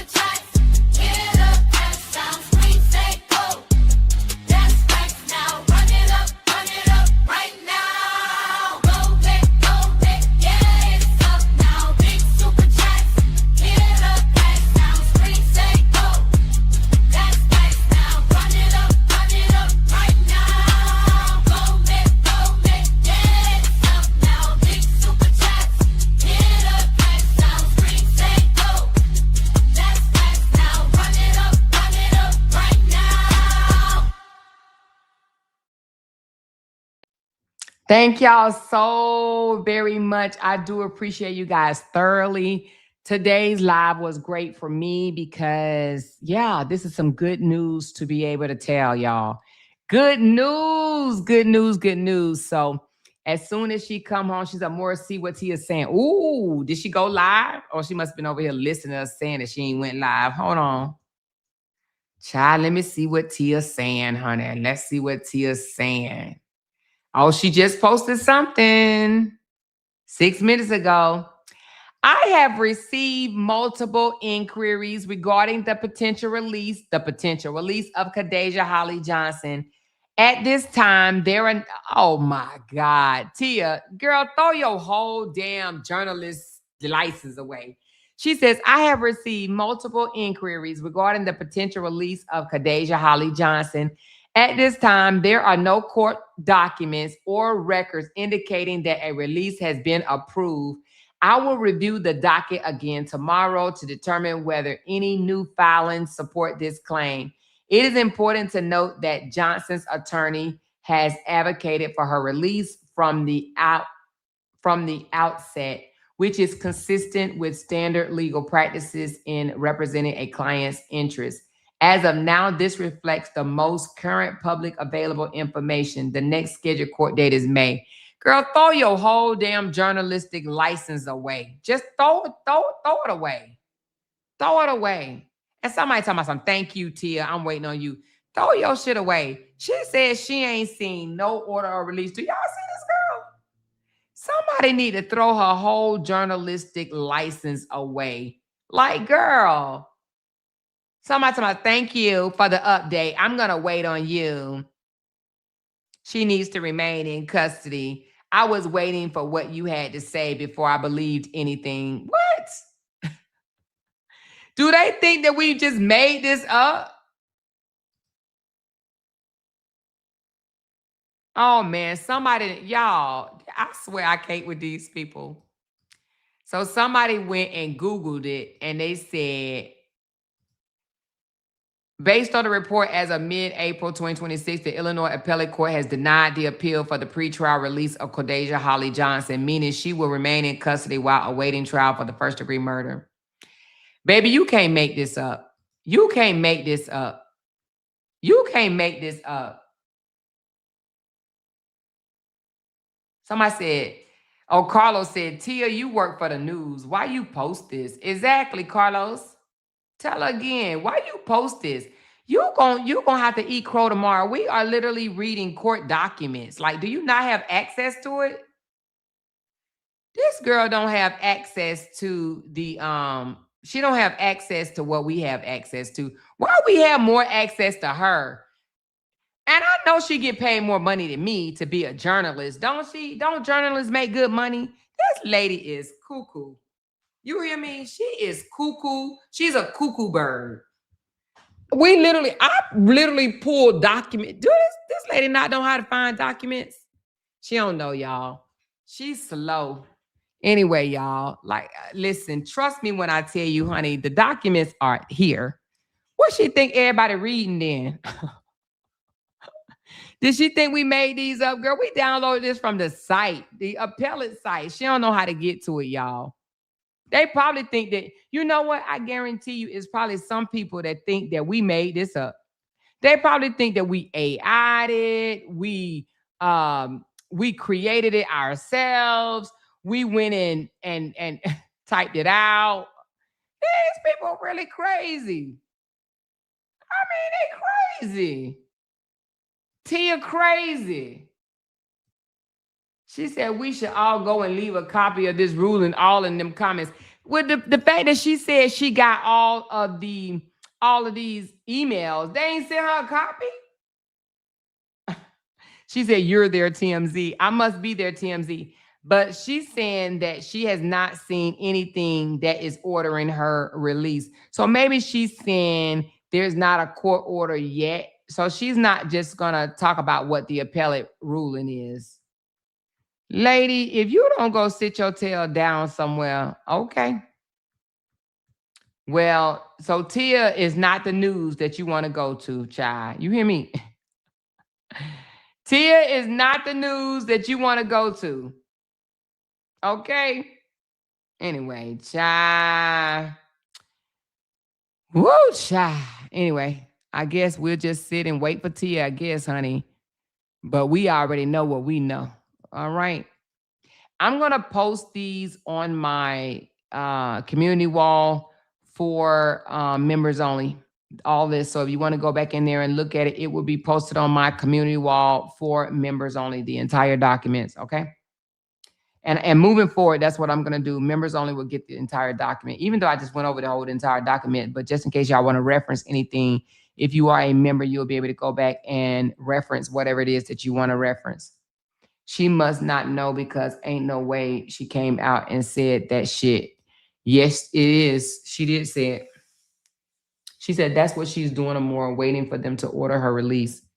Well, I guess if that's what she want to do, well, she should at least say, well, there is documents out there that the appellate court ordered the release with conditions. But nevertheless, y'all, baby, listen. Holly coming home, okay? Holly is coming home. She said, look at the Justice for Ramika page. Lord Jesus, what they done did over there. You know, ooh, child, I'm allergic to ignorance. It says, oh my God, I just heard that they let her come home before trial so she can have her baby. I'm so heated. Anyone know if this is true? Lord, who gonna tell him, child? Who gonna tell him? Who gonna tell him? Oh my goodness, these people.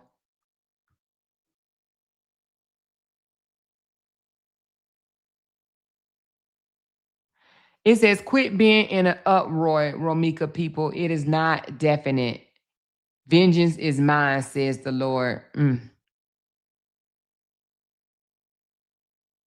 2 minutes ago, it says, Trina just asked for this petition to be signed tonight and send it to her DM. First copy the form, replace the name and number, save and export the link to Trina Dow's testing the waters tonight.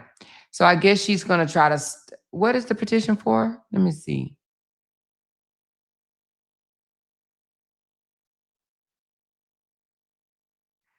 It says, I am... What? It says, to the Honorable Justice of the First District, I am writing to formally alert the courts to a series of procedural breaches by Appellate Counsel Ari Williams regarding the exhibits filed in this appeal on March the 20th.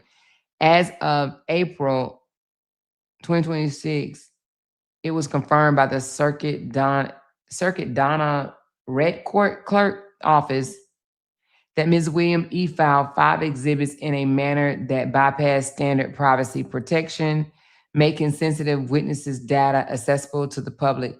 I personally observed these exhibits on a public terminal at the Leetown Courthouse before supervisors mainly restricted access.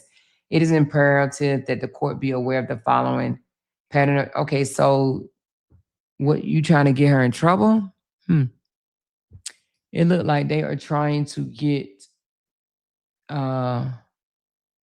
trying to get Ari. What are they trying to ask for though? Hold on.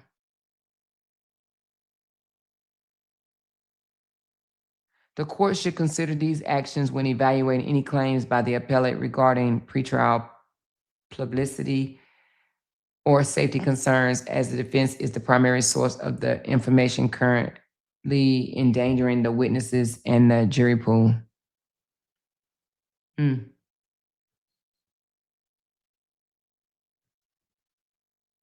Yeah. I think at this point, they're just really trying to, they're just coddling each other. They're just making sure they don't, you know, go do nothing crazy, I think, because that's the only thing I can think of. But if it was the other way around, they'd be shoving this shit down our throat, though. That's the difference. That's the difference right there. They would be shoving this down our throats, but they don't believe it. They said they're not going to believe it until they get the order, until they see the court order releasing her. They think the state can still come back and stop it. That's what they think. Now you got Upper over there saying Holly is being released, being set free to have a baby. I swear. What's that saying she say? Stupid can't play with the smart. Oh, they just cannot accept it. Oh my God. Now she over there with that same ass lie. With that same ass lie. Oh my God. Over there with that same ass lie. Anyway, I can't, y'all. I can't no more. I can't. Don't send me to nobody else's page because I swear to Jesus, you would not believe some of these people. Some of these people are literally, they just taking something and running with it, and they literally going with this. I would be so embarrassed if I came out here and told people that. Like, I literally would be so embarrassed. But nevertheless, listen, we have to know who we dealing with. If y'all want to know the truth about if she coming home or not, it's about 3 or 4 different channels y'all can run to. But baby, stay away from them delusional ass ones that just don't want to accept what it is. Okay? Accept what it is. At this point, they'll make up anything. I'm talking about anything. If she gets out on, if she gets off the case, they're going to say something like the judge had a splinter in his finger or something. You know what I'm saying? She said, Amor, I was asking how many days you think she would be released. No more than about 5 or less. 5 or less. Today, Monday. She could be home Friday, before Friday. I don't know. But a lot of people are not buying it. She said Maya and Trina is trying to get everyone to sign another petition. I just saw that. I guess they're trying to do something to Ari. But I just find this to be so crazy. She said, not the intellectuals lying. Yes, girl, they lying. Child, they lying. They know they lying. But anyway, let me get off here because I ain't gonna go to another page and look at another damn excuse of why she coming home. These people crazy, but nevertheless, she coming home.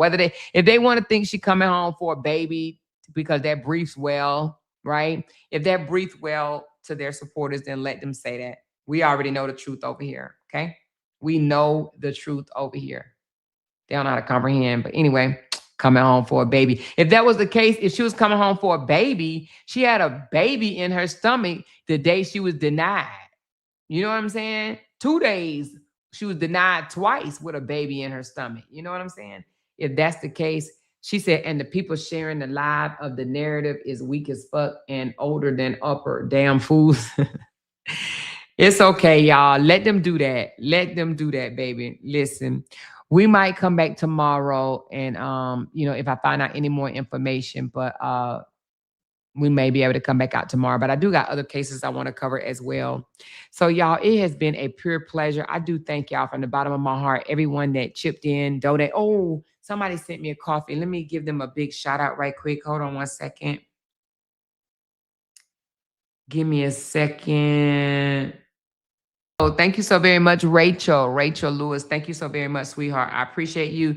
And let me see, Maria, I didn't get it yet, but Candy may have gotten it. I know you said you was gonna send something. So thank you so much, Maria, for your Cash App. I do appreciate you guys so very much.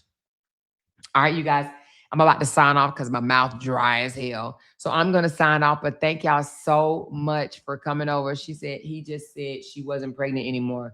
Who said that, Courtney? Keys. Make up his mind. Anything to discredit you is what they will be trying to do. But Amora, you are authentic and real. They don't like that. But keep being you. We love you, Amora. Thank you so much. I appreciate you so much. Okay. I do from the bottom of my heart. I do. Upper and them just trying to hang on to that bag. They want to keep the manipulation going. Therefore, keep the hope alive by any means necessary. Exactly. But baby, it is what it is. But you know what though? You know what this does? This prevents them from being able to come out saying that they were wrong. You know how I did the I'm wrong video? This stops them from being able to come out and say, I was wrong. And I came out and said I was wrong. I literally said I was wrong in the title. I was wrong. But they won't do that. And they're using this pregnancy thing to prevent from having to do that. What a shame. What a shame. Anyway, y'all, let's just keep on. I will give you guys the correct information. I'm not going to beat around the bush. Y'all see how I just did a whole breakdown analysis. I ain't hiding shit. If I sat here and went over what the other judge said, what was it, the sending judge? if I could read off his disagreements and what he disagreed with, I should be able to tell y'all the truth about all the rest of it, right? So it is what it is. I love y'all. I appreciate y'all. Y'all hit that thumbs up button. Share this live. Share this live. Share this live. Okay? Talk to you guys later. I love y'all. Bye now. Because they can't make $1 without mentioning down one of our names. Jay! She kept talking about We that got these family. hoes over there. She kept talking about that family. She kept talking Internet about that gangsters. family. She kept talking about that family. She kept talking about that family. That family. She kept talking about that family. Talking about that family. These motherfuckers don't be wanting to listen. Because they can't make $1 without mentioning down one of our names.